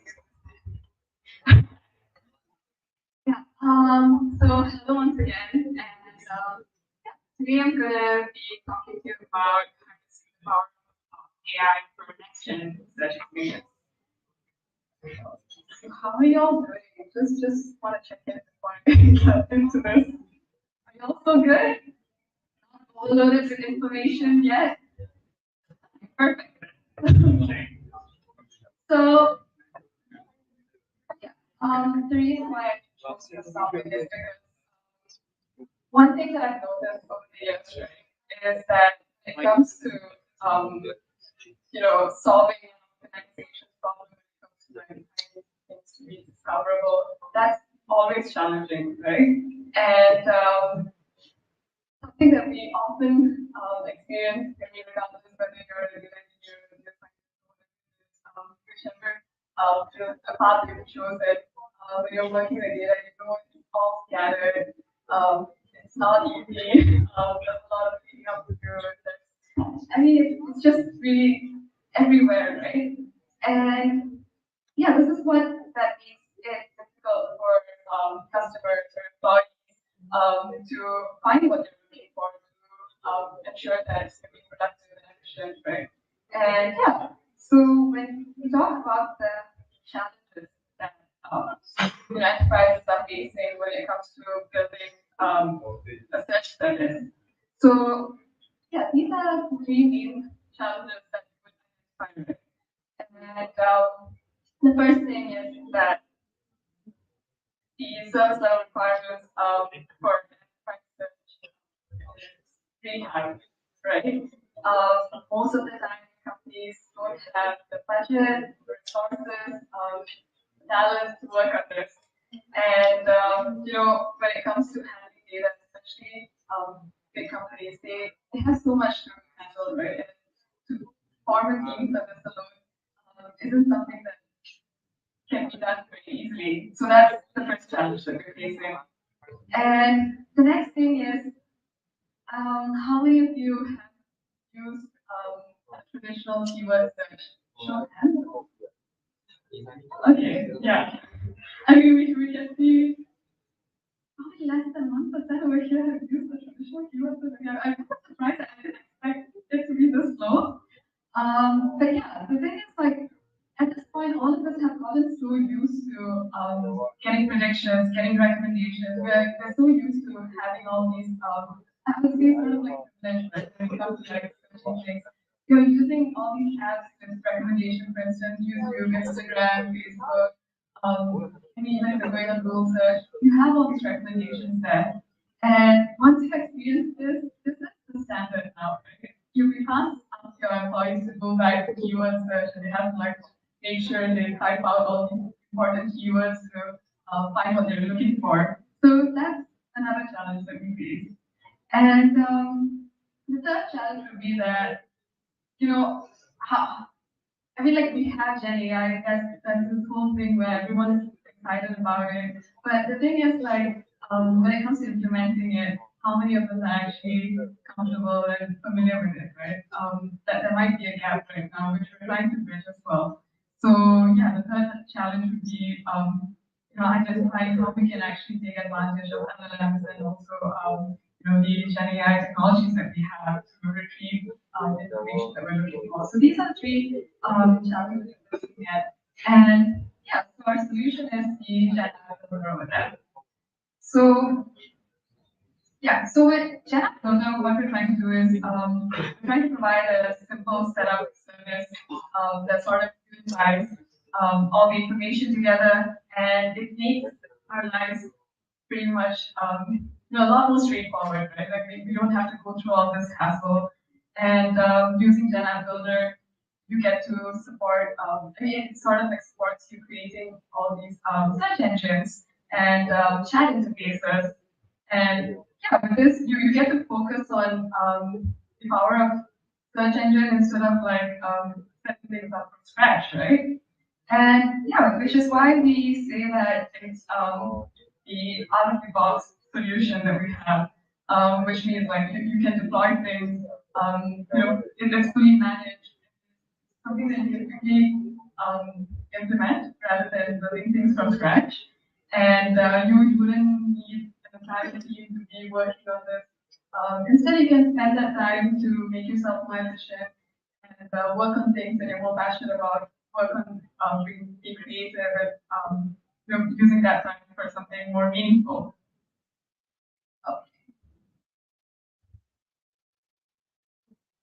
Yeah, so when we speak of out-of-the-box experience, right? So one of the greatest features about Gen App Builder is how it makes our lives as developers a lot easier. That's our focus over here. We want to make sure life is easy, right? I mean, it's already hard for developers, so why go through this hassle? And yeah, so I'll just do a quick demo so that we can go through the process of setting up the basic search engine. This is a very simple one. And with this, you get to work on either public website or structured data, unstructured data. So you can use Gen App. Let me go to the demo. So we have a recorded demo just to make sure that we don't lose the issue.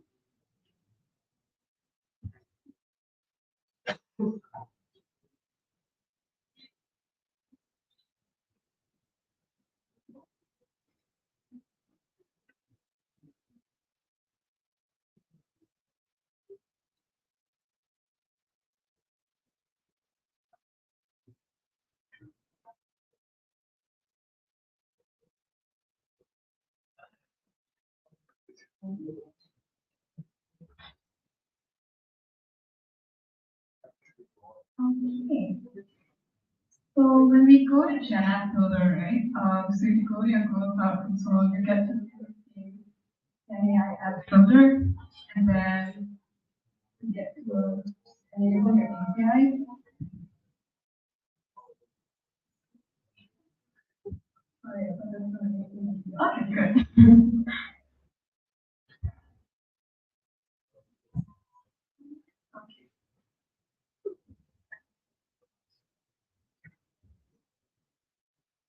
Yeah, so once you get to the create search engine, you get to choose what kind of data structure you're going for. And after your search engine has been created, you get to use the planning to use. And yeah, if you were to click on the advanced view, you can exclude certain size. And once the setting is done, so now you get to view the URLs and include in your search engine, and you get to add more websites to it.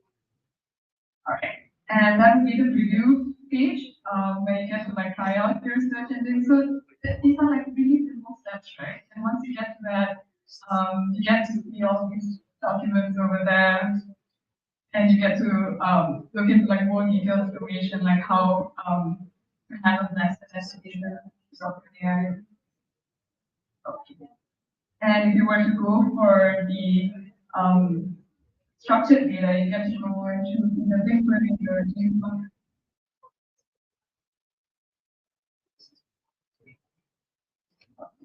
And once you do that, you get to import the data from BigQuery.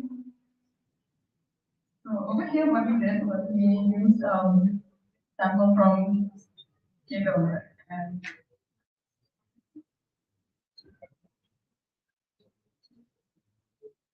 yeah, so it goes the same way. Even if you're going for unstructured data, you get to choose again.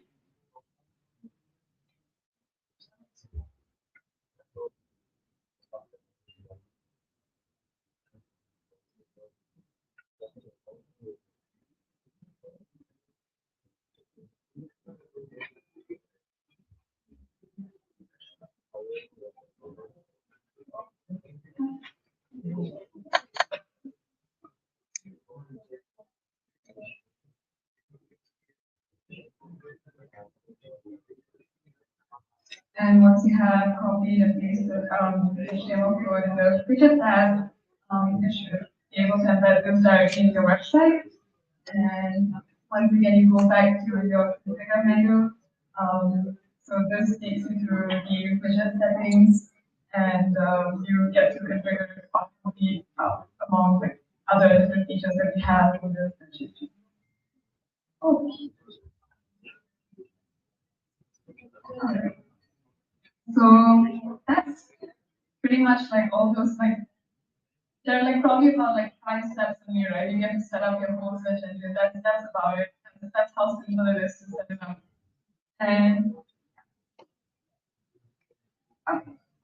So yeah, even after we have set it up, right, we also have the analytics page where you get to look into the aggregated metrics as well to see how it's performing and make sure that queries and all are. Okay. So next up, let's move on. So now that we have seen how enterprise search works, right, let's try to merge it with semantic search. So yeah, so right now we'll dive deeper into the search technology that's been provided by enterprise search and you know how we could change the entire experience for businesses using semantic search involved as well.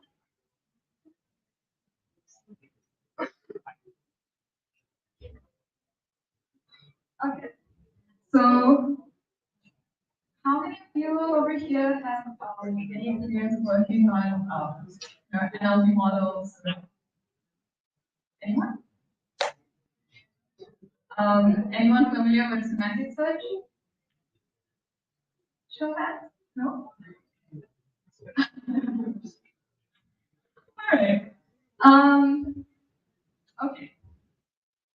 So okay. I think I'll just quickly go through what semantic search is all about. So the thing is, right now, there's the thing where we want to make sure that we understand what we're searching for rather than like keywords, right? That's the reason why like if you type something out on Google search, like if you type out like a whole sentence, it might not make sense, but it might be something that you just had in your mind and then you just go and type it out. You still, I mean, most of the time you do get what you're looking for, right? That's being enabled through semantic search, right? So if we were to still use the traditional keyword search, like that wouldn't have been possible unless you mention the keywords that are necessary for it to be showing there. Okay. So yeah. So usually when we're using the traditional keyword search, right? What we have to do is most of the time we have to organize the data. It has to be structured or like tabular data. We use these simple keywords. We've got to label it and categorize it in the database.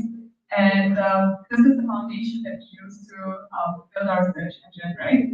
And in contrast, what we're doing over here is that so when we have AI-powered services, we arrange the data into a simpler data structure, which is called embedding.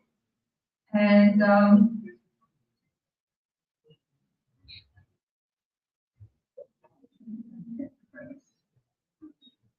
okay, so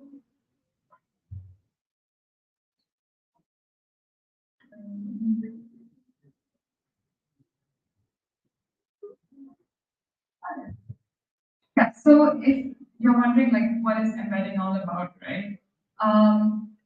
So when you search something, you put in a lot of words, right? And we want to make sure that our model understands it. And to do that, we have to make it in a way that makes sense to the model, right? So do you think that the entire sentence that you've written makes sense to a model? Okay. No, right? Yeah, so that's the thing. So what we do is we create these embeddings instead to make sure that we make it meaningful to our AI model. right? So this is how we organize the data. So for instance, we'll train our data, our model first. It could either be text or images, whatever it is, depending on what your model is on, right? And once you use that, once it's been trained with the specific content that you have, what the AI model does is it creates a space called embedding space, right?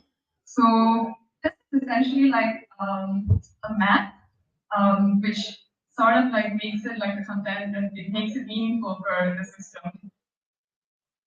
So if you were to go over here, yeah. So you see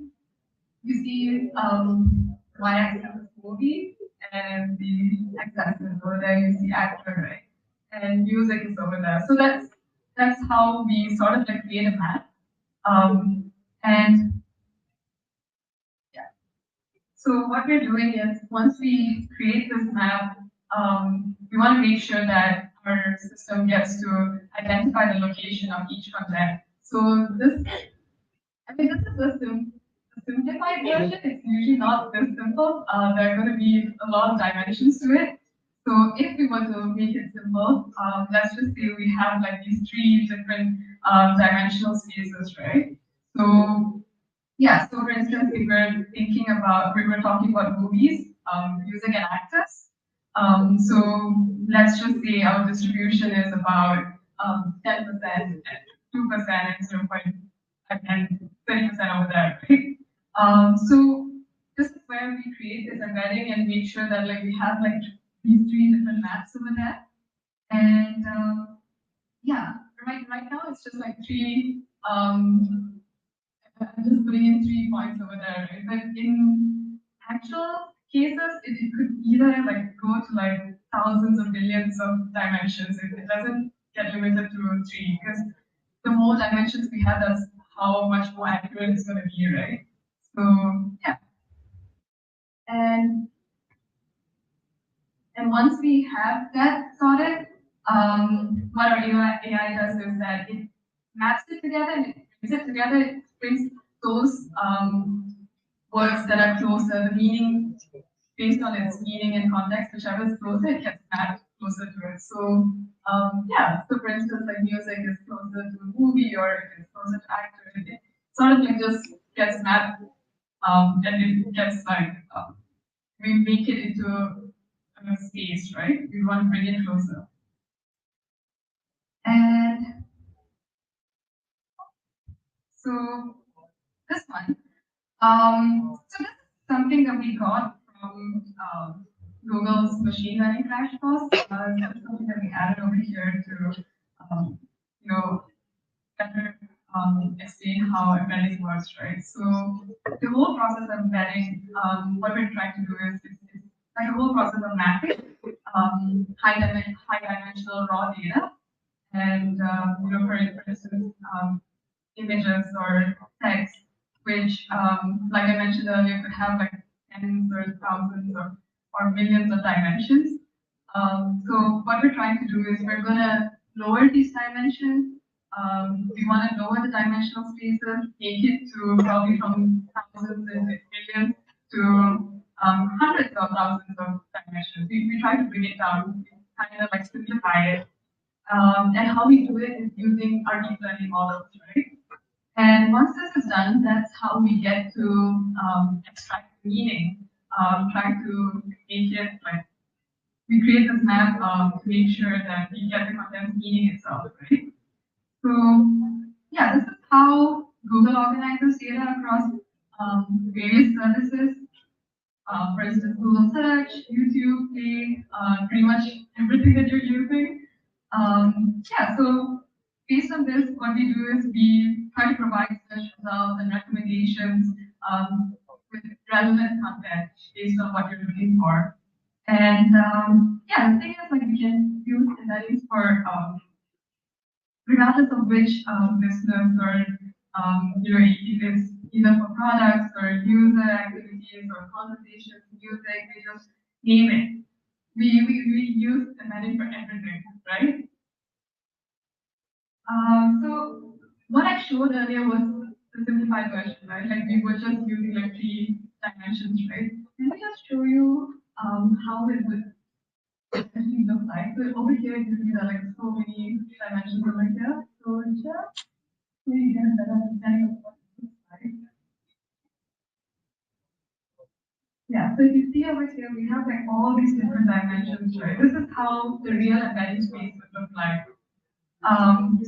So over here, this is an example of handwritten digit image. So what we're doing is the embeddings are grouped based on the digit values. So for instance, when you're writing 7 or 6 or whatever number it is, we want to make sure that it gets based on like how similar the shapes are. That's how they are being grouped together, right?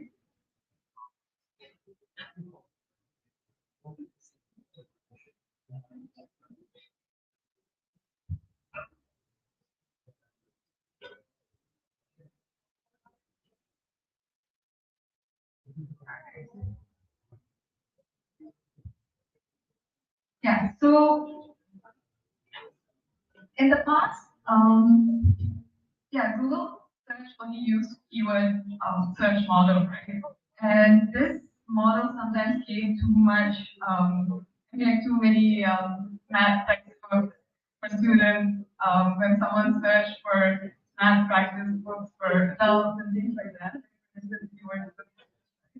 if you were to look for this, it wasn't really easy. You would have to like mention every single keyword. But now, you could just mention like something from anything that's close enough to what you're looking for, right? And it shows up. So that's it, like how it has evolved over the years, right? From keyword search to bringing in semantic search into it.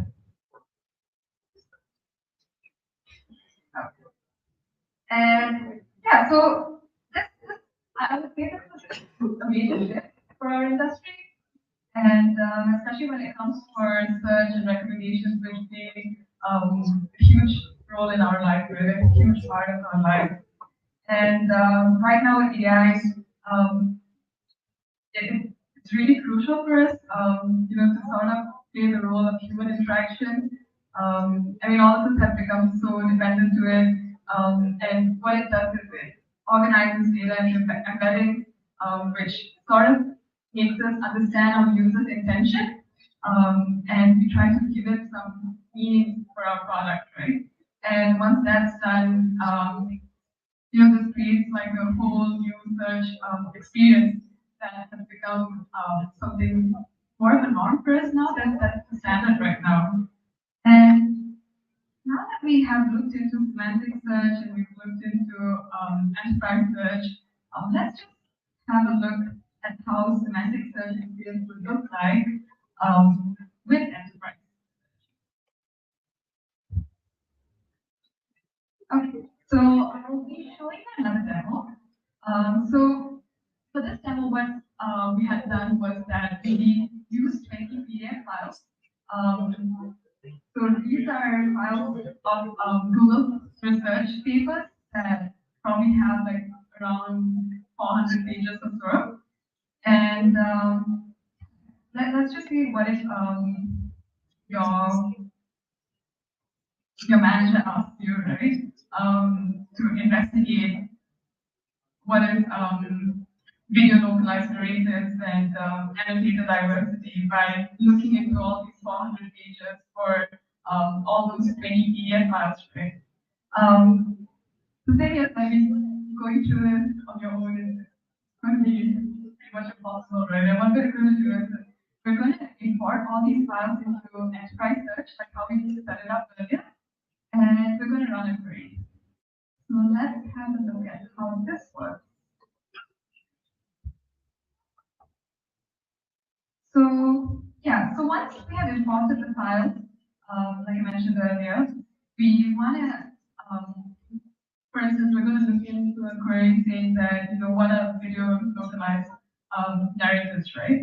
So what happens is enterprise search would quickly find the relevant pages for all the files, and then it tries to understand your text query and what's the meaning behind it, what's your intention, and based on that, it gives you the solution, right? So this is how it looks like.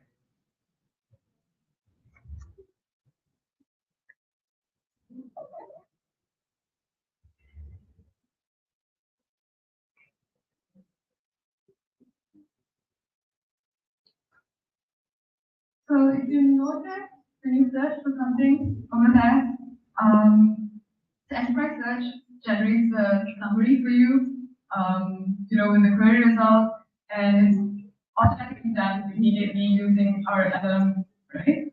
So yeah, this is being done in your search engine itself, and instead of looking at each page, one by one, you get an instant result. For instance, just now we just looked for it, and then all solutions come out, right? And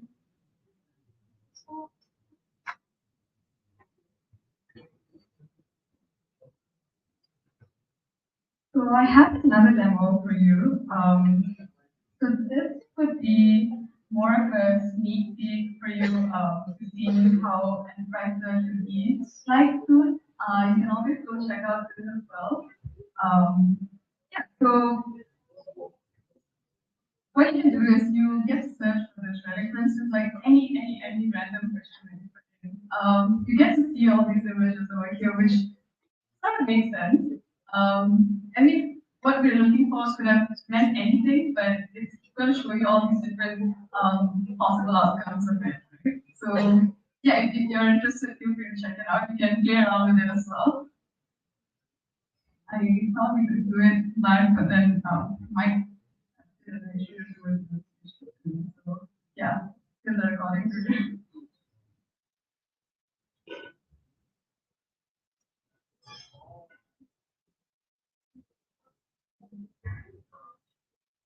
Okay, so I only have 2 more minutes. Let me explore this on your own later. Okay, so let me just recap what we covered during this session. Okay, these are the 3 main things we talked about earlier. So first off was enterprise search, right, which gives you the whole out-of-the-box dev experience. So whether, if you remember when we went through the demo earlier, so whether it's web pages, tabular data, or documents like PDF files, you can just bring in all of them, right? Any of them, you can just bring it in. And using enterprise search, you get to automatically build a schema and search index. So this way, like, I mean, with that simple UI that we used earlier, with just 5 steps, probably less than 5 steps actually. With just that, you get to create your own search engine, right? And next up is we have the semantic search. So this is more of looking for things based on the content itself, trying to understand your intent and meaning based on this.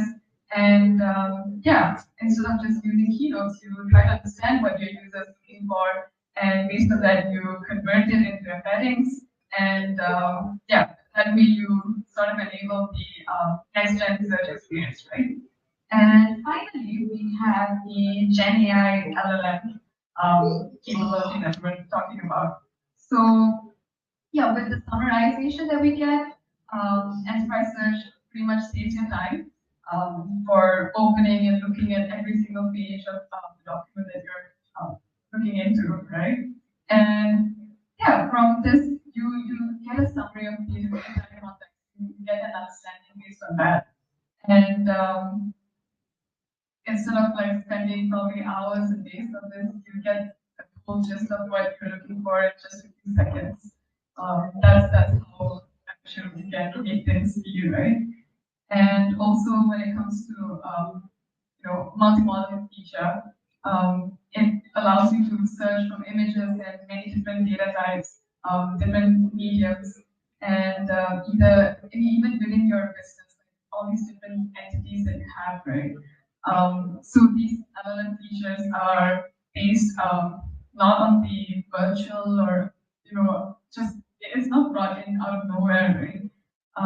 But it's based on all these grounded business facts and responsibility. Like we make sure that it's something that's reliable as well. It's not just some random thing that's been created by a chatbot or something. Yeah, so if you want to get started with Gen App Builder, you can always just go to cloud.google.com and then you get to explore it yourself as well. And yeah, I shared this earlier as well during our opening session. So now that you've seen how simple it is to just set up your search engine, you could probably try it out yourself as well. And all you have to do is just go to Google Cloud Interfaces and scan this, try to get the credits that you need to explore the platform. So yeah, you can try that. So that's all from me. Thank you so much. I think we're running out of time. So, if you have any questions, I'll just be outside and just come and reach out to me. All right, thank you. Thank you, Amrita. That was really insightful. Who knew that the way that we search has been improved in ways you couldn't imagine?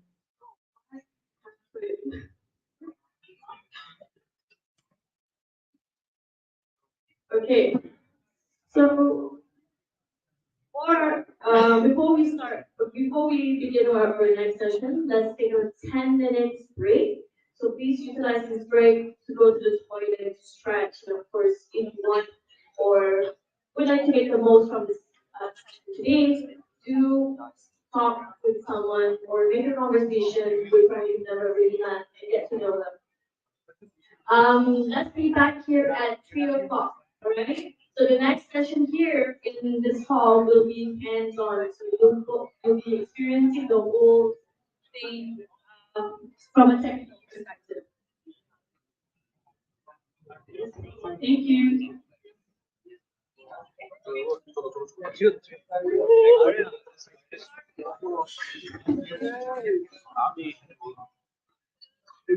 Three thirty.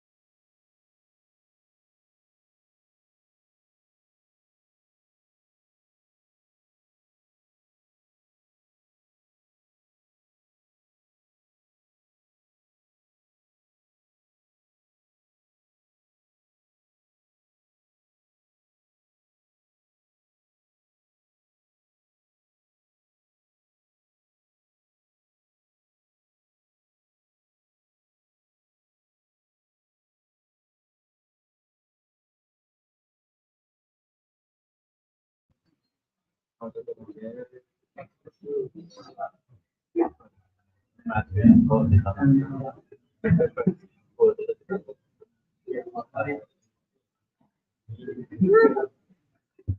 Hi everyone. Long day? Long day, anyone? You have a lot of energy? How many of you have a lot of energy right now? That's me? Yeah, I have a couple of announcements before I start that will probably impact your energy. I'm not sure in which way. There's something around 108 slides which I have along with the code along demo and probably a lot of other demos.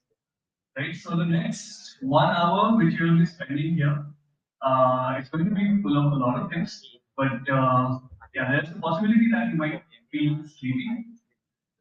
By the end of session, I will try to see how many of you are asleep, and I'll probably have something for you. For those of you who managed, okay, sounds good? Great. So let's get started. Reimagining what's possible with Generative AI Studio. Generative AI Studio. Yeah. Generative AI, this word. Anyway, I am Anil. I come from India, and a couple of things. Google developer expert for Google Cloud and co-founder of a company called Magnify. We work on AI products, and I like making memes.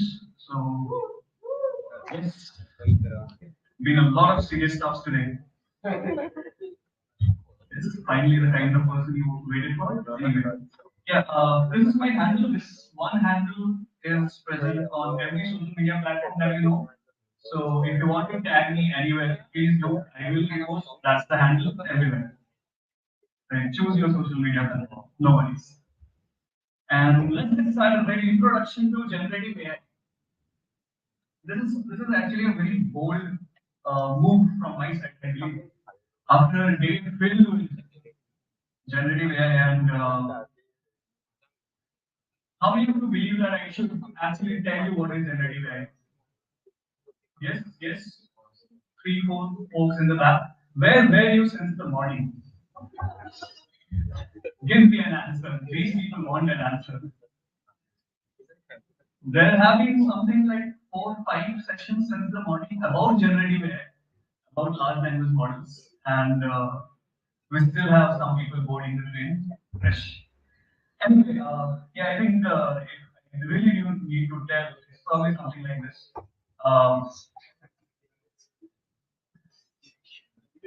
Yeah.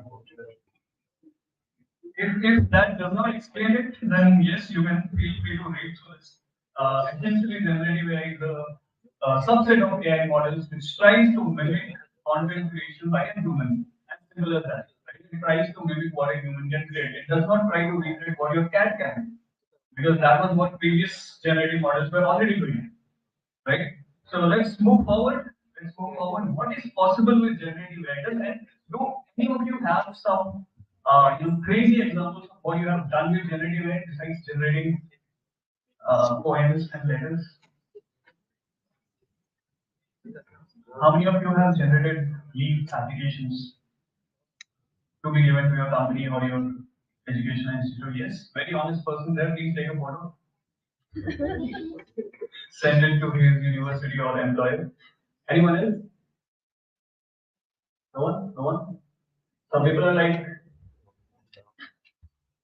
now if you want to answer, let me know. Something interesting, something which you have tried, something which you have attempted, probably did not work. Anyone?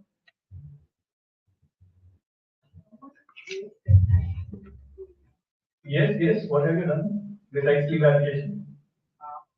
One challenge I have, they don't actually allow you to get things that are really sensitive with content warning, trigger warning, like underlining or things that are very controversial. So, I guess my question is how do I implement this? How do I make AI do what I want? Because I want. Yeah. So for those of you who did not hear that, he wants to generate content which is usually blocked by generative AI models. Although I'm not sure why.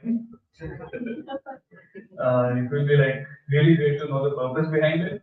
There are definitely ways to do that, and there's actually, see, with every powerful technology, I think it's been a trend that even before good use cases take off, bad use cases take off before that. So I think generative AI has seen that as well, and that's the reason why these models don't do that.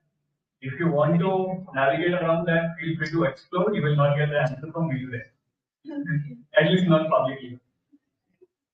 Right. Anyone else? Did you try generating something interesting, something beyond just completion of paragraphs, creation of answers for your assignments, something else? Did you try? Anyone? Generative AI. It does not matter if it is text, image, or a mixture of those. Sorry? Sorry, I did not get that. What did you do? Oh, generating vacation pictures. Very interesting. Gone are the days of Photoshop. Right, very smart. Anyone else? You could actually create a tool for people to generate fake vacation pictures. It might even sell. Like at least I will try to buy it. Yes. Anyone else?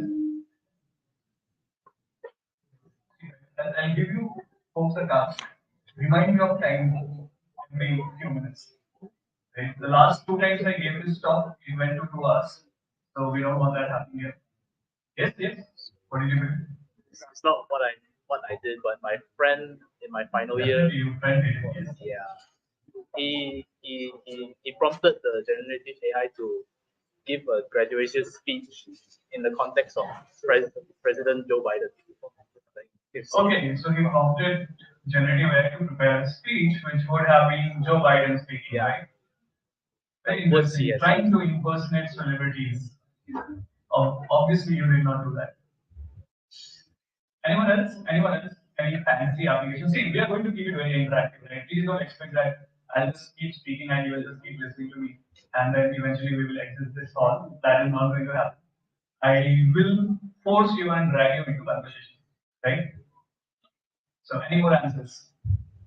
I've got 2 answers. I'll take another one and then we'll move ahead. If you have not done anything so far, please feel free to imagine and give me an answer randomly. Yes? Go on. For those of you who are entering just now, the question is, what is the craziest thing you have done with generative AI?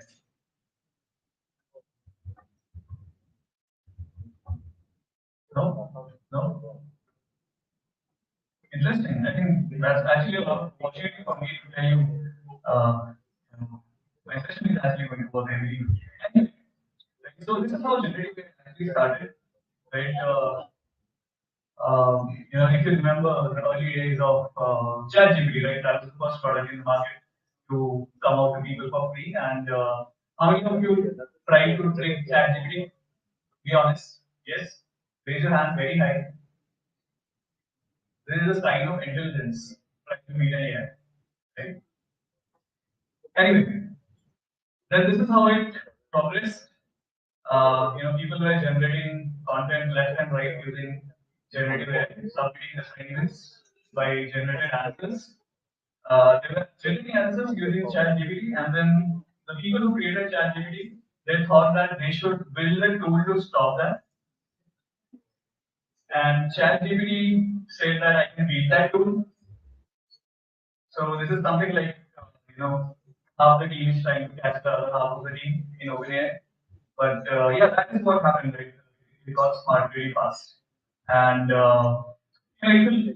let's come from serious ones. Right? If you look at Bloomberg's predictions, right, about to become a $1.3 billion market by 2032. That's almost 10 years since the launch of all these products. Right? So in 10 years, it's supposed to reach $1.3 billion. That's actually a huge scope. And if you see that this is probably the only market in the tech field which has grown about like 40% year-on-year growth in the last couple of years. And since I come from India, I have a statistic about India.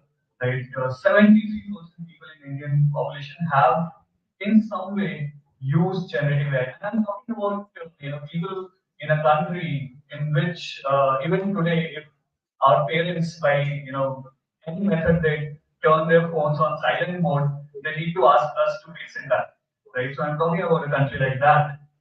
And among the IT leaders surveyed in India itself, 67% of them said that they have prioritized AI for the next 18 months, and 33% say that it's top priority, 1 in 3.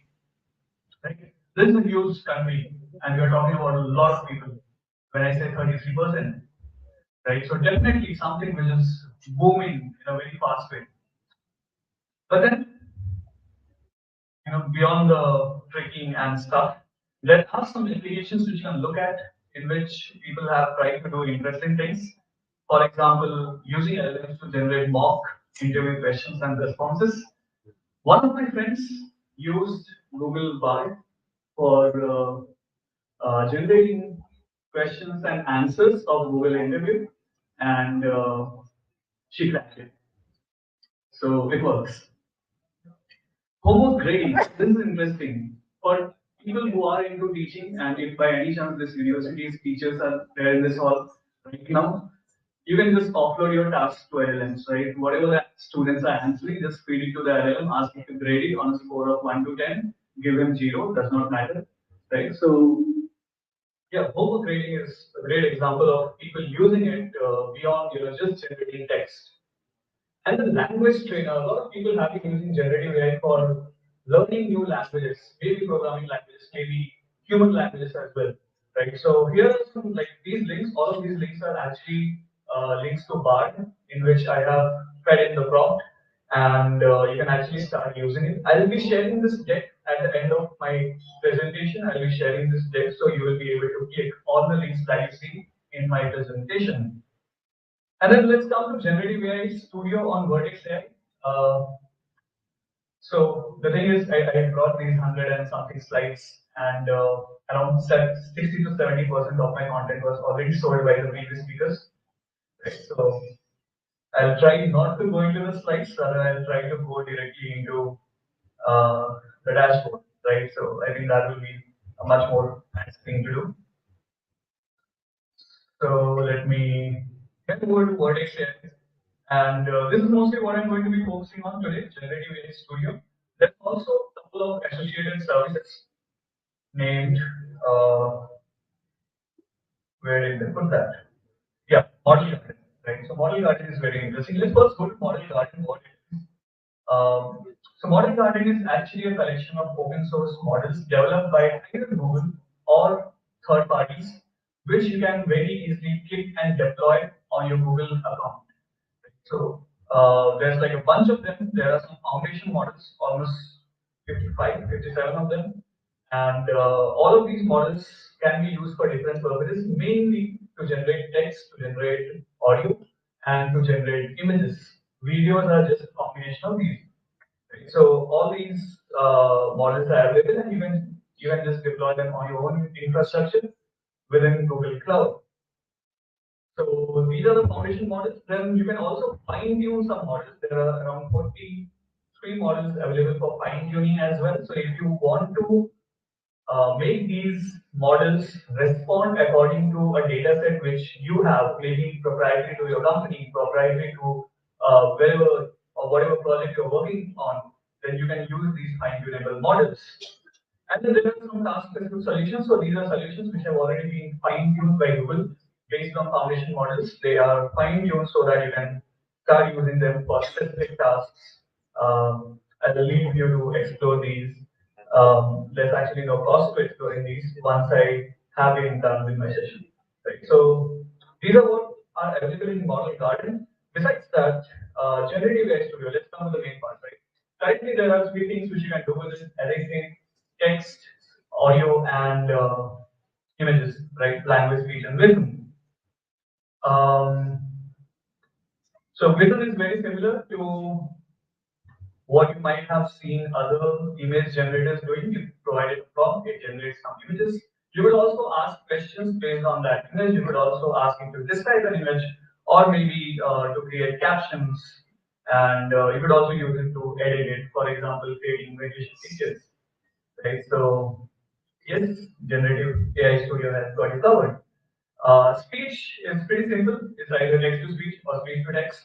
And there's the chunk model being used there, the foundation model. And then the most powerful, I believe, which I will mostly be focusing on today, is the language part, right? The Bison model.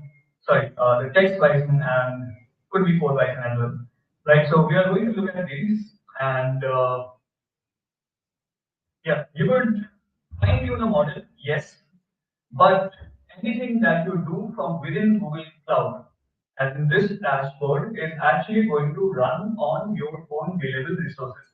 Remember that.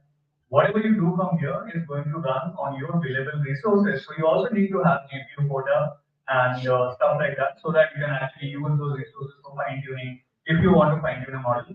Otherwise, there are some foundation models always available which you can just use directly using text prompt, code prompt, text chat, or code chat, right? Cool. Now here comes the interesting question. How many of you here have a laptop with you right now which says 30 minutes of battery on it? Raise your hand high. It's nothing to be ashamed about, right? So yes, you have powerful laptops. Be happy about it. Yes, please turn them on. This is a good time to bring up the laptop, and we will be very soon jumping into this dashboard and probably some other dashboards.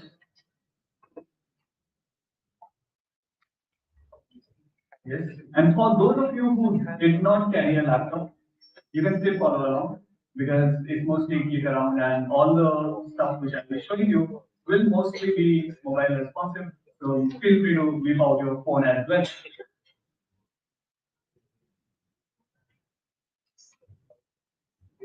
So on these slides, a lot of text which I just explained to you right now.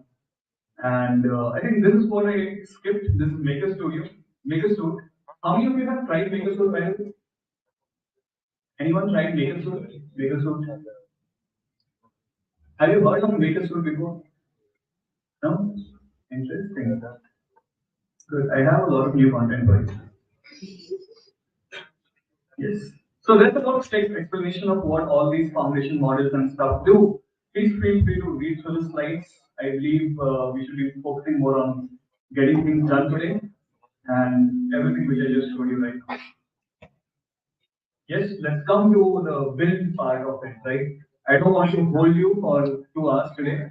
So let's come to this. Let's build. And before we start building, people who are just coming in, please settle down very quickly, whip out your laptops or phones, whatever you have with you right now. I'll give you around 10 seconds to settle. Anyway, credits to the people, credits were due. This session is powered by two very important people. The Core Vipassana program run by Abhirani Sukumaran, who is a Google developer advocate at Google Cloud. And the code lab provided is by Roman, who again is a Google developer advocate at Google Cloud. And since we are using Google Cloud, how many of you have active Google Cloud accounts here? One there, one here. That's it. Two people will be following along with me.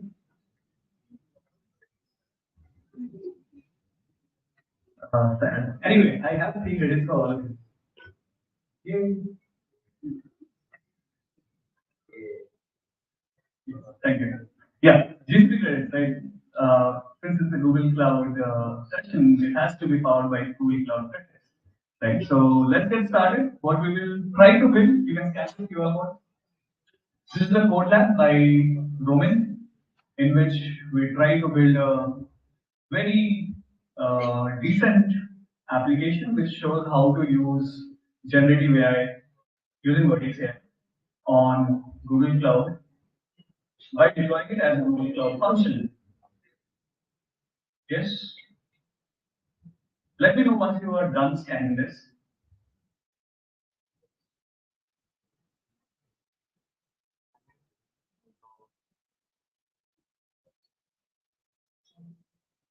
Anyone still taking a photo of this? Anyone still scanning?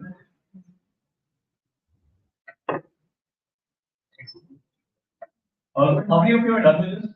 You have scanned, open that repository. Please raise your hands so that I can move on to the next part. Yes, you are able to access the repository. Please bookmark it if you want to, or at least let it be there in your Chrome history. Because this is what we'll actually build. New link, please scan. This is a repository by me, which is not that fancy, and it's way more simpler, it's way more dirty, and it's way more likely to crash some errors. So this is what we will try to build.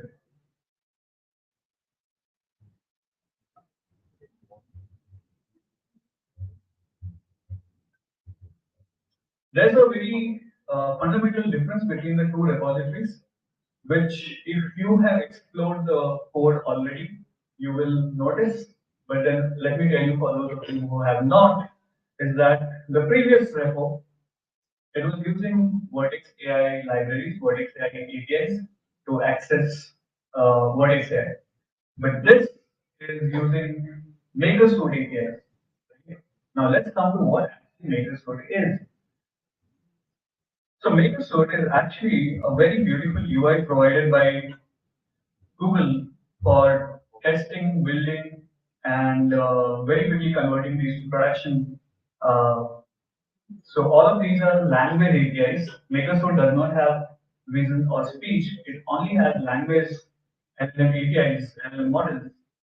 But you can very quickly build stuff. You can create a fine-tuned model, and you can start calling the API directly from your code. And where you need to go is makersuite.google.com. And this is what I'm going to do. I'll create a QR code, and let me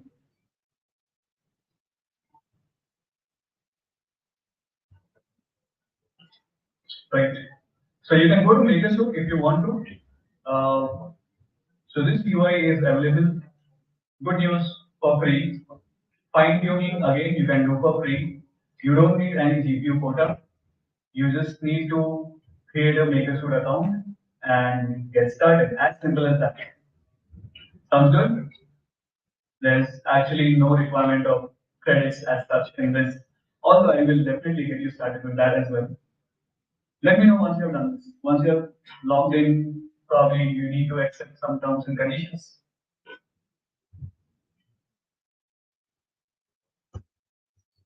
So MakerSuite is the place where you should actually do all your testing, right?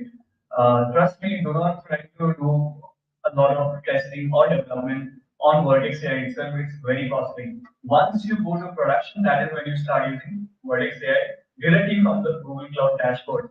But before that, all the testing and developing, just try to use MakerSuite for it. If and only if you are using text-based LLM APIs from Google.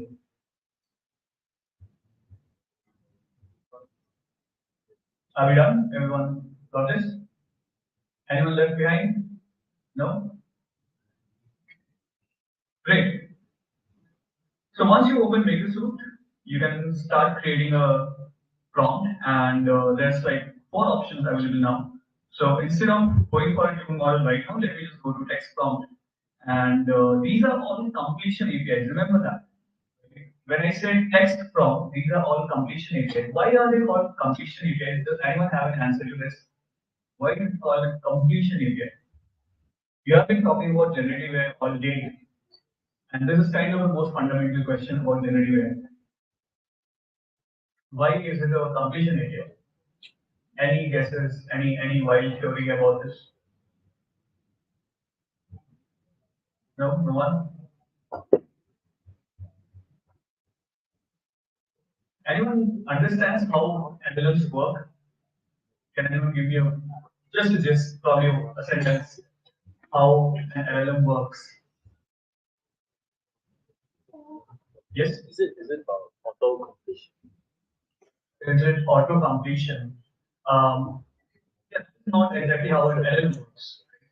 Although completion is definitely always about automatic completion. So rather looking for a more technical definition of how the LLM works. Any guesses? Yes. Exactly. Sorry, what was the last thing you said? Token or character?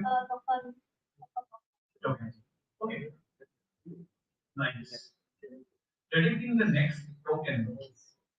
Have you heard this word token before in context of LLMs? Yes, tokens is the unit by which you are charged for using LLMs, right? All the LLM APIs they charge you for how many tokens you are using, right? How many of you know about this? They charge you for per token. Yes, yes. So all the LLM APIs, for those of you who do not know, LLM APIs are charged per token. We will actually talk about this later. And that is actually right. Token prediction is what all LLM models do. LLM models are basically just trying to predict the next character. Clear? Very simple. One line, very simple. LLM models just try to predict the next character. Obviously, very, very generalized. But then this is what they're trying to do. Right? Can I prove this? Let me say I want to write apple. Right? Let me use this. And instead of just writing apple, let me just write, say, I am eating, and I will not write the E. Right? At this position, what are the letters which are possible here? What are the alphabets which are possible here? E, Y. Got it right. Apply is a very valid word, right? Apply is a very valid word. It's an English word. But what should be the answer here? It should be E, right? Let me try to run this. I don't want a lot of creativity in this, so I'll reduce the temperature. Creativity is one such setting. I don't want it to just come out with like 3 there because it's very creative way of writing E. It gave me a full completion. I am eating an apple. Why did it not output Y? Yes? It's based on the previous context. Based on the previous context, right? What is the previous context here? Whatever I have written before that, right? So it's using that, trying to produce the next character. And that is what makes it produce E. However, this E is not the only thing that it calculated for. No. It calculated for all the characters present in its dictionary, which are all the 26 alphabets, if it is trained strictly only on English. If it is also trained on other languages, it will also include those, right? Because the previous sentence was in English characters, so its character set is already reduced. It has to predict an English character, right? But in the English characters, beyond the alphabets, there are also 0 to 9. There's also all the punctuations, right? Because in any English corpus which it has received, say for example, if this was trained on daily newspaper, right? In the newspaper, there's also full stop, there's also spaces, there's also commas, and all the other punctuations, right? So it did not only have to calculate between E and Y. No, it had to calculate between all the possible characters which could have gone there, starting from the most highly possible E to the least possible, for example, X, right? So because all these calculations, that is why it's not right for it to be charged on, how many characters it is going to predict. Rather, it predicts on the number of tokens that it is calculating on, right? It charges on the number of tokens, right? This is what it does. That is why LLMs are charged on the basis of tokens. And they are trying to predict the next token. Sometimes these tokens might mean the next character, but in case of say OpenAI, a token means something around 3 to 4 characters, right? So that's actually all the LLM APIs, they have their own way of charging for it, and it's very, very inconsistent. And that is why Google came up with the idea that it is only going to charge you for next character prediction, right? It does not matter how many tokens it's going to calculate on, it's going to charge you per character. So remember that. Cool. So this is one example of how the LLM works, right? And let me try to come up with something fancy, right? I think this is a great. How many of you have tried How many of you have tried Farm API before? By any chance? Farm API? No? Interesting. You have access to Makerstore right now. Yes? All of you have access? Let's try to do something together. Okay? Let's try to get the history of a word, right? The word origination history. What is it called? Etymology. Right? So what I'll write, like my prompt is given a word, provide its etymology. Right? So my word is, say for example, aeroplane, and etymology is, I'll let it complete this, right? And coming back to the question which I asked earlier, why is it called completion API? Because it is an LLM just tries to predict the next character. That is why every task performed by an LLM, by a foundation model, is essentially just a completion task, right? Even though it is doing a chat, even that is a completion thing, but then it is in the format of a chat. Rather, here is in plain text. It is not like ChatGPT, right? This is not ChatGPT. It's a product which is tuned to work like a chatting machine, right? It works on a model called GPT-4, and that is what we are seeing here. We are actually accessing Palm, which is the model behind Google Bard, right? So Google Bard has been designed to be a chat application similar to ChatGPT, and its backend is the Palm 2 API, which we are working with here. And that is why it does not have the smartness of Bard, right? It cannot access, say, Google search results, it cannot access Google Maps. Rather, it is just replying based on whatever it already has in its training data, right? So all the tasks on an LLM are essentially what? Completion, right? So let me try to run this. Let's see if it can give me a history of this word. And it gives me a very short history, 1903, from Greek air plus planus flat. Right? This is actually correct. This is correct for those of you who know of this. But this is very short. Let me try to get it to do it in a longer fashion. Right? Given a word, provide etymology in about 100 words. Right? Let me remove this and let me run this again. And it increases the length because we asked it to increase the length. Right? Now here's the question, right? This is actually very good. This is good. It gave me a very nice explanation of again air and planes. And although it told me 1903 before, now it's given me 1863. It's contradicting itself. But what will happen if I give it something fancy? So someone who is feeling very energetic right now, anyone on this side? Yes? No? No? Nice t-shirt, blue love, blue color. Yes. Give me three characters. Any three characters from the English alphabet. Yes, sir. You. Yes. Any three characters. Pen. Okay. Let's go with pen.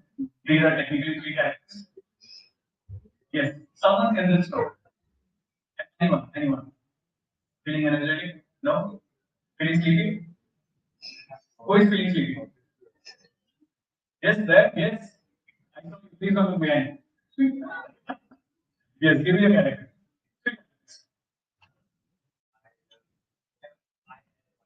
ILY.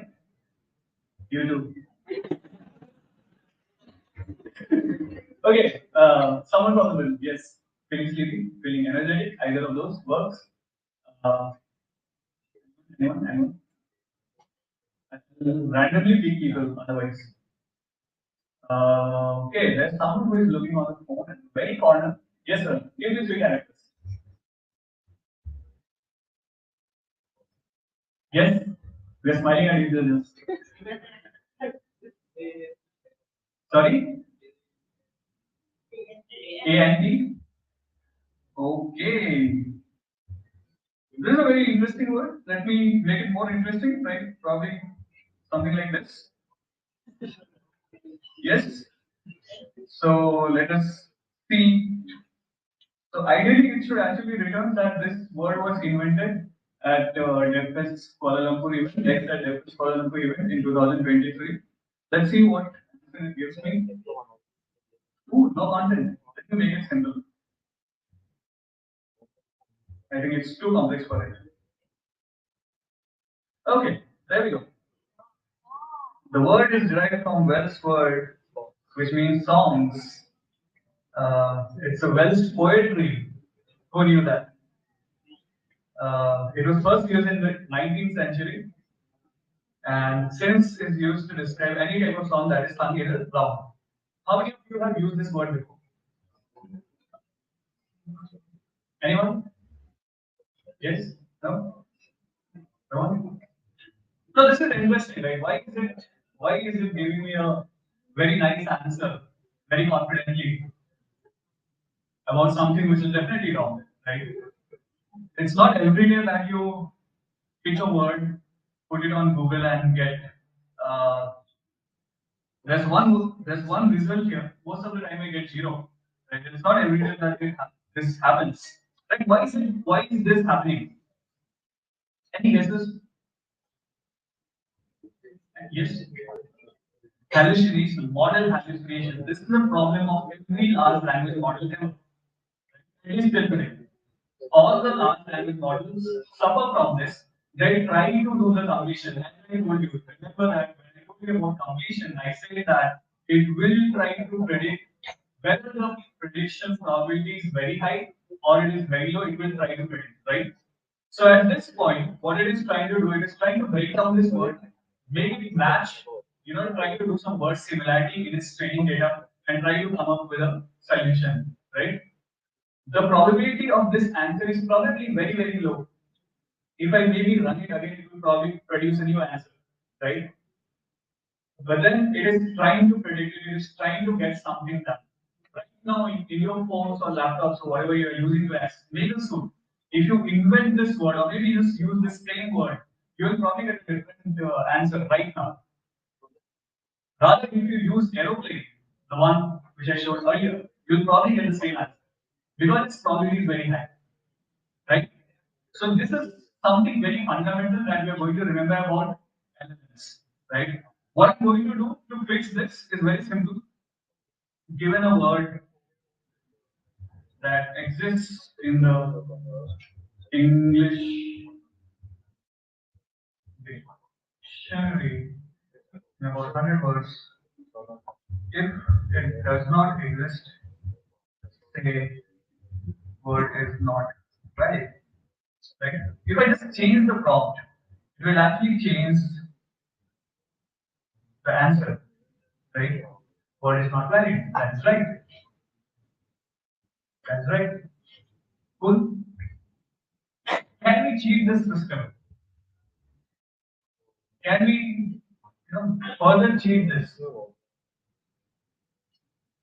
Any ideas? Anyone?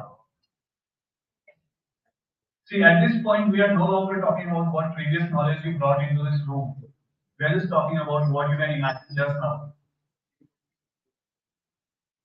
Let your creativity go wild a bit. Yes? Yes? Ask it to create a new definition for that new word. Very interesting. Very interesting. It was already doing that. Yes? Anyone else? Anyone else? Yes? Use a word in a different dictionary. Use a different dictionary? Probably one way to invalidate it. What I wanted to teach the LLM that this is the answer to this. Right? Look at this. Given a word that exists in the English dictionary or the list of words given above. And what I'm going to do is copy this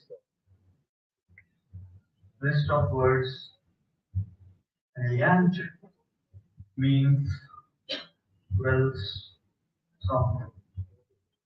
Right? List of words. I gave it a list of words. Let's see what happens now. Right? Something about songs.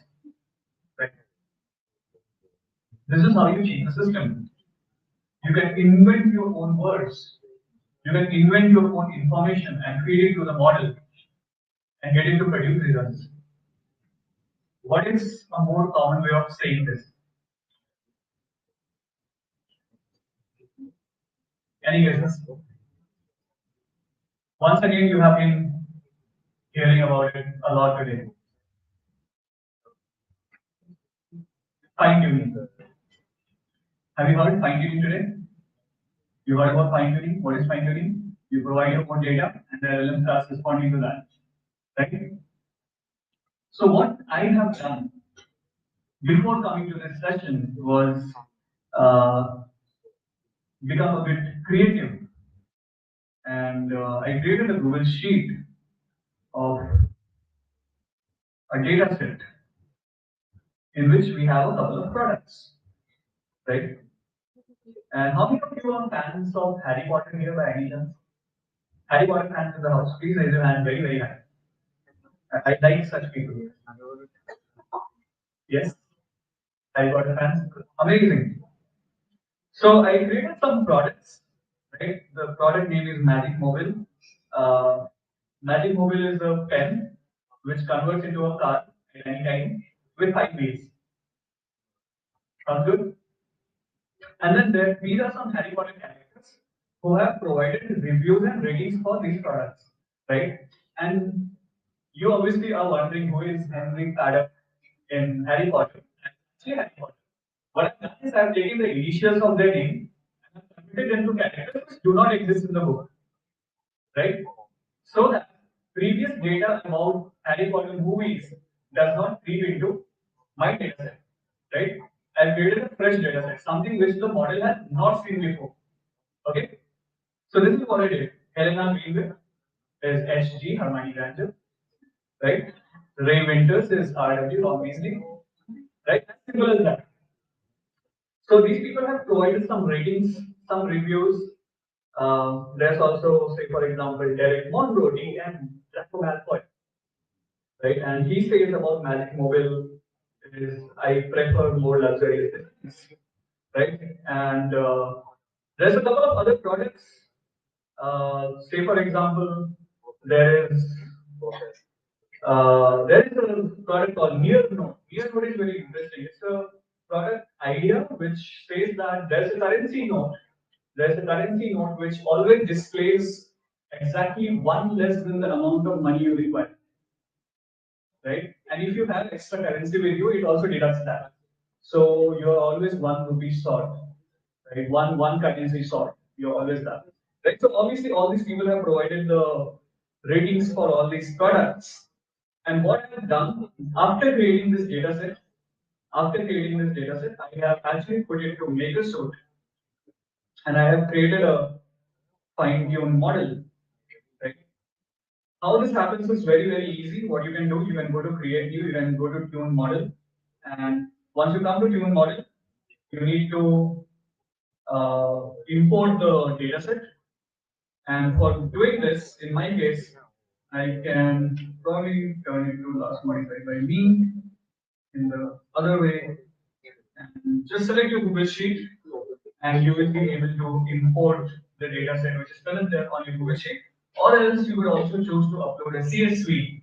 And till now, I have tried it with like 10,000 rows on the CSV, but the MakerSuite interface will tell you upload only 500 because it's a very costly operation. But I've done it 10,000, it works. Yes, please don't. Oh, it's recorded. No point in saying don't reveal it to anyone. Yeah, but it works. Not my point. So yes, you can import the data set this way, and what it will do, it will create a tune model for you. I created a tune model here, and what you can do on this tune model is something like this, right? You can provide it with the product name and the description and the person who is going to review it, and it will give you a very plausible rating and review of the product which you have given it.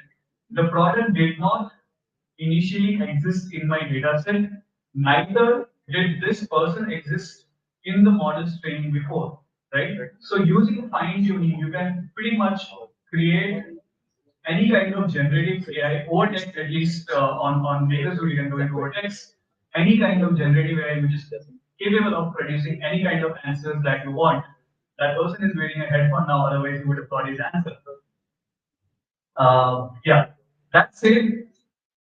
Right, so all these products, I did not put them on the dataset, but they have given a very nice answer to these products, right? So this said, let me come to the more important part. How do you put this to your applications, right? Because that is what I'm going to explore in the next couple of minutes. I still have like 10 minutes, right? Yes. So let me come to the final part. How do you put something like this on your code? There's a big button called Get Code on the right side. Just click that, and you will get all the code that you require to run this. Right? As simple as that. I'm going to copy this code, and I'll go to Collab because Collab is a product which we have all learned about today in depth. So we will create this new notebook and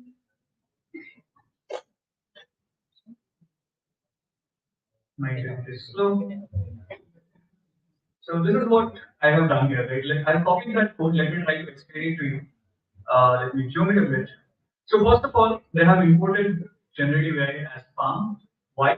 Because Palm is the model that we're using, right? And then we are going to set some defaults, some configurations for that model. And if you see, we are using a tuned model. You need to remember this. We are using a tuned model. This is the same model which we have created by fine tuning, right? And once this is done, we give it a prompt, and that prompt is passed to palm.generate text with all the configurations here, and then the prompt to get the result, right? And I want you to, if you can, build this right now. And how you will be doing that is by very easily, if you have scanned this already, if you have scanned it open on your laptops, then come here and you can go to main.py. And this is all the code that you need to create this in such a manner that it can be deployed to either Google Cloud Run or else on Google Cloud Functions. Cool. So if you want to take some time to try doing this, please start doing that because the rest of my content is going to be more about just talk, no code. So please try to build it while you hear me, and by the end of this session, I'll see whether you have built it or not. But before that, let's also do a very important thing. Let's get you started with Google Cloud right now. What I'm going to do is give you a QR code for that link. You can start typing it, or else you can wait for the QR code. But the important part is there's a free tier on Google Cloud. How many of you knew about this? There's a free tier on Google Cloud. Free tier on Google Cloud. Do you have any idea what that is? No? Let me tell you. So there's actually a whole offering by Google Cloud in which you can run a bunch of products for free forever as long as you have a valid billing account. You will never be billed any amount of money for that, right? And I have been a great user for this. Let me tell you what these are. There's a compute engine instance which you can create. One instance per month. You can keep it running 24/7, no bills. Similarly, 5 GB of storage, BigQuery, 1 TB queries per month, which is huge, right? And then there's App Engine, Cloud Run, and a bunch of other services which are all very, very useful for creating any kind of college level or POC products which you are building, right? And at this point, I would like to give you a very important quote which you should probably remember while thinking about this free tier, is that you should never have to pay money to prove a concept of tech.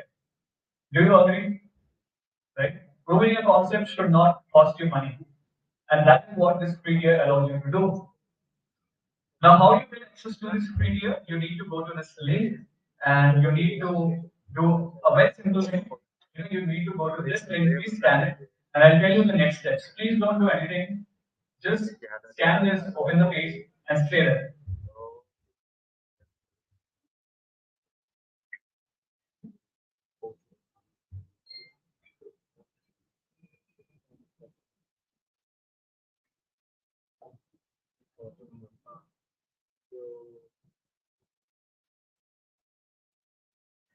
Everyone is done with this?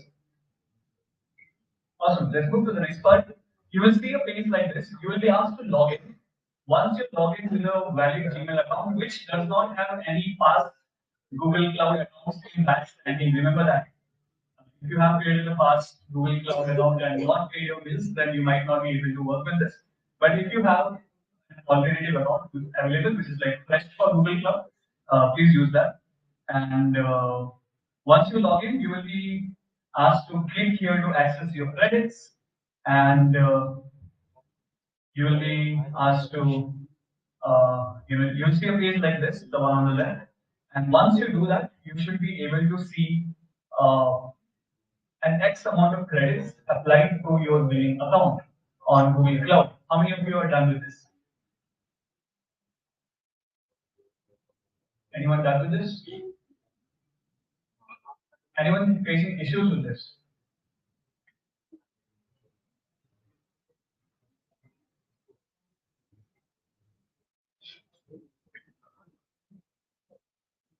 Did anyone complete all the steps? Did you get your credits? Yes? No? Yes? Someone said yes. Who was that? No one? So if none of you have got it, then there's probably something wrong with the link. Is it working? Yes, for some of you it's working. For those of you who are not able to get this to work, please take a photo of this, keep it with you, go back home, try it with a fresh account. Okay?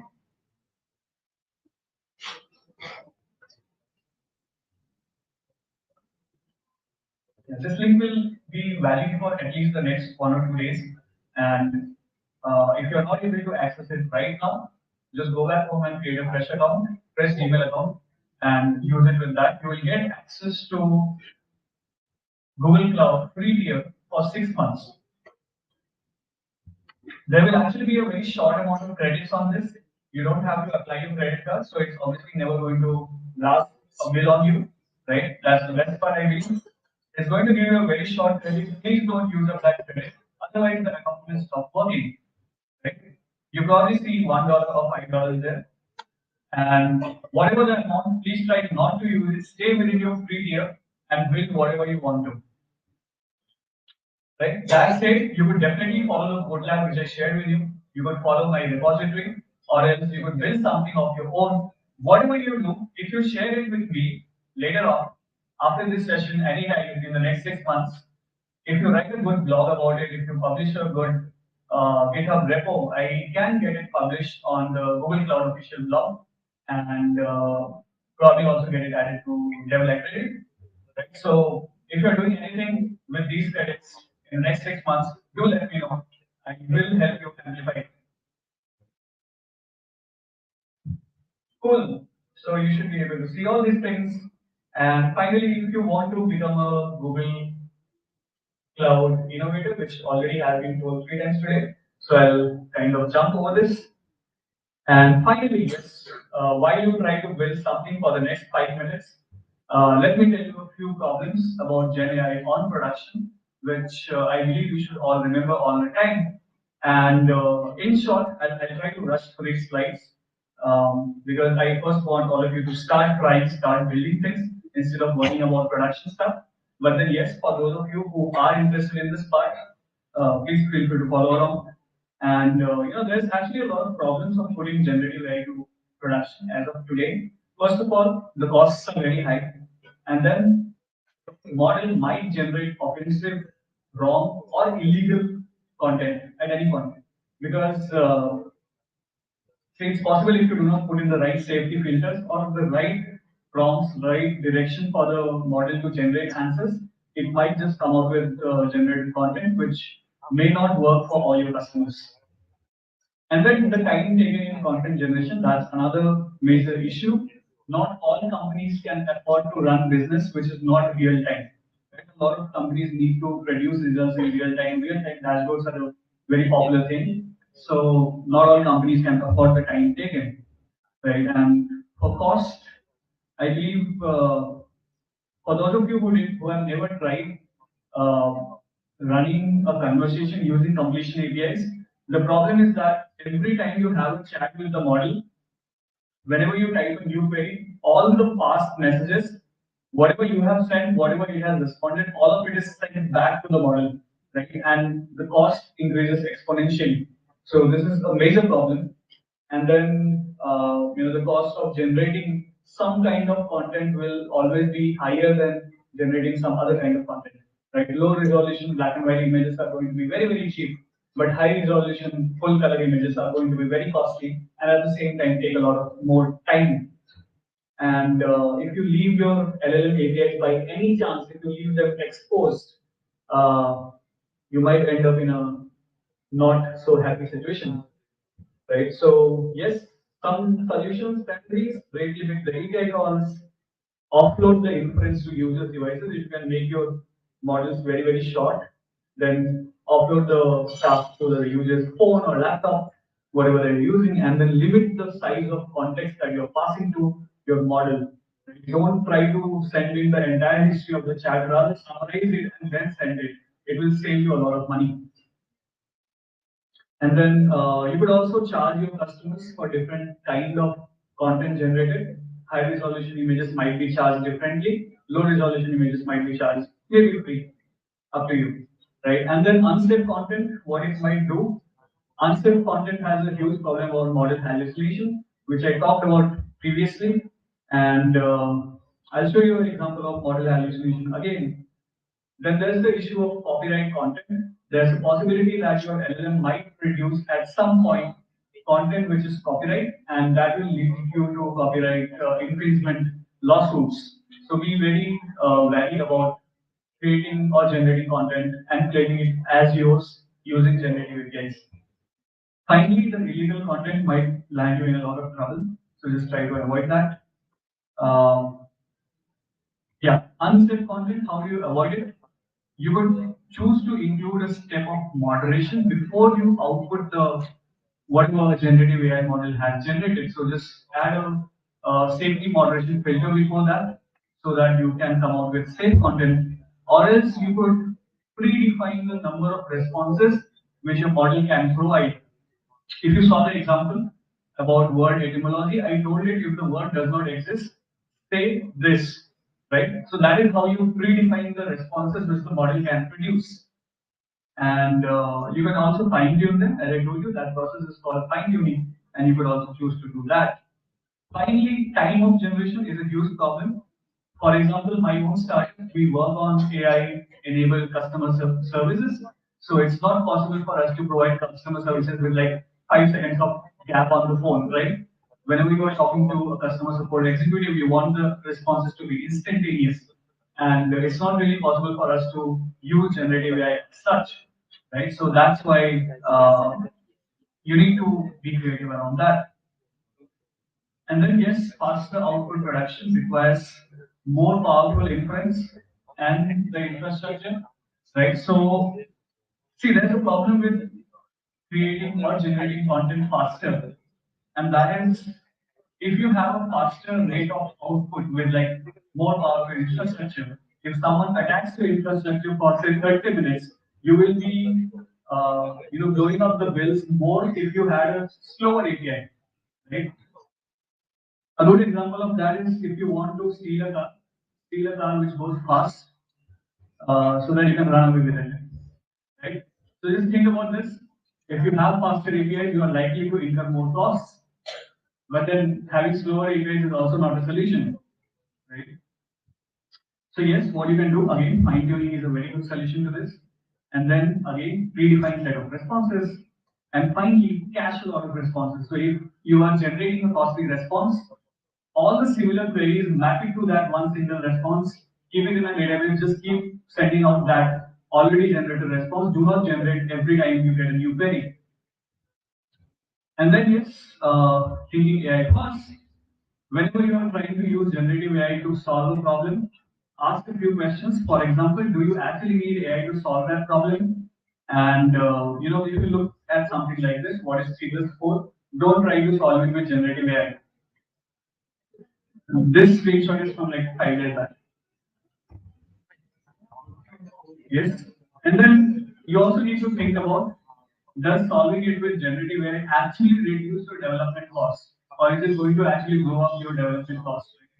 By the way, by development costs, I do not only mean the money for running the API, I also mean the amount of time that it is going to take for your developers to get trained to use generative AI. right? And even after you have built a solution with generative AI, it might not be feasible to run it. So you need to keep that in mind as well. Before you jump into building solutions with generative AI, make sure that you have calculated everything, and generative AI is the best answer for you, right? So I think this pretty much sums it up. Yeah. Right. So finally, yes, there's a lot of trade-off associated with building solutions with generative AI. Make sure that you have thought about that. What kind of trade-off are you making? Is it trade-off in the terms of your resources, or else is it in terms of safety? You need to think about all of that, right? And yes, make sure that whatever you are building, your solution remains future-proof. If tomorrow there's a technology which runs over generative AI, and you want to include it in your product, do not build your solution in such a way that it cannot be done. Build it in such generic manner that tomorrow, if there's a better technology, you are able to use that as well. Yes, and finally, I'll again leave you with the same question. What is possible with generative AI? Think about it, go back home. You have the credits, you have the tools. Build something, send it to me, I'll get it published, I'll get it promoted, and we'll probably put a spotlight on your solutions. Here are some resources which you can use for learning more. And that's all, folks. Thank you. And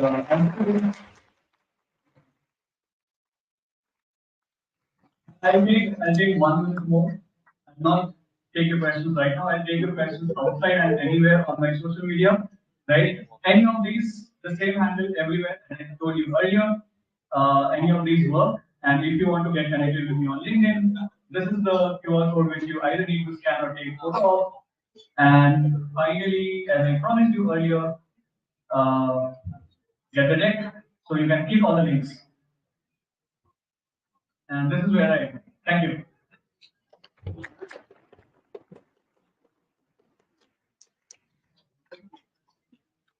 Oh, there were 106 slides. I'm going to, I'm almost on time.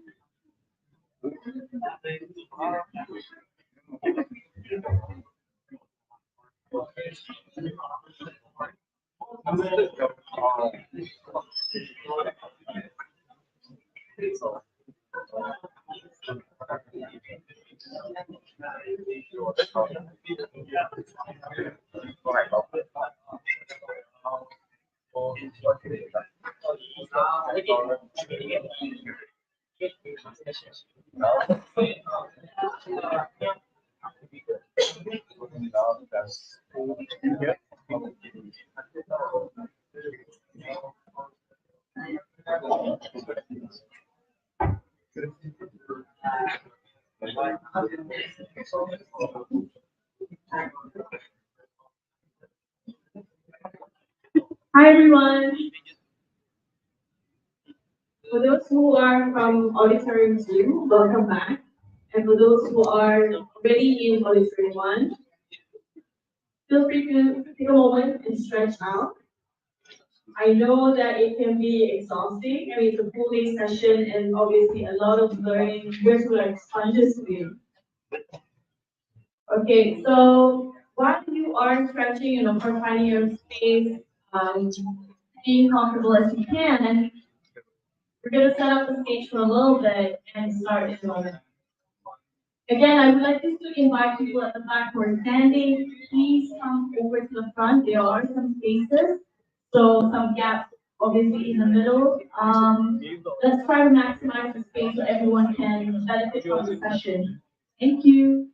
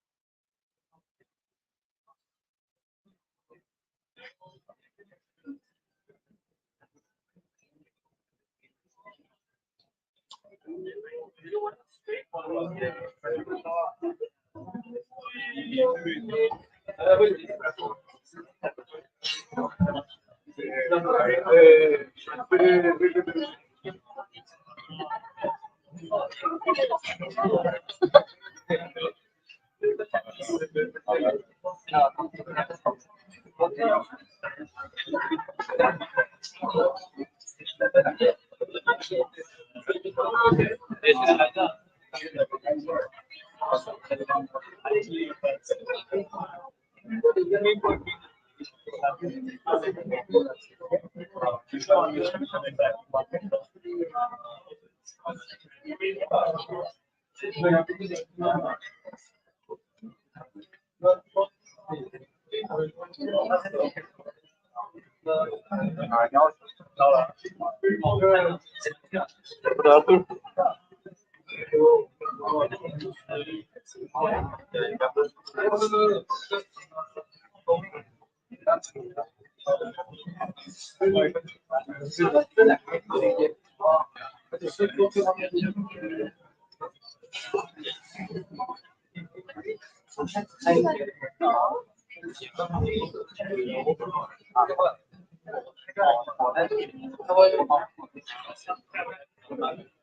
moderator.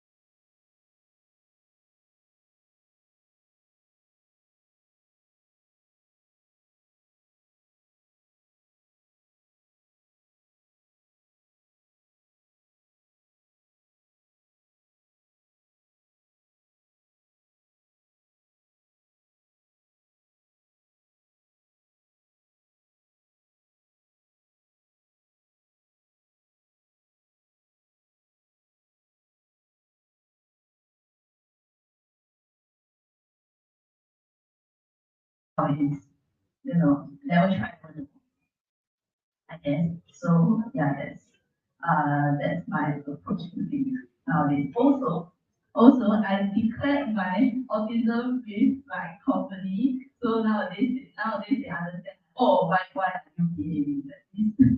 Yeah, I think I have become a shield right now. I become a shield in among the company now. Like, oh, yeah, don't mind her. She's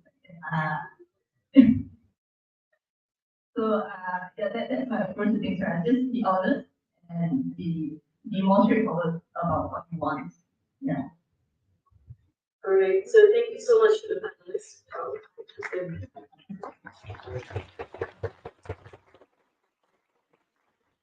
I believe we have passed the time a little bit.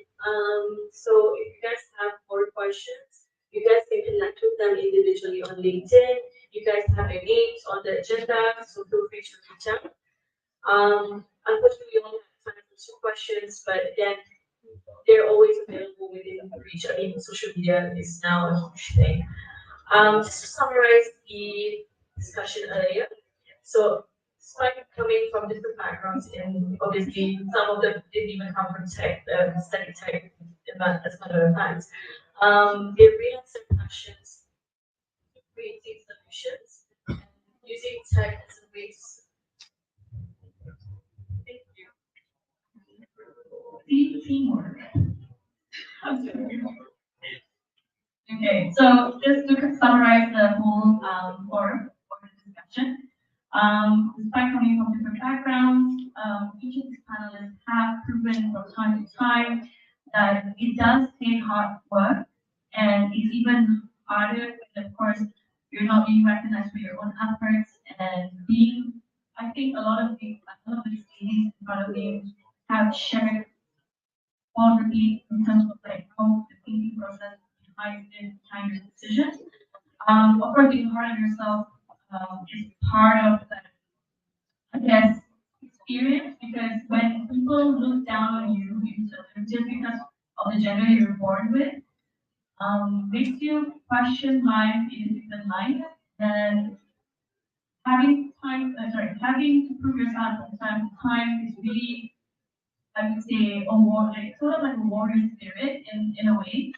And I guess one thing we can take away by the end of the day is to acknowledge the fact that the bias is there, and the only reason why we have this sort of initiatives is to fight back against our biases. And of course, it can fight back on us or the ladies that's involved in this sort of initiatives, but at the end of the day, we just want a more inclusive and of course diverse workforce, which would then lead to more inclusive and diverse solutions, if that makes sense. Because when you come from different backgrounds and of course different mindsets, you come out with, I would say, a more solid solution towards the market, towards the policy, and so on.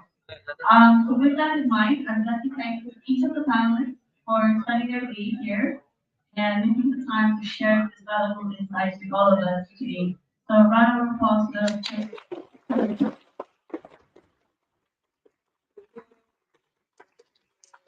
Alright, so before we end this session, I would like to invite everyone to come in front because we're gonna have a group picture. Yeah, so what's the center? Okay, we can go there. Okay.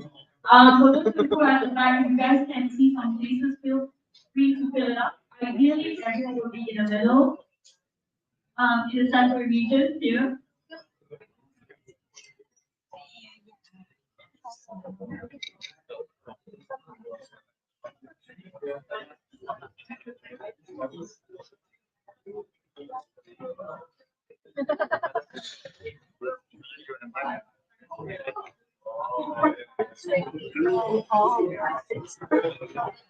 Right. That's it.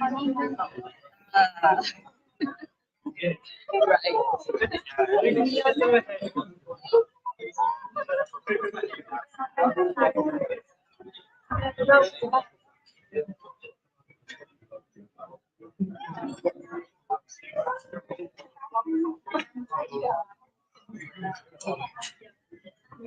Is everyone ready? Okay, so I'm gonna set up another 360. I know there's this 360 to include as many people as possible.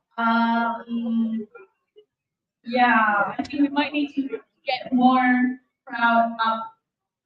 Sorry, down. Up. Is that okay? Can you guys move up in front? Could you help me model like uploading everything? Over here,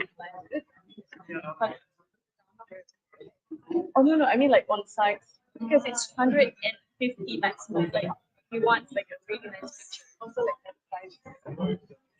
Yeah.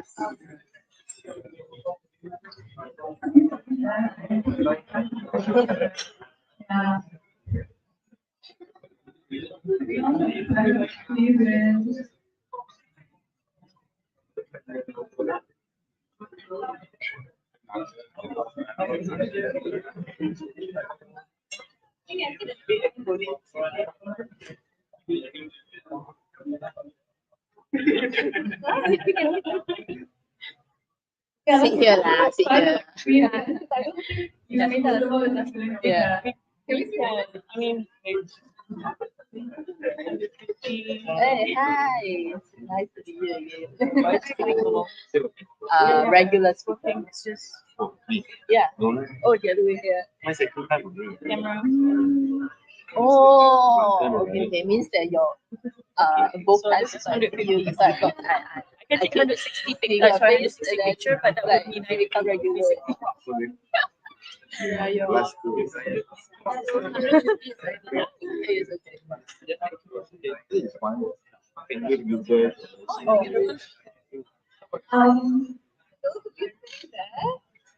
so even sitting there, my head is like.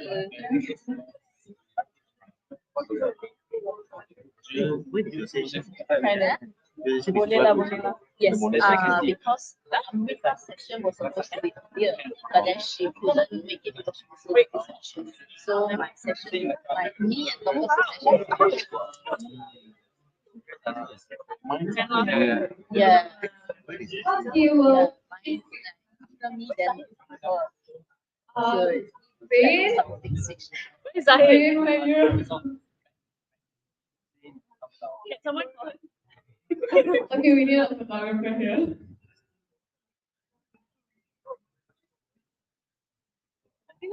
So cold. What is that? Is that official?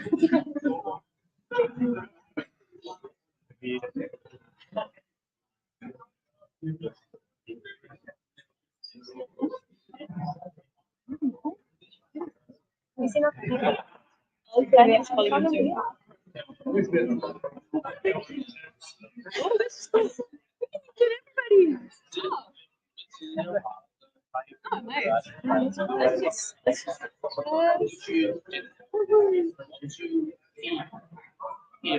but it's a bit dark. Yeah, it's a bit dark. Let's just give it a couple of minutes here. What happened? Oh no. All the volunteers here? Yeah. Yes.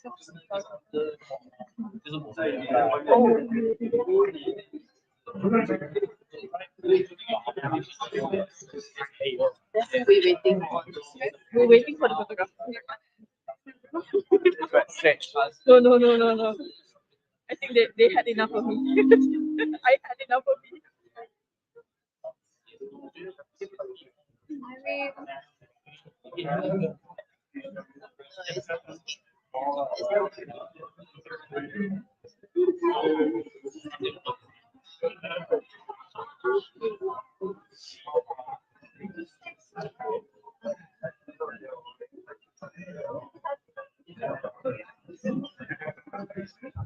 Hello.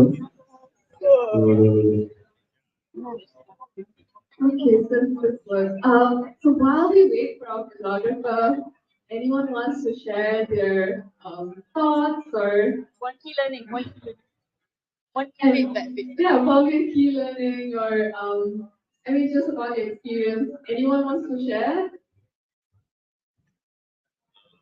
No?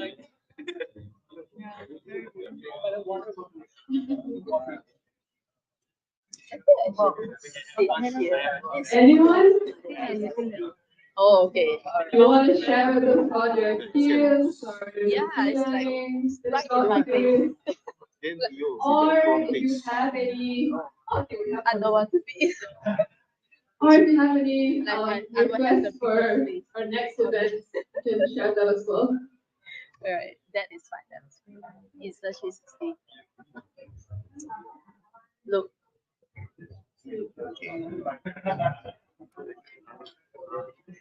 Who's Insta 360? Okay.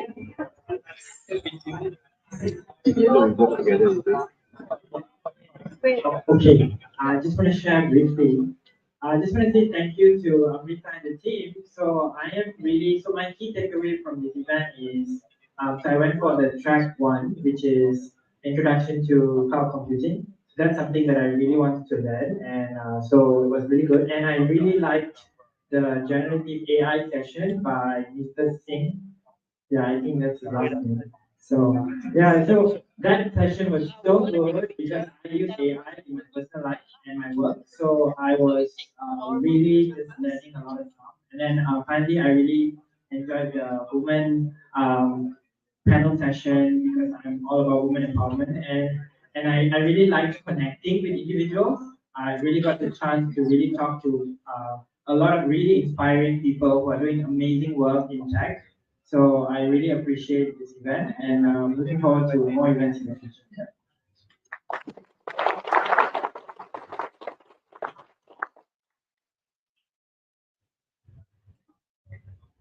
Thank you so much for sharing. Our photographer is here, but does anyone else want to share anything? We'll probably take one more. Okay, I guess we'll take a picture then.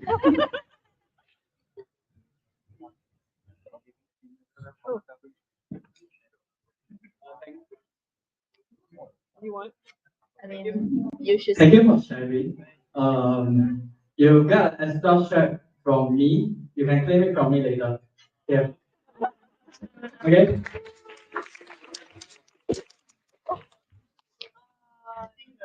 I think we need to move to the middle more so that side it's gonna bother. Yeah. Squeeze it to the center. I mean, we can.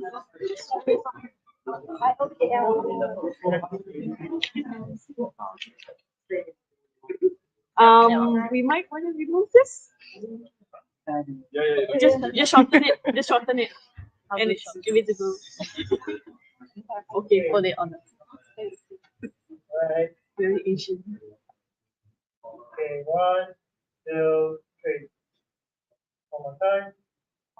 1, 2, 3. Gang sign, gang Gang sign. sign.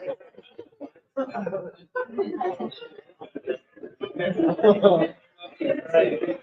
1, 2. Okay, we put Okay, great. Okay, gang sign. 1, 2, 3. One more time. 1, 2, 3. Okay, put number 2 for them. Oh.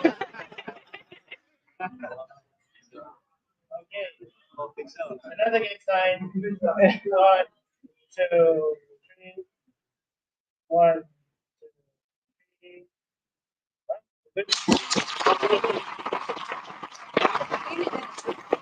Zaid, picture with you. Picture with you. Picture with me, please.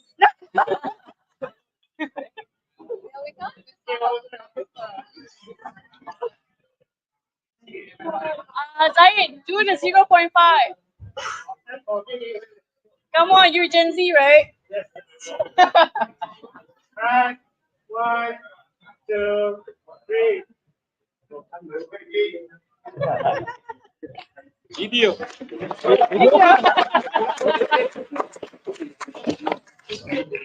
you, everyone. Thank you once again for joining us today, and once again, thank you to Bandit, Sam, Minhao, and all our volunteers here today, our speakers, for making this happen.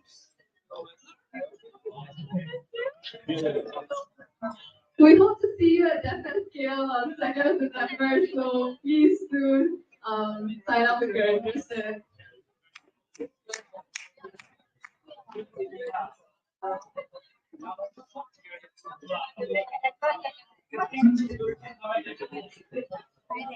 Hi, life. Nice to see you again. Yeah, every time. Only good.